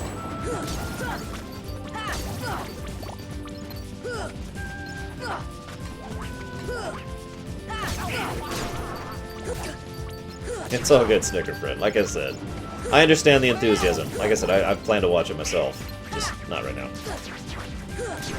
Yeah, get those dual window screens going on, guys. Quick! No, Deutsch. I mean, age differences, first of all. No! Zack does not get Aqua. I mean, Zack's a great guy and all, but he's not good enough. Sorry. Yes, that's the big brother mentality speaking again. What do you want from me?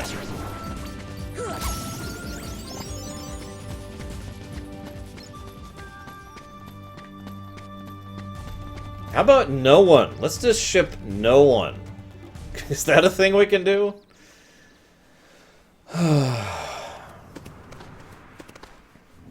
So this is an interesting plot point. Notice how he has no expression here. For the first time, the entire point is that he has no expression.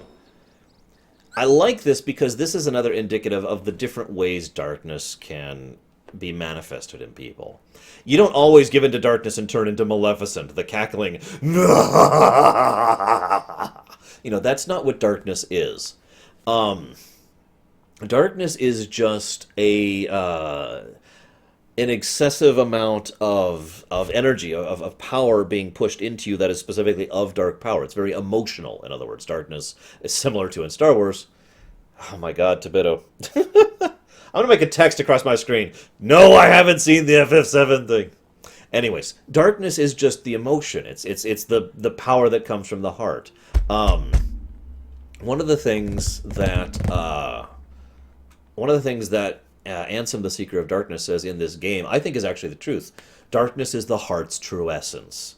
Light is the mind's true essence. I believe that this dichotomy helps explain most of the aspects of the series as a whole. So not everyone is going to turn into the same kind of person, and he just becomes focused and vengeful and just... there's this quiet malevolence. This quiet malevolence of his personality, the way he approaches himself. Notice he never says another word from this point on, ever.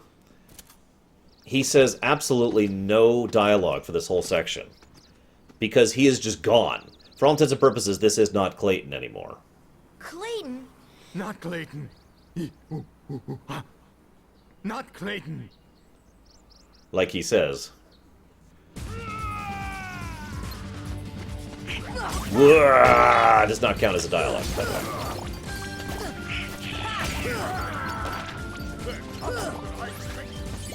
Where the heck is he? There he is. Okay, that counts as him saying something. What did...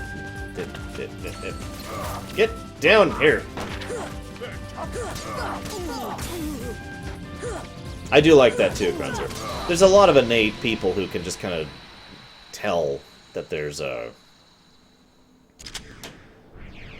And they just have an innate sense of the heart. In fact, in several of the Disney worlds, there's people who have power or who have strength or who have wisdom or whatever, who you'd think would naturally be able to perceive things beyond their normal ken. Hey, look, he actually had to reload for once. Oh, reload. Hey, Tracker. I am barely hitting. Maybe I shouldn't have set it on Proud Mode. They have just so much health in Proud Mode. Kingdom! Ooh, ooh, ah.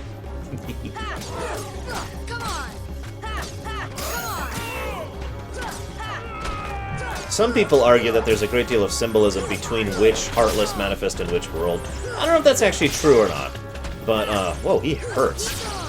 Damn, wasn't even looking at my health. I don't know if that's actually true or not, but I will say that the fact that the two-faced, hiding stealth chameleon thing being Clayton's given Heartless, or the Heartless of this world, makes a fairly large amount of sense. That being said, how do you explain the Heartless of Monstro's world? Or Monstro, I should say. I would say Mass Effect 1's, because at least in Kingdom Hearts you can give them potions and they'll use them on you.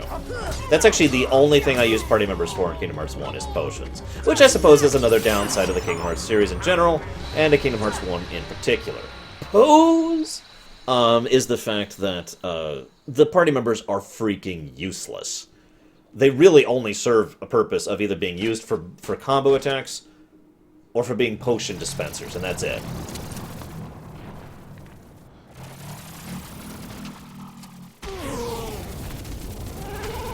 Most inglorious death ever.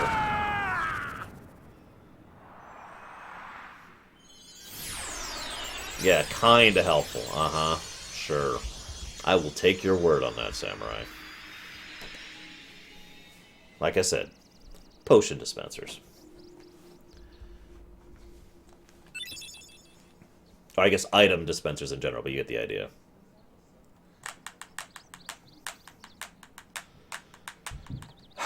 No music. I know this cutscene. We have decided to thank you for all your assistance. Thank you, brave one. Let us honor you in the time-honored tradition of our forefathers. I like after all that, you go like 10 feet up. So, who's ready for a platforming section? Yay. In fairness, this is not nearly as bad as in Monstro. In Monstro, there's a platforming section where if you screw up, you start over from the beginning. Oh, the one from the movie, definitely Knight Forger. Hey, Zeiss. Tarzan, home. Oh, okay.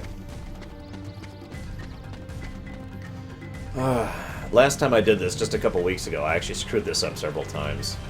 The part of the problem is, see this water over here? That has collision with the camera. You probably can't even tell. Because I'm... Okay, here. So, see how the camera will not swivel over here like this?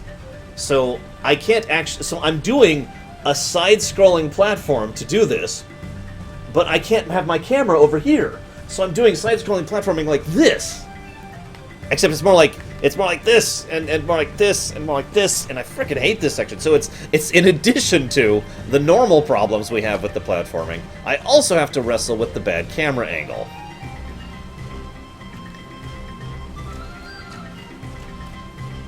Ugh. I do not like this section at all. Don't mistake me, I really, really do like this game. Ugh! But, yeah. Yeah, the camera in Kingdom Hearts 1 had some serious issues. By the way, this is the improved camera. In the original PS2, you did not have nearly this kind of camera control. In the remix, you actually have a decent amount of camera control. There we go.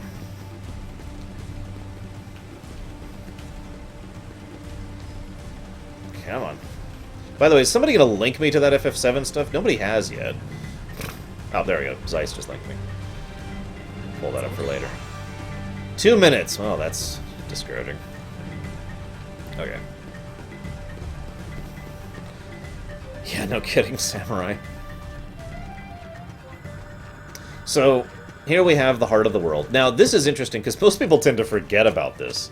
Our journey through Kingdom Hearts 1 was entirely about saving the worlds from being consumed by the Heartless. Remember, at this point in time, things are already bad. Remember? Things have already gone downhill. The Heartless are already out and about. Ansem's already doing his thing. Maleficent has already created her cabal of darkness, etc. So... See friends. Shut up, Tarzan. Oh, now I've got it. Means heart. I had to let her voice act that. Anyways, Oh, so That's what. But yeah, the entire point of Kingdom Hearts 1 is actually about preventing the Heartless from making things worse. It's not until towards the end of Kingdom Hearts 1 that we actually have an idea that we can actually salvage the situation and make things better. No heart. So our actual goal in this game is to go around sealing the keyholes, because if we do so, the Heartless cannot consume a world that has been sealed. So that's actually nice, and that is, again, our primary goal here. Unfortunately, we do not pull a Super Paper Mario. For those of you who have not seen that game, first of all, I'm a huge fan of the Mario RPGs, always have been. Super Paper Mario, you go around doing what is effectively the same concept, trying to prevent the darkness, the void, from consuming worlds, and so you, like, lock away a world so it can't be consumed by the darkness, right? It's actually got a lot of Kingdom Hearts parallels. There's one world you get to too late. You start going through it, and it's like, oh crap, and it gets consumed by the darkness while you're there. And I really would have loved if we'd have seen that in Kingdom Hearts 1. But yeah. I think someone has a No, we're not sealing the world away, Takoida. We're sealing the heart of the world, specifically. The way the Heartless consume a world is they reach the heart of the world itself becomes a Heartless. And then what's left just kind of drifts off into the nether and basically ends up being dropped into the realm of darkness. And the bits and pieces that are left get chunked into the end of the world, which I'll talk about more when we get there. So here's the cabal of the Order of No Quarter. What drew the Heartless to that world? The hunter lured them there. It was his lust for power that was the bait. But it seems the bait was too tasty for his own good. Yeah, he got chopped instead. I like Oogie Boogie. No, it does not, Takoida. A fool like him stood no chance against the Heartless. Hey, 420. But the boy is a problem. He found one of the keyholes. Fear not. It will take him ages to find the ring. Besides, he remains blissfully unaware of our other plan. Yes, the princesses. They are falling into our hands, one by one. Except at this point, they've only missing, like... Speaking of which... 2, I think, as of now. Frollo... Well, Frollo's dead by this point in time, so that's why he's not here. I suppose I should say I theorize that Frollo is dead when you get here. I think it's a matter of willpower, determination, drive, that kind of thing, Galtori. By the way, hi Zerker, sorry I didn't say hello to you earlier. I think that the heart, the strong heart, is about having a strong... I don't know how to have a better way for it. A strong will. So, that's, yeah. And yeah, I agree, Leander. He was absolutely not a part of the Order of No Quarter there. Hi, Titans. Yeah, kind of a sense of self, Krenzler. I actually have a character in the Imperium, one of my original characters. Of course I didn't, Cougar. You keep quoting that terrible movie to me. I have a sense of this in the Imperium as well. There's a character named Merlene, who's one of the major characters in the Imperium, and one of her driving characters is the fact that she's not, she's certainly strong, but she has so much will, drive, passion to just do what no one else can do, no one else is willing to try to do, that she accomplishes more than anyone else, which is why she's one of the main characters. In Kingdom Hearts terms, she would have a ridiculously powerful heart, probably one of the strongest in the setting. I hope so too, 420. I admit that I do not enjoy Kingdom Hearts 1 that much on replay. But it is also, it is still enjoyable to replay. It's not like a negative. It's just not as much of a net positive as every other game in the series. With one exception. Oh god, that one exception. That's true, you have Kay, and that is her.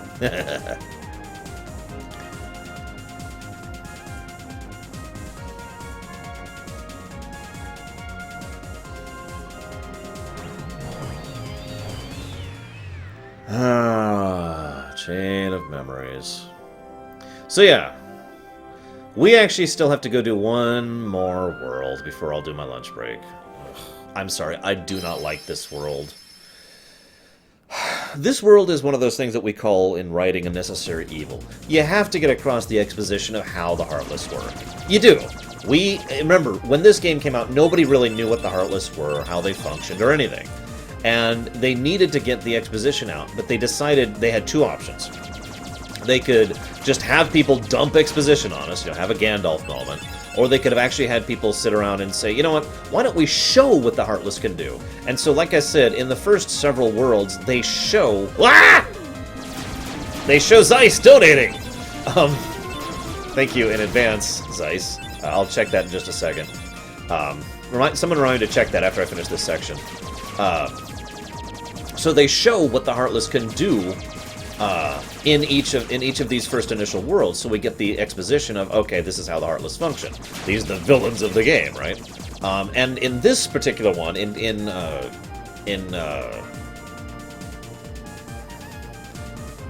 oh my god, it's gone. The name of this planet we're going to is gone.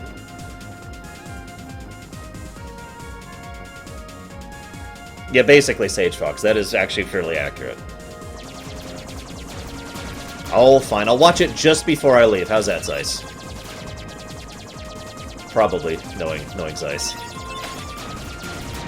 They're chains of memories! I'm kidding, I don't know what they are. Wonderland! God, that's where we're going.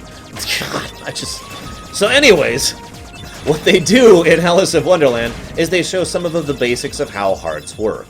Trying to steal hearts, being able to warp through areas, being able to affect and change the way a world works. We actually see this in other worlds as well. We will actually see how the Heartless can literally... Wow. Do they increase the damage on Proud Mode for this too? Because I don't remember that. Anyways, they changed... the Heartless can literally affect a world, because again, this is a metaphysical setting. This is not a literal setting.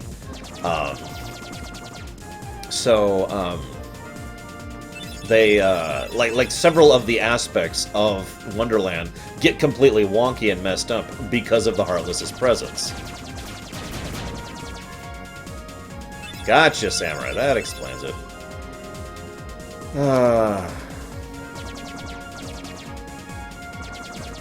Damn it, Lava. Feel better, man.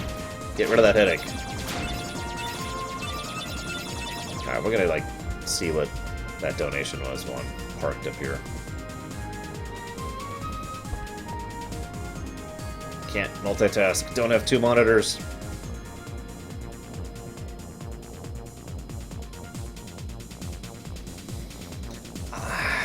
I know that this is actually becoming something of a controversial opinion, but I hate the gameplay of Chain of Memories. I'm just going to be honest about it. I hate it. I absolutely hate it. However, I really want to replay through it because there's a lot of stuff you don't get to see just watching the cutscenes, and Chain of Memories has probably the best presented story of all the Kingdom Hearts, in my opinion. And I mean that sincerely. It's right up there with Dream Drop Distance. Because even Birth by Sleep, which has an amazing storyline, has to be interpreted. Birth by Sleep still adheres to the SNES RPG problem that I've already mentioned. But Chain of Memories actually has good writing, good presentation, good voice acting, good themes. It's probably the best written of the Kingdom Hearts games, in my opinion. Definitely and absolutely. And you can really tell because in the new version, in the version that we will be playing through, the one that was redone for the PS2, they did that after they had actually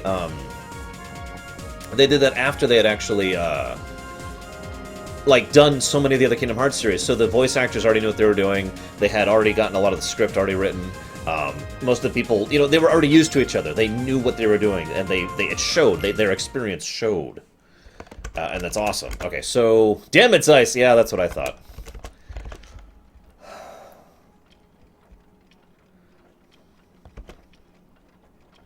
So donation incentive here.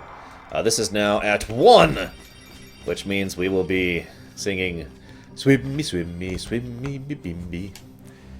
The best balance of writing and gameplay? Birth by Sleep. Easily.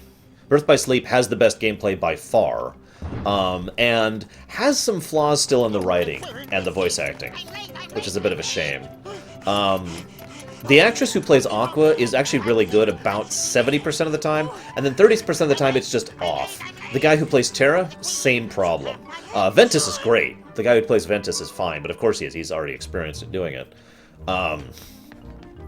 And some of the writing is just a little bit, you know, we could have worked through this if we just talked about it, one of those artificial drama situations. And a lot of the really traumatic, horrible things in Birth by Sleep only really come to light if you think about it. So, I feel like they could have showcased really how just incredibly dark and depressing Birth by Sleep is a little better than making you actually think about it yourself, but How did he get so small?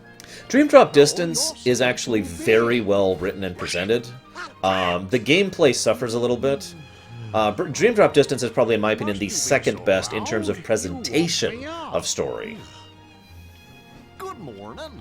Good night. I need a bit more sleep.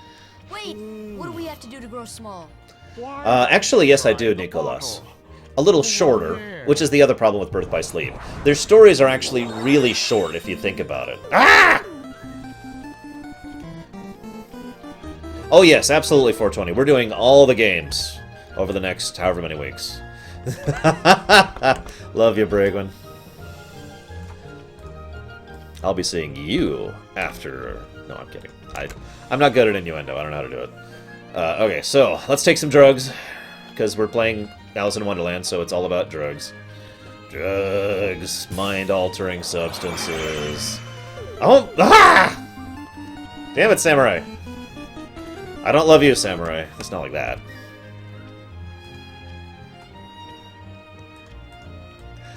I was actually thinking both, Samurai. That's all I'll say for that.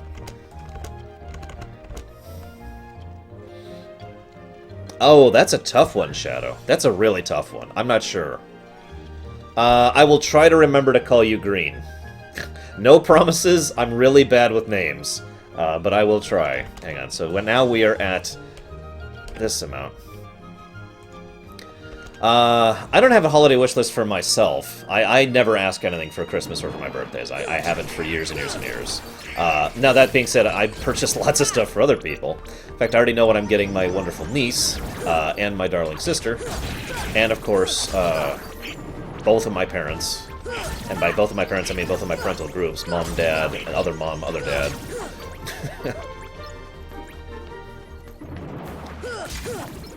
So, yeah. So, okay, this is probably a decent time to talk about one of the biggest problems with Kingdom Hearts 1. Honestly, I think of all the problems this game has, replaying this game a couple weeks ago really put a highlight on the biggest flaw in this game, in my opinion. You ready for this, guys? You ready for it? There is a crap ton of padding. The Kingdom Hearts 1 does the thing, and it'll do it a lot, where you'll go into a relatively small room. Hang on. Okay. Well, you go into a relatively small room, and you fight like 5 Heartless. And you kill them all, and then you fight like 10 Heartless. And then you kill them all, and you fight like 20 Heartless. And then you kill them all, and you fight like 15 Heartless. And then you kill them all, and then you're moved on. There is so much padding in Kingdom Hearts 1, and it is such a shame, because it's not like the combat is necessarily bad. I mean, it's not polished, but it gets really, really old when you have to fight endless waves of crap. And don't forget, in Kingdom Hearts 1, you can't loot objects or interact with things while you're in combat. It's grayed out. So you have to sit there and mulch through wave after wave of enemies that don't have fancy tactics, that aren't really that difficult, they just have lots of health. And it gets old. That problem is not present in any of the other Kingdom Hearts, at least in my experience. But 1? Ugh, that problem's everywhere in 1. No, I have not, Green. What are we up to, like 12 people asking about that now? And good luck, by the way, Final Cloud.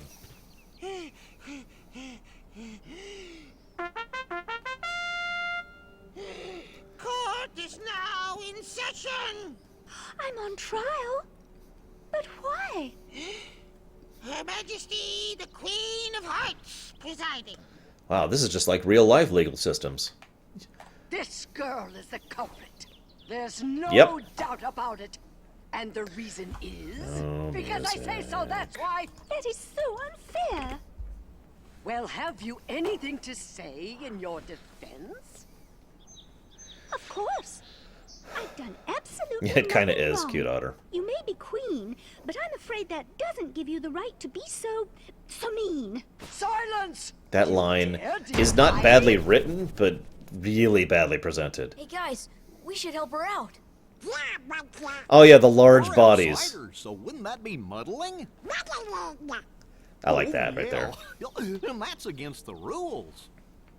The court finds the defendant guilty as charged. Yep, definitely for the real life. crimes of assault and attempted theft of my heart. Did I already up the no music counter? Go ahead. No. Oh, I didn't. Whoops, that's the wrong one. I'm sorry, I changed the wrong number. Who are you? How dare you interfere with my court? This is the no music. There we go. Excuse me, but we know who the real culprit is. Uh-huh. It's the heartless. Anyway, she's not the one you're looking for. That's nonsense. Have you any proof? I have a giant Keyblade I can kill you with. No? Please let me kill you. Please. So if we get everything we get, I think Blizzard? I'm not getting everything, I don't care. Or is it Fire? We get a spell. Or upgrade a spell, as the case may be. I don't care. I will say one thing positive about Wonderland and Kingdom Hearts 1. The aesthetic of the terrain is perfect. It looks like a papier-mâché world in a box, which, again, makes perfect sense and is very logical and fits great. It's the only thing I like about this place. Who indeed? I am the Cheshire Cat, who is evil.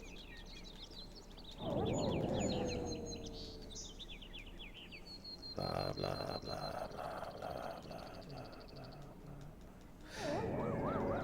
blah. I will agree that the Cheshire Cat is actually very well written in this, too. Yeah, I think that's another good example of no music. Hey, Dark Crusader. There we go.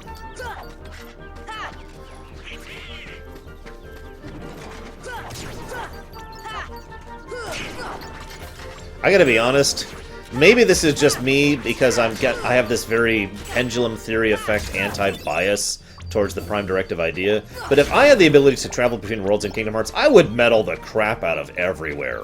Like, okay, look, this is stupid, you're stupid. Queen of Hearts, bam! You're removed from power. What's that, you want to resist that? Fine, you're dead. You are a horrible person and need to be removed. Okay, now, you know. So I gotta be 100% honest, I don't remember the way through here. So,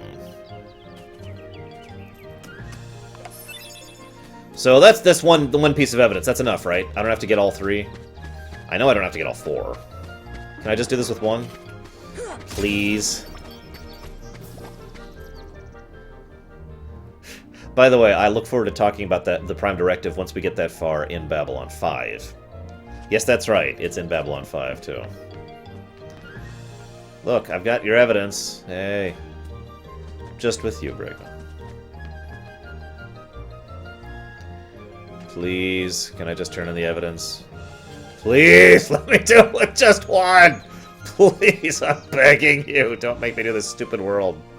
I have evidence. Look, look, I have evidence. Ah, let me kill you. In a D&D campaign where you're not limited by the rules of game logic, I really would just be like, hi. Stab, stab, stab. Yes! Yes, I can do it with just 1! Yes! Okay. I don't have to do this frickin' world, basically. I have evidence. So the way this works out, she always has... It's always a total of 5. And she's always like, you know what, I don't give a damn about checking all 5, so you pick 1. In other words, the more you have, the more chance you have of winning. Oh my god. So I just choose this one randomly. Oh, apparently... yeah, awesome. And... oh my god, it's us! We stole her heart! That would have been hilarious, Samurai.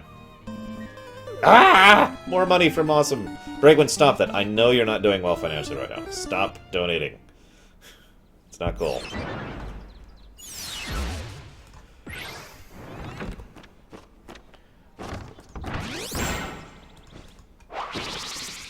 Apparently my voice is too good for that song. Not sure I agree with that. A 0 counts as not doing it, by the way, for a bit of reference. Get them, you fools! Get them, you fools! Get up on the Hydra's back! Get up on the Hydra's back! Get up on the Hydra... So I like it when characters talk during a fight. I mean, I've always liked that concept, but, this is a no music scene right here. She's gone. Get them, you fools, on the Hydra's back. I think Kingdom Hearts messes it up several times for two clear reasons. Reason number one, overusage. They say it too much. You know, they say it too frequently, I should say. Get them, you fools! Get them, you fools! Get them! You know. The other problem I think that they have is that they don't have enough variety in what they can say. And it's actually a problem RTSs have had for forever, where a unit will only have like 5 things it says when you command it, so you hear them over and over and over. And, you know, that's a problem that should be fixed. Do I have a potion? Yeah, exactly, Samurai. That one, yeah. Please, Master, control us, please, Master, please, Master, please, please, Master. Yeah, get up on the Hydra's back makes me laugh. It really does. But please, Master, control yourself. Just, ugh. Please, Master, control you. Please, please, please. Oh God, Takoida. Actually, I got another example of this. Final Fantasy X. Edon de ta. Edon de ta. Edon de ta. Edon de ta. Edon de ta. Edon de ta. Edon de ta. Oh God. Tell me someone gets that.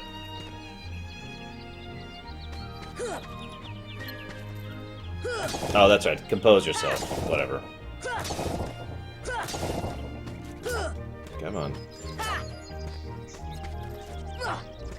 There we go. Adon the ta! Adon the ta! God! I heard that recently because a friend of mine was playing the PS4 version. Yeah. And then he just put the controller down and walked away for a bit because he was on a phone call. And so he was just playing for like 20 minutes. Adon the ta! Adon the ta! Oh my God! It wouldn't end. I roll to disbelieve, Kay. Wow, that was worth my time and attention. I have a trophy. Yay. I can't go back. God damn it, I hate this frickin' place!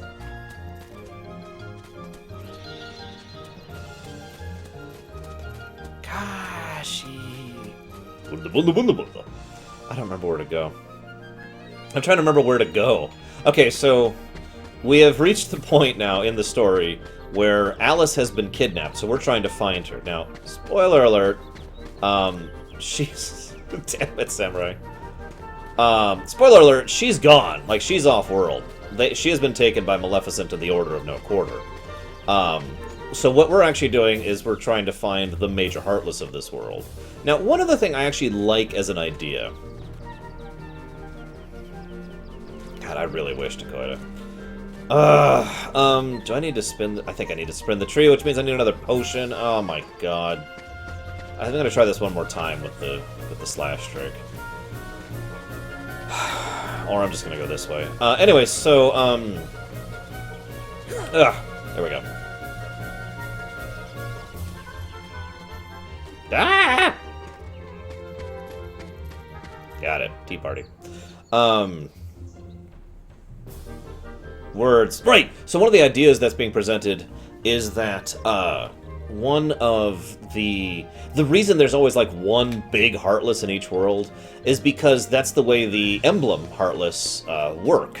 Like, again, adhering to the, for lack of a better word, nature of the way the emblem Heartless function. Congregating towards strong hearts, that kind of an idea. And so the emblem Heartless...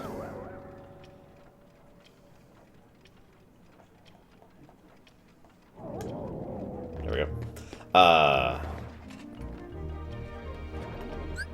Yeah.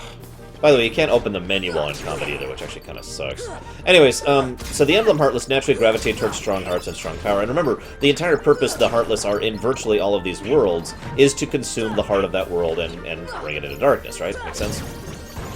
So, ergo, it makes sense that there is one congruent Heartless. You get the amalgam or the very strong heart or the very strong darkness. However you define the boss Heartless and what they are, it makes sense in all three interpretations. Yeah, no kidding, Corwin, right? Ugh.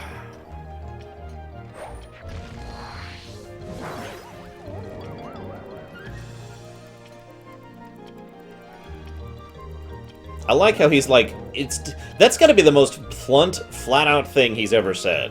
It's too dim, you need to make it brighter. And so Sora, who gets an idiot counter for this one, is like, what next? Okay, I want to stress this again, okay? So, he's on a lantern after we've just lit a lantern, and his response is, well, we need to make it brighter. And our reaction to this is, well, what next?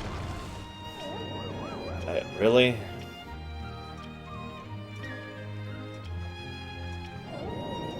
Whatever. Moving on. I'm sorry, I don't mean to be so negative. Trust me, there's gonna be a lot more to gush about later. Hey, Fuke! Join us! Together we will rule Kingdom Hearts! As father and daughter.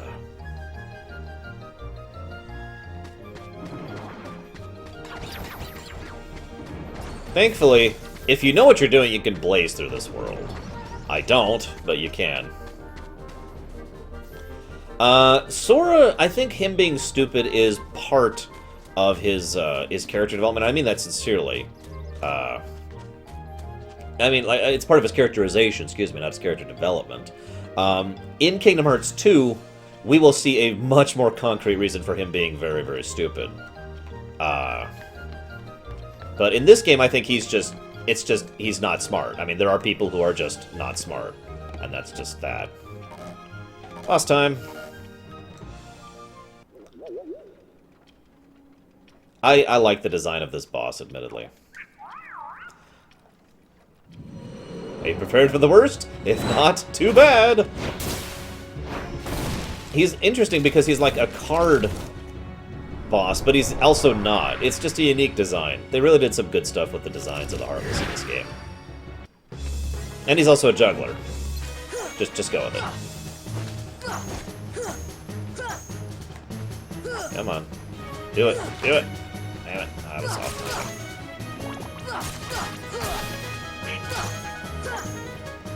Oh, no kidding. Of course, that's true for most of them, in my opinion, Samurai. Remember the dark side that's actually tough in 358?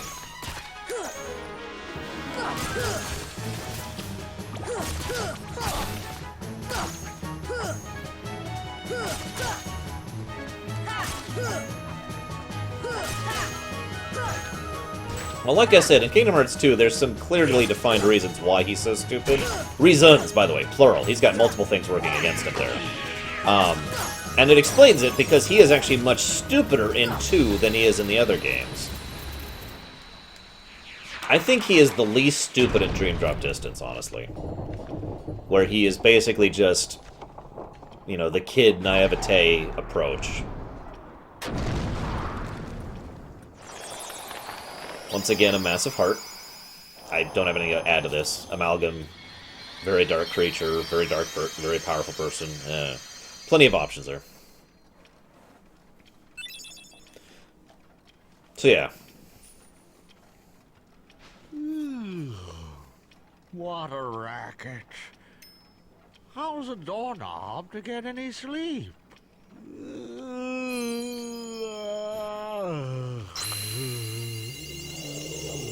Naturally, the keyhole to Wonderland is in the doorknob. That makes sense. I actually would say he is one of his... I'd say his second least stupid in Chain of Memories, but there's some really mitigating circumstances in Chain of Memories. Like, really mitigating circumstances, so... So we've actually done the worlds basically in the exact opposite order here, but it doesn't matter for the first three. I sure hope so, Titans.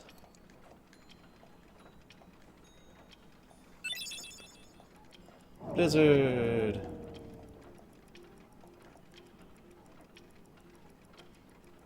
Seriously, Lexia. We could have skipped Wonderland if you'd opened your damn mouth. There's actually a theory about that says that the only way we can, kind of fuke, the only way that they can, like, okay, we have to take out the major heartless of a world to be able to access the keyhole, in basically every case, right? The idea being that if there is a presence of strong darkness in a world, it is veiling the keyhole, veiling the door, so we can't actually lock it and seal it away. I like that because it makes sense in the first few worlds, where that darkness is usually a strong heartless or whatnot. It also makes sense in the later worlds, where it's usually a person, like Jafar and Agrabah, to use an example of that.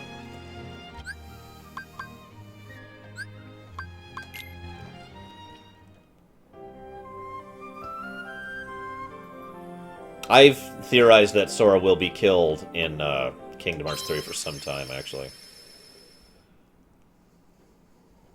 Yeah, I know, right, Final Cloud? It's the simplest of all the keyholes. It's in the keyhole. One thing I've heard some people debate on is how strong the genie is relative to the setting. Because on the one hand, it's like, he's the genie, he can do anything, right? Phenomenal cosmic power. But on the other hand, some people postulate his power is actually much, much more limited than he presents it. And the only place he can actually express his power like that is in Agrabah. Oh, that's a shame, Samurai.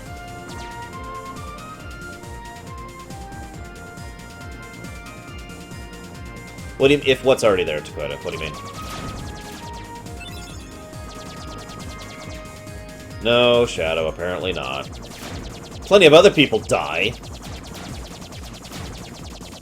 Axel dies. Roxas dies. Shion dies. That is true, okay. What can I say? I like a good death scene. Emphasis on the word good. Load time! So,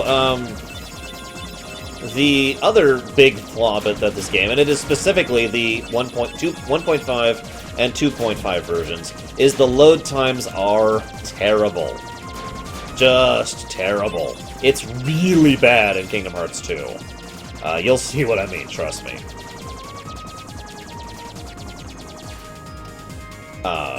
Yeah. Yeah, it's a actually, I get what you're saying with that, Shadow. Anyways, so if the darkness is already severed, you can still seal it off. Am I answering that properly? I don't know. Test pilot. I've done all the first two things. Yay. Oh, I get where you're going with that, Dakota. Yeah, that I think that's a good explanation of what I'm trying to get across. Yeah, Zeiss has requested I go ahead and look at that. Have I leveled lately? I have! Yay.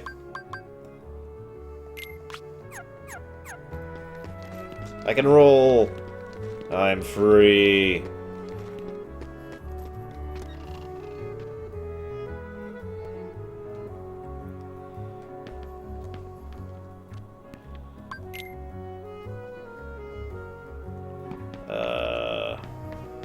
Oh, I hope not, Lava Dude. That would be terrible. Yes, he is the good twin of you, Zeiss. I don't remember where I'm going.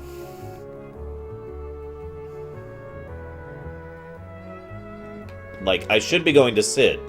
And being like, hey, Sid, help. But, like, he's not there and talking to me. Hey, look, it's not Titus. Hello, not Titus.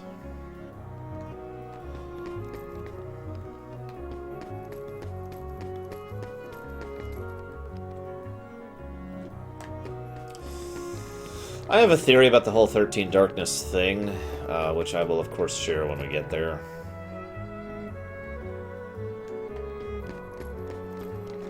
But, yeah.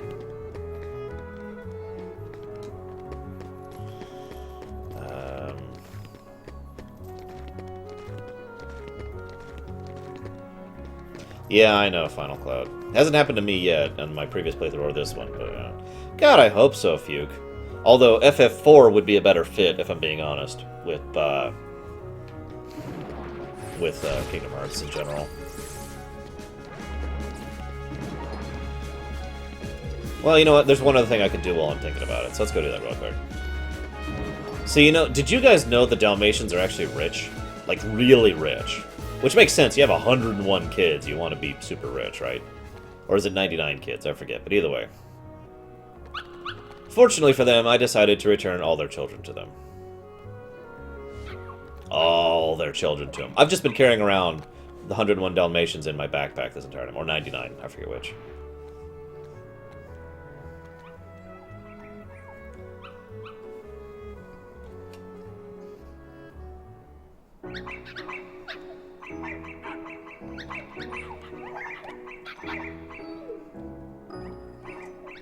They were actually all on Destiny Islands. And I just picked them up before I left. I was like, quick! Get all the puppies into the bag! Into the bag of holding, guys! Hold your breath! Come on! Okay, there we go. And then we went through the Realm of Darkness. We ended up in Travis Shrine. I totally forgot to give them a new home, but now we've given them a new home. So Pongo and Pet Purry, or whatever the crap their names are, have adopted my 99 Dalmatians from Destiny Islands, the Zeiss version.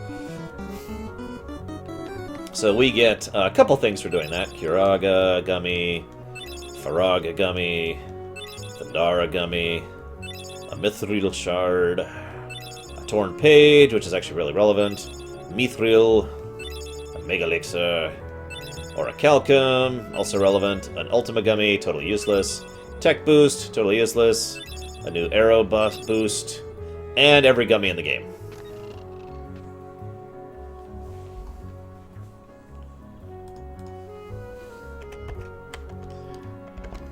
Zeiss, I'm told to smack you with a fish, retroactively, so... See you around, Cougar 12. Okay. So I'm gonna try the other spot where there might be stuff that happens.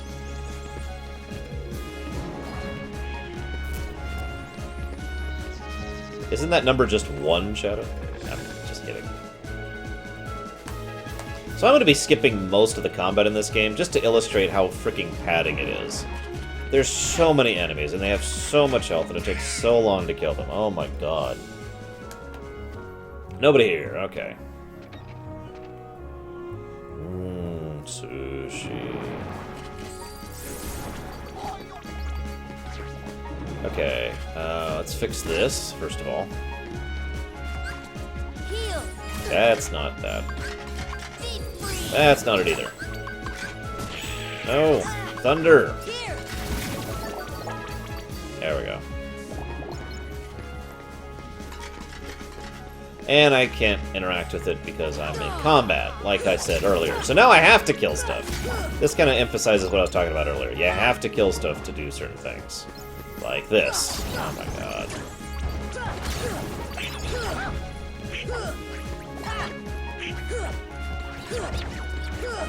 No, there's never been an Ink Nun, unfortunately. The Ink Nun is just run by things. Kind of like it was in Secret of Mana, actually. But again, you have to encounter certain things in order to progress in some cases, so whatever. Yes, Titans, we did, because we're awesome. There we go. Okay, so that's open now. Let's go talk to Merlin.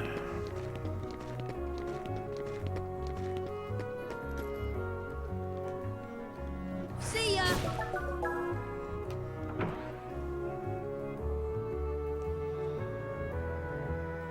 definitely... Ah! God, I can barely see that.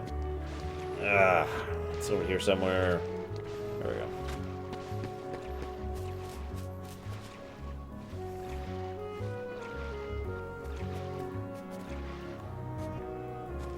Never Takoida. I save that for special occasions. What? Final Cloud? I had the wrong shortcut.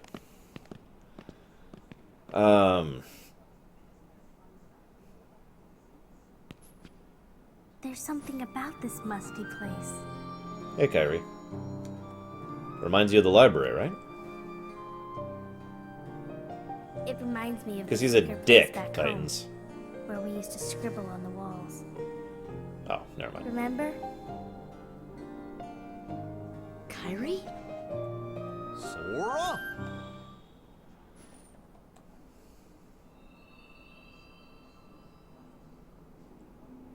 The idea of Fuke is it accomplishes the same thing as a supposed to lose fight, aka, it's supposed to demonstrate that you are weaker than this enemy at this point in time, but it gives you the option through skill or grinding to actually defeat the enemy, and therefore have the satisfaction of being able to defeat them. That's the point of it, in a nutshell. Someone who wants to make sure only mages can get in, Leander. Hey, Merlin. I don't like Merlin. At all. He is a goddamned asshole. He causes more harm than good in the entire series.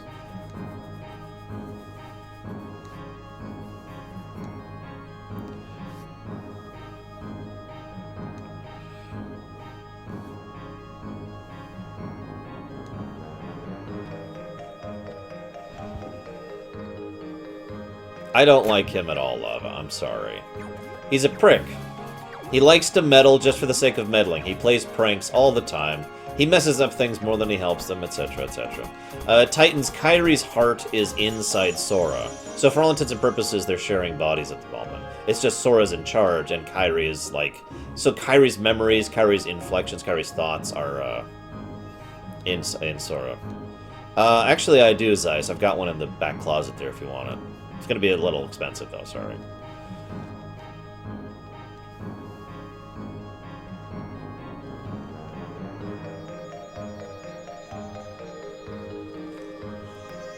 Also, I have unpleasant memories of him being a dick in the movie, too.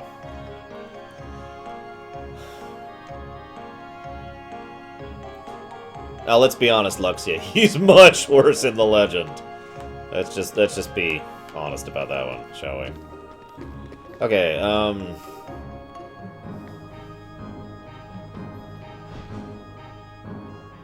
yeah, exactly, Samurai. That's actually why I decided to start out in Proud Mode. Although I'm not looking forward to Sephiroth in Proud Mode, I'll be 100% honest, even with cheats on. I'm not sure on that one, Green, because it's entirely possible that Ventus and Kyrie are both in there, more or less interacting with each other. But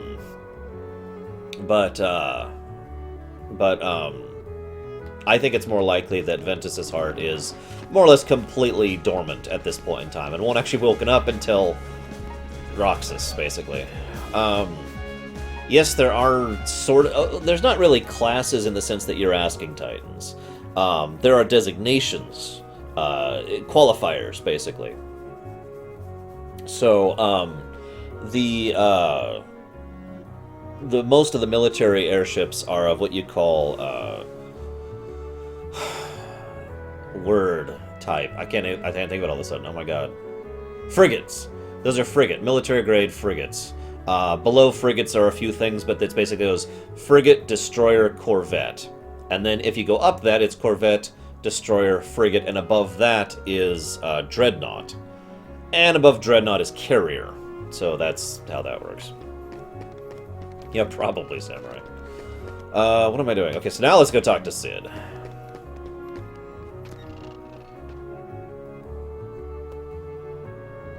So, for example, Chrono Trigger Deacon? Do I need to... Oh, yeah! I think I need to do this. Maybe. No? Koopa.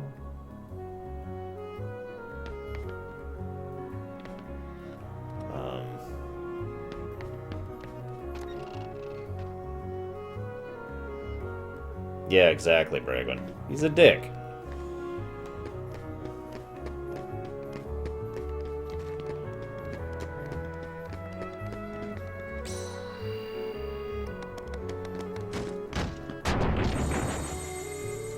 Got it. Talking to Squall. Yes, Deacon, absolutely. No, I do not, Dakota. Not in Primus. Hey, I found some of the Dalmatians. Wait, what are they doing here? Ah! Damn it. I'll just go try to... See, I thought I had to do a thing with Sid to even unlock the bell puzzle. Because this is a trigger-based game, so, you know, you have to do A to do B. Even if you know to do B, you have to do A to unlock the ability to do B. So, fine. Let's see if I can remember where the hell Squall is.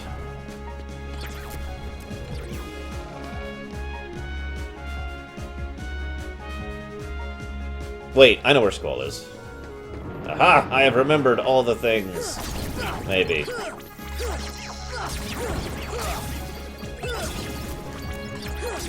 Gotta say, being able to one-shot these is just... You have no idea how relaxing this is. For those of you not aware, I actually just played through these games about 2 weeks ago with a friend of mine. All of them, all the way through. Basically doing a practice Lorerun because a friend of mine had never played the series.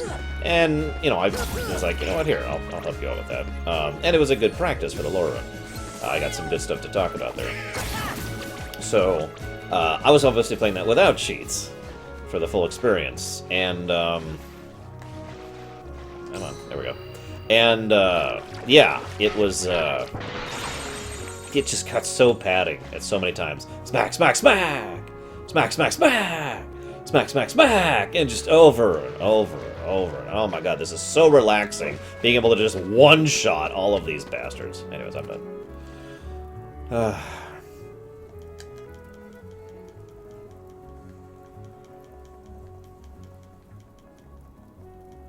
So this is them kind of describing what the Heartless do once they find a keyhole. Which is funny because one of the actual points that's made by Xehanort's Heartless is that they don't know exactly what happens when the Heartless reach a keyhole. They just do something.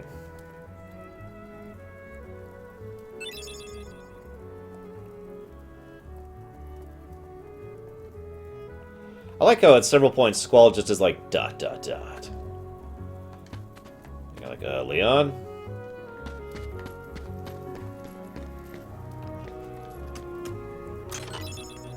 Damn it! I keep finding puppies. Frickin' puppies. There we go. What do Primus destroyers destroy? Actually, they are there as, anti-infantry, basically.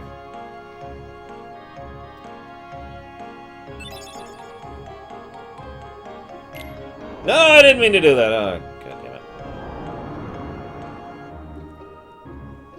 I had to edit the save game, Nerdman, but yeah. Can I leave, please?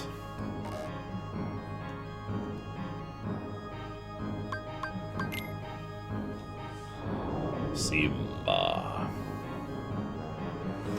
I don't like puppies, though, Deutsch. You can have them. Frickin' puppies. Really, Samurai? Wow, man. But I have the... Okay, fine. You know what? Screw you, lady. Bippity boppity this. Frickin'... Anyways. Hey, Full Metal. No, Dragon Cat. I have not. Well, okay, let me give you one example of this screen. It's all little stuff, because he's not actually a villain. Merlin isn't a villain, he's just the kind of guy who would be more likely to be a prankster while still doing good than just helping, like someone with the kind of power he has should. Good example, Sid is frantically trying to create an algorithm antivirus program to help fight this MCP, and they're desperately under attack, and there are heartless everywhere. And Merlin, rather than doing anything helpful, attacks Sid, the guy making the program. Just because Sid was being disrespectful to him for a second.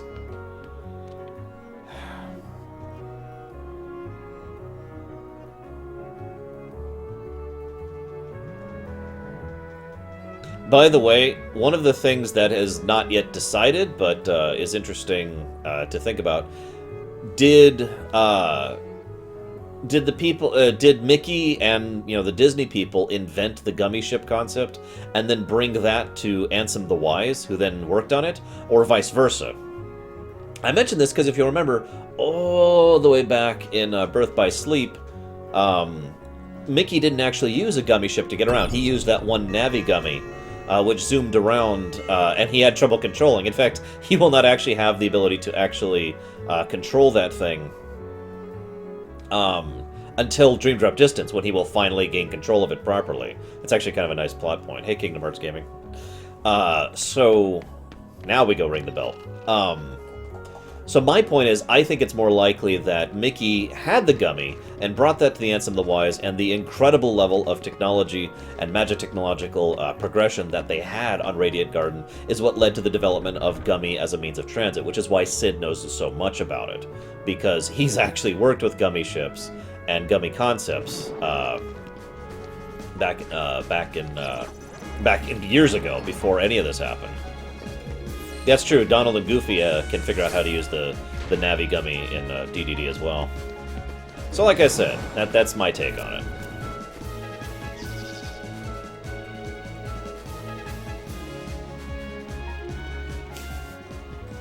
Hey, we're not doing any of the games right now. Whoa! My throat can't take that. I shouldn't do that. I have to kill these, don't I? Oh, fine. I'll kill these guys.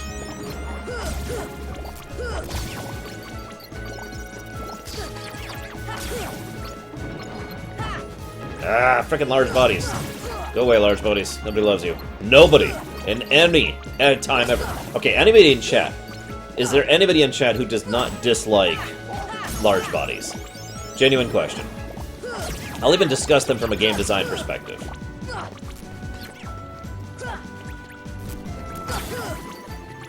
You're most welcome, Few. I have been reading your comments as you go. I guess that's obvious since I'm responding to some of them.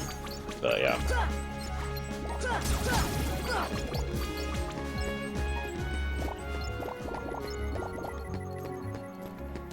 Ha ha ha, Frozen. The reason I bring up the large bodies, though, is they're what's called the weight mentality when it comes to game design difficulty. In other words, a boss or an enemy or whatever whose only purpose, and I want to stress this, the only thing that makes them difficult, the only strategy to them at all is wait. The only thing you have to do to defeat them is wait a few seconds and get behind them or whatever. There's actually quite a few examples of this across gaming design forever.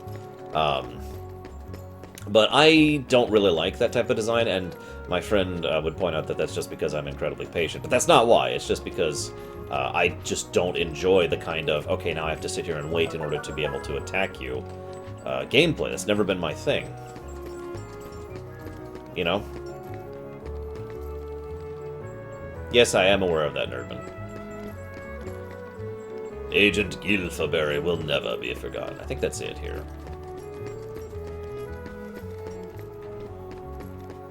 Yeah, I think that's it. So yeah, I just personally think that it's meh when you have a game design like that. Now, I get it. The hard body, or the large bodies actually do have a bit of a gimmick to them, which may or may not have been intentional. Oh, sorry, Awesome Junior, didn't see your question. This is not on the PS4, it's on the PS3. Although they will probably port it to the PS4 and probably the PC soon, based on what we've been hearing. But anyways, the point of the large bodies is most people, when they see them, it's like, okay, get around them, and oh, they turned around, and get around them, and oh, they turned around.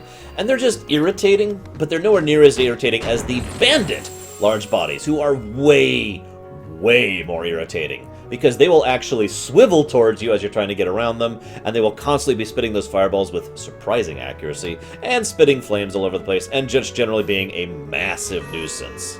And it is really, really irritating fighting those guys. I actually, in the aforementioned Lorerun I just talked about, that I was doing a couple weeks ago, we actually died on one of those sections because it was just we just kept getting stun locked by the flame breath and by because it was one of those rooms in Agrabah where there was 3 of them, and they're like, hey, we're just hey, screw you, and just yeah, not a fan. Sorry, guys.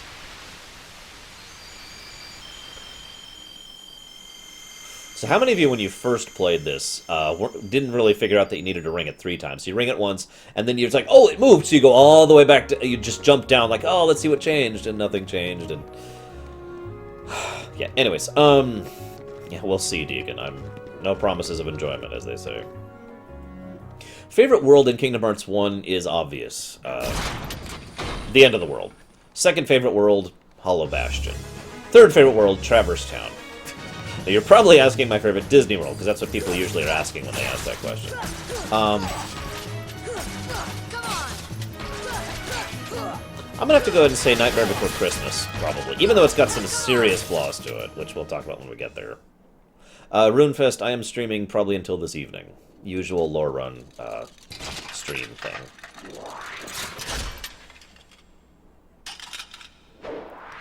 So this is a cool boss, I think. I would like Neverland better, if not for issues we'll talk about when we get there. See you around, Luxia. Even though I should be calling it Lucia, because it's from Marluxia, but whatever.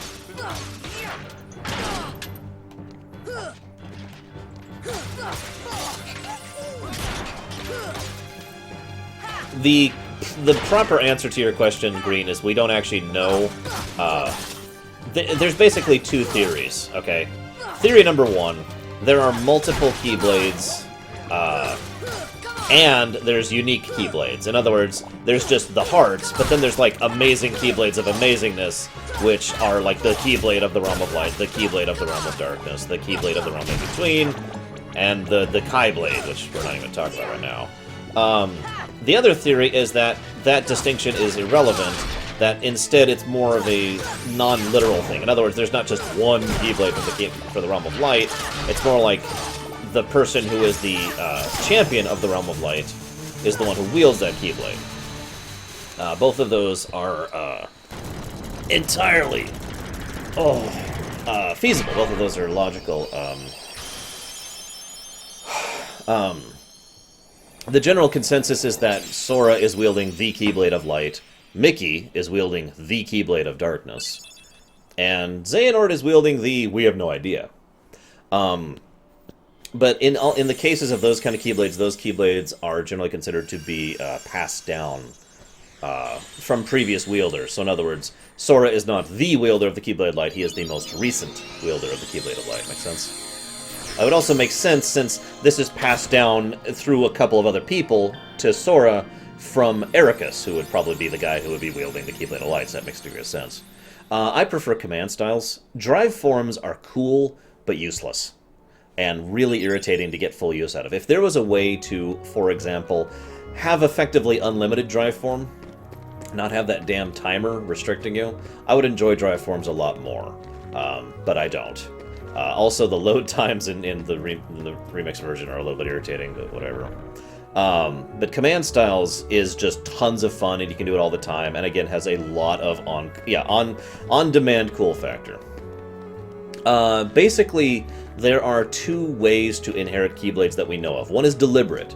There's actually a ceremony you go through. Take this in hand and blah, blah, blah, and here you go. I bestow it on you. The other way is basically unintentional. If 2 individuals unintentionally, or otherwise I should say, connect, their hearts actually connect somehow, then that second person has the ability to wield the Keyblade from that point on. And that's kind of cool.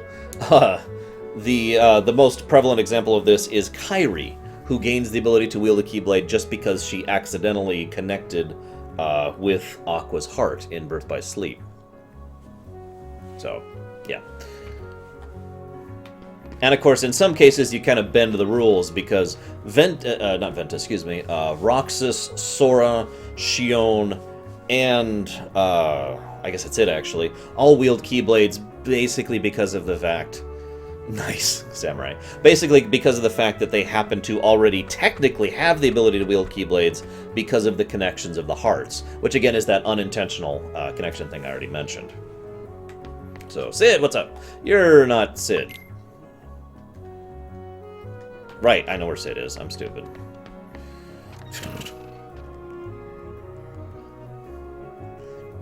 For all intents and purposes, yes, Takoida. Unless there really are, like... let me describe it to you this way. If this theory is correct, there are two types of Keyblades. This is actually similar to the Heartless situation. There are fake Keyblades, ones that are copies, duplicates, base imitations, you know, things that are like the original Keyblades, but just aren't as strong. These are what we see primarily in the series. People who wield these things that attach themselves to your heart and then manifest from your heart, right? And then there's, like, the core Keyblades, of which there would be actually four, excuse me, which are, like, the original Keyblades that spawned all these copies and are way stronger and have way more potential power to them. These original Keyblades, we know of at least... we know of all four of them right off the top of head. Xehanort's Keyblade, the Keyblade, the Kingdom Hearts Key, which is the one Sora wields, and the Kingdom Hearts D Key, which is the one Mickey wields, the one of darkness. So all four of those might actually be separate. Again, this is all theory. Where the hell is Sid? Sid! Sid! Sid! Now, a fake Keyblade is obviously still very, very strong and very, very powerful. But the point I'm trying to emphasize is that then the core Keyblades would be just that much stronger. That much more powerful. You know? Excuse me, the Kingdom Key. And the Kingdom Key D, then. Where's Sid? I don't remember where Sid is. Thank you, Runefest. Appreciate it, buddy. I'm actually going to be breaking for lunch, basically, as soon as I finish this cutscene and find where the heck Sid is. And then I'm going to start up again right after I finish eating. Okay, he has to be this way, because he's not in his shop, and he's not up there, so he literally has to be over with Squall and Crew.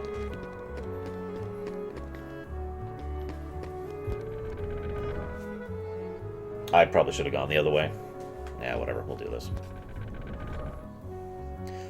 Well, see, that is absolutely true, Nerdman, and at the time, I fully adhered to that theory, and then I did more research, and then I looked into it, and I reanalyzed it, and...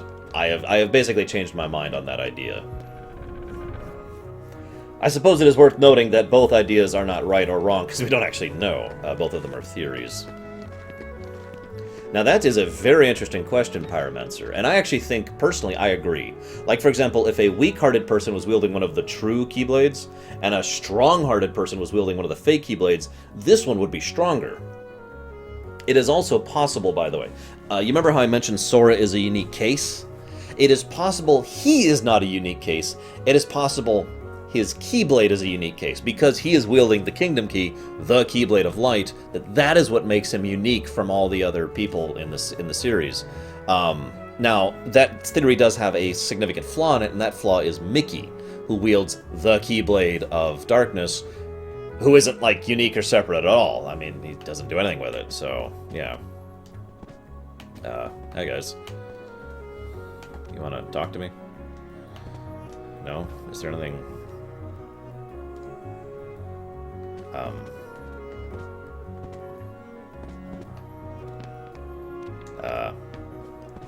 Where the hell is Sid? I will, Takoid. I just need to find Sid.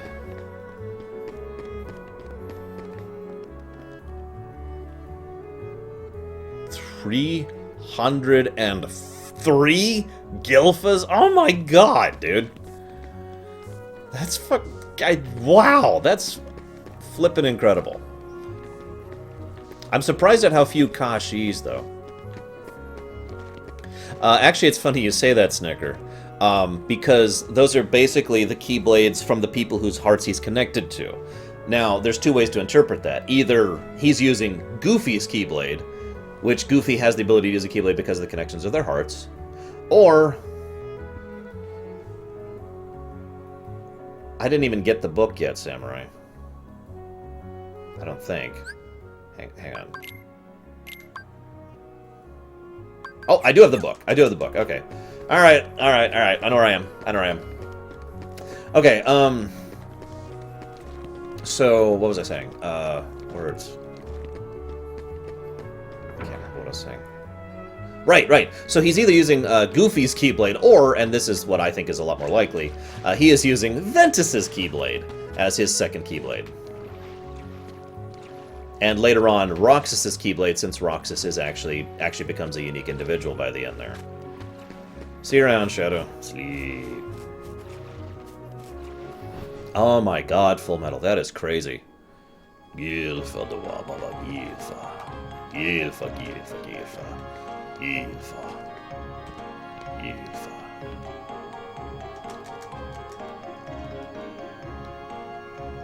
So you have no idea what this book is, even though you've had it since Birth by Sleep. You jackass. Yes, this is Simba. Yeah, theoretically, Sora could, like, quad wield, I believe, as of 3, and I really hope he does. So this is funny. When I was doing the Lorerun a couple weeks ago for my friend, we never used summons. Ever. Not once in the entire time through Kingdom Hearts 1. I'm going to do this time because it makes it much, much funnier when you get to Kingdom Hearts 2 and you talk to Simba and Mushu, and I think there's another one, and they're like, Sora, hey, it's our buddy, and we fought all those Heartless together. Remember all those great times we had together? To which my response is, yeah. Yeah, that's totally what we did. Excuse me.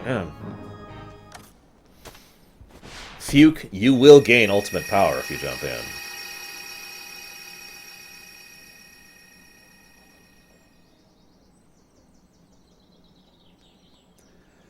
Fun fact, all this book does is unlock a board in Birth by Sleep, if I'm not mistaken. Rune Fist, it's actually really simple. As weird as that sounds. I have a mind for remembering all the lore stuff of a game and for paying attention to that kind of thing, because it really interests me, right? You know, it's the same with everyone. What interests you, you're going to pay more attention to and remember better, right? So what I do is I play through games and I read about them and I read the interviews and I read the backstory and I pull apart the code when I can and analyze the philosophy of game design in it. And I look at all of it and it's got all these little bits and pieces, and what I do is I push them together into a coherent picture. And this is what I do as a living. I present these lore runs, hence the title, Lorerunner. I present these things to you guys so you don't have to do what I do and actually put all these tiny little pieces together to make a coherent picture. And I am very happy to have found people who are interested in what I do. And, there it is. Let's say it's around here somewhere. We will be doing all the Winnie the Pooh stuff, by the way. Well, see, I have very selective memory. Like, I have trouble remembering names. You guys know this very well.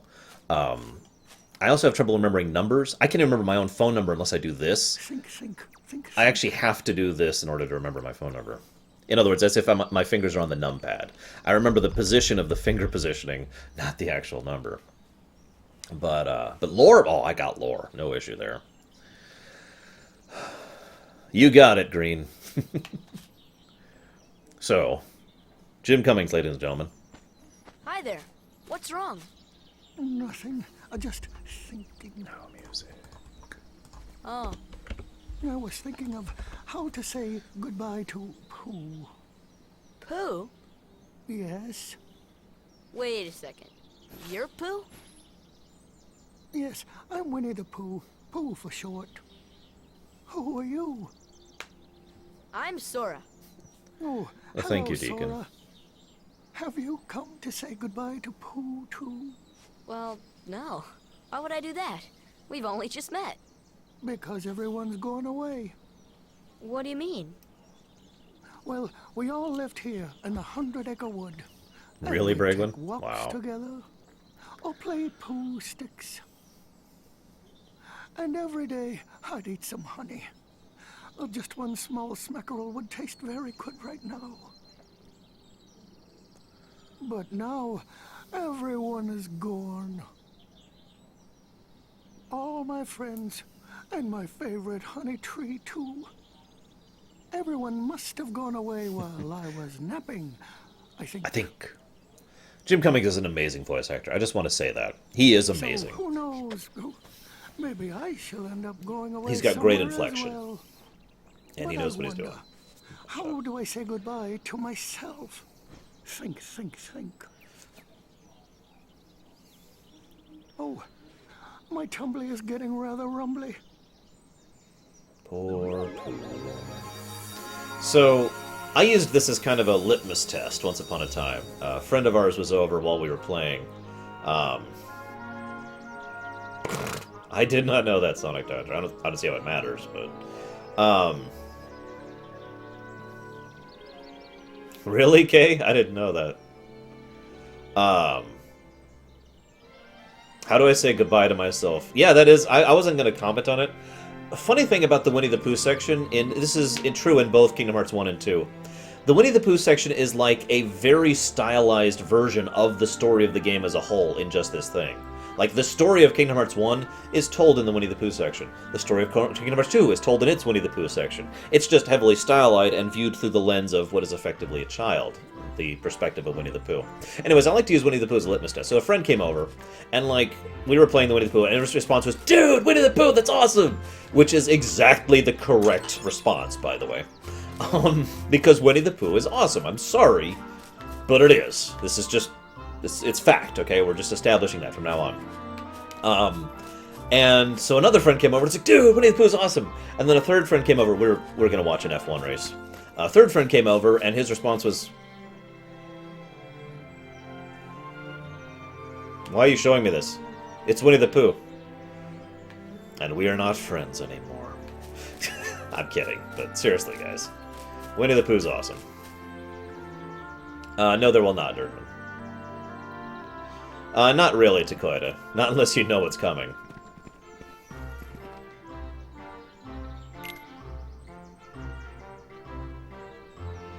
Exactly, Sonic Doctor.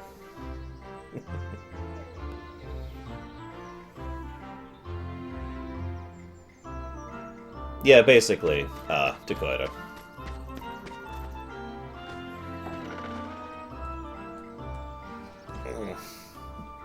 Oh, bother. There's no more honey left. If only the honey tree would visit. Oh, then I could eat my fill.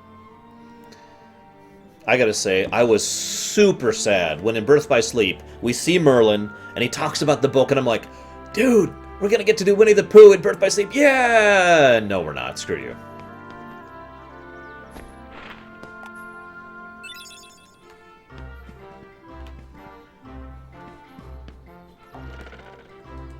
Oh, I know.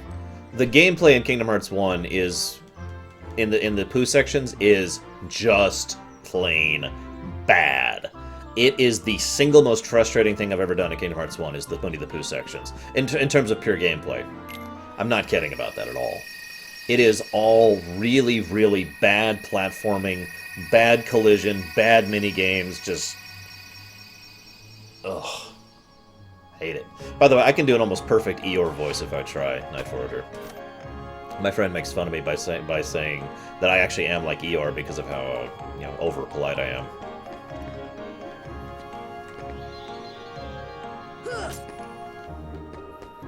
Right.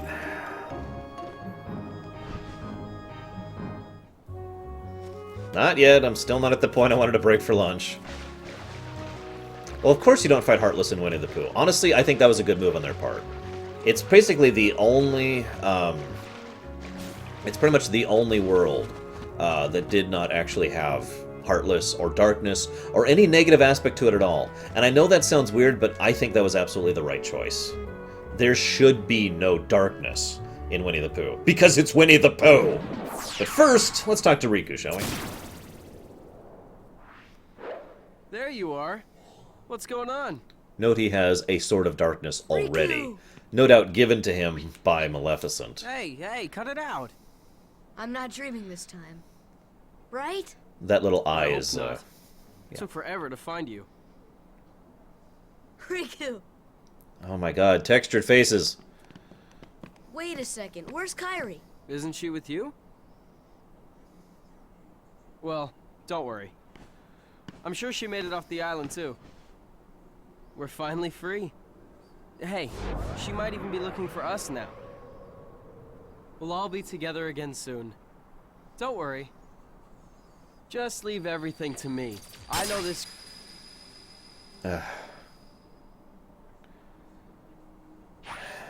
Leave it to who? Sora, what did you... I've been looking for you, and Kairi too, with their help. Who are they? We visited so many places and worlds, looking for you. Really? Well, what do you know? I never would have guessed. Oh, and guess what? Sora's the Keyblade Master. The Keyblade Master. Even though not only is he not a master, but he's not the. So, this is called a Keyblade? This is really important. Note he has no problem wielding it. It doesn't immediately return to Sora, even though it should. It's a nice little bit of foreshadowing there. Catch. Whoa. In every other case, Sora can just summon it back to himself. So you're coming with us, right? We've got this awesome rocket. Wait till you see it. I just want to smack Donald here. He can't come. What? Forget it. Oh, come on. He's my friend. I don't care. Oh, he's gone. Riku? Yeah, let's get to know music counter. Nice going. Yeah. Oh well. At least he's okay. And who knows? Maybe we'll run into Kairi soon too.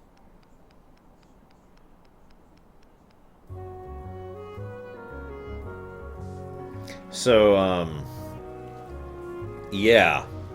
Donald just completely screwed up there, I'd just like to say. Like, really, really screwed up there. It is entirely arguable that Riku's beginning of descent into the bad aspects of darkness happened because of Donald. Literally, directly because of Donald saying, no, you can't come on the ship with us. Sora's like, dude, yeah, let's go, let's have fun, it'll be great. And Donald's like, no, I'm an idiot. And I'm paraphrasing. I hate that crap. And it's funny because, well, I don't think this is... I don't think this is artificial drama. As weird as that sounds, I think this is totally normal for teenagers to go through. Riku is going through a difficult time. He is literally being influenced by the darkness in his heart, and he has no idea how to deal with that. He also has some other issues we'll cover later. Daffy Duck would have been much worse. While jumping around going, he has issues. He literally has venom being poured into his ear by Maleficent. And he's a kid who is staring at one of his best friends who he's always been very competitive against and for and with. And his friend is like, dude, I've got this awesome Keyblade, I've got this awesome spaceship, and everything's awesome. And so Riku's like, you know, you could see how it would emotionally affect Riku. You could see how it would feed the negative aspects of darkness in his heart. You can see why he would be pushed away from this rather than going with him. So like I said, I don't think this is artificial drama. I think this is genuine drama. I think this is actually Riku being hurt by what's going on and by what he's seeing. And that begins his descent into, like I said again, the negative aspects of darkness. And it's all because of Donald being a dick. No, I'm kidding. It is more to it than that. But I'm pretty sure, just the way I think, that if Donald been like, sure, come on and be on our spaceship, it's very possible Riku would have like buckled and been like, well, okay, and then the events of the game basically wouldn't happen. Haven't you ever been a kid who was stupid, Dakota? Because I have. You ever hear of Maleficent? Who is she? She's some chick. I don't blame you for not liking it. I don't like it either, Dakota. I just don't think we can qualify that as bad writing, is kind of my point. Actually, kinda, yeah, green. Except not Ansem, but yeah. I like how when they're discussing important matters of Maleficent and Darkness, Donald is like tap tap tap tap tap. While you toil. I'm sorry to interrupt, but I have to say, the voice actress they got for Maleficent in this is amazing. She is perfect for the role, and I love it. Away trying to find your dear friend. He quite simply replaced you with some new companions. Evidently, now he values them far more than he does you. You're better off without that wretched boy. Now think no more of him and come with me. I'll help you find what you're searching for.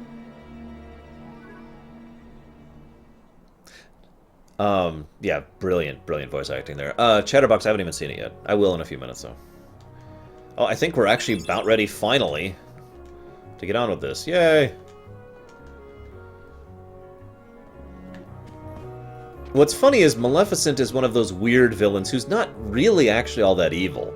She's got that cackling evil thing going for her, but that's not actually bad. That's like, if I can use a weird example, it's like in Pokemon. You know, the bad guys in Pokemon aren't really evil. They're not really bad guys, not by the standards we have, both in real life and in fiction. You know, they're very mild on the evil scale, if you want to put it in such terms. And I think Maleficent is very much like that. You know, I must conquer all worlds. And that's pretty much as far as her motivation goes. And she wants to do it with darkness, because, you know, yeah.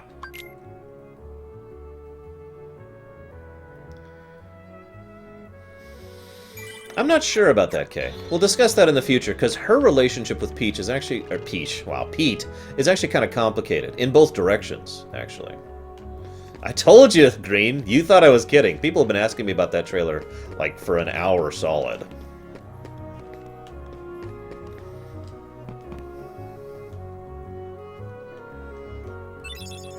Go.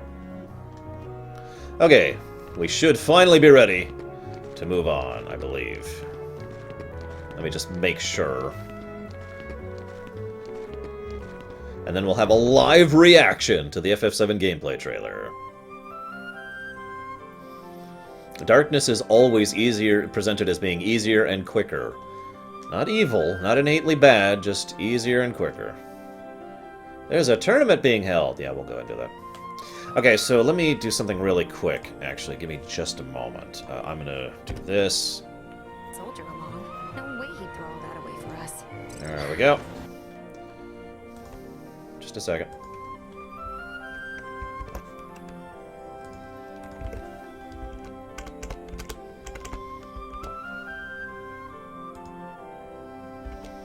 See if I did this right.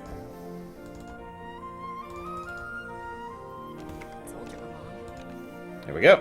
Excellent.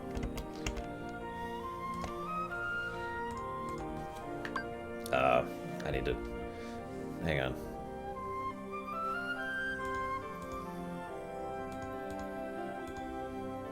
I don't actually have a way to get rid of the game sound. So whatever. Let's just watch it and see what we got. I don't have a way to mute it. Sorry. Whatever. Just live with it. Actually, why don't we just do this up here? That'll get rid of the game song. There we go. Okay, so what do we got? He'd throw all that away for us. What's his name anyway? Cloud Strife. And he says it's former soldier. Look, heavy security like this, you want a professional.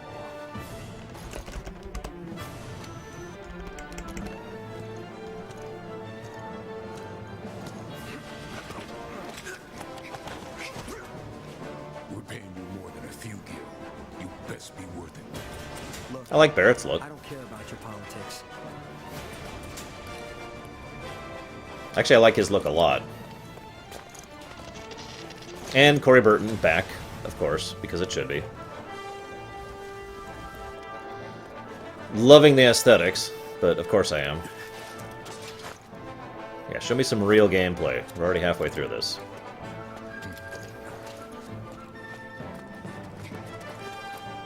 You're doing this for the planet, same as us. Not interested. Oh, Wedge.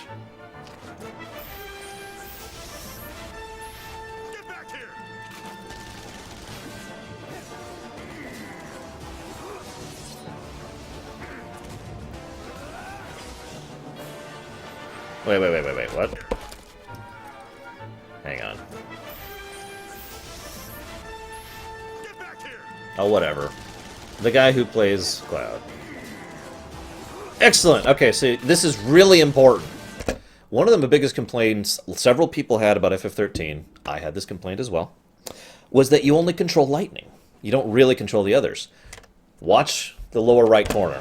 Right there. You actually see Barrett's control card, or whatever you want to call it there, along with the health and the mana and the overall style. By the way, I love this minimalist approach to the Yui, and I'm loving the overall approach to combat. That does look very Kingdom Heartsy. Full-on ARPG. Aimed attacks, that kind of a thing. That's probably it. Oh, no, we get to see a little bit more here. And looks like full combo style, too. And again, rendered in real time, so, that's awesome!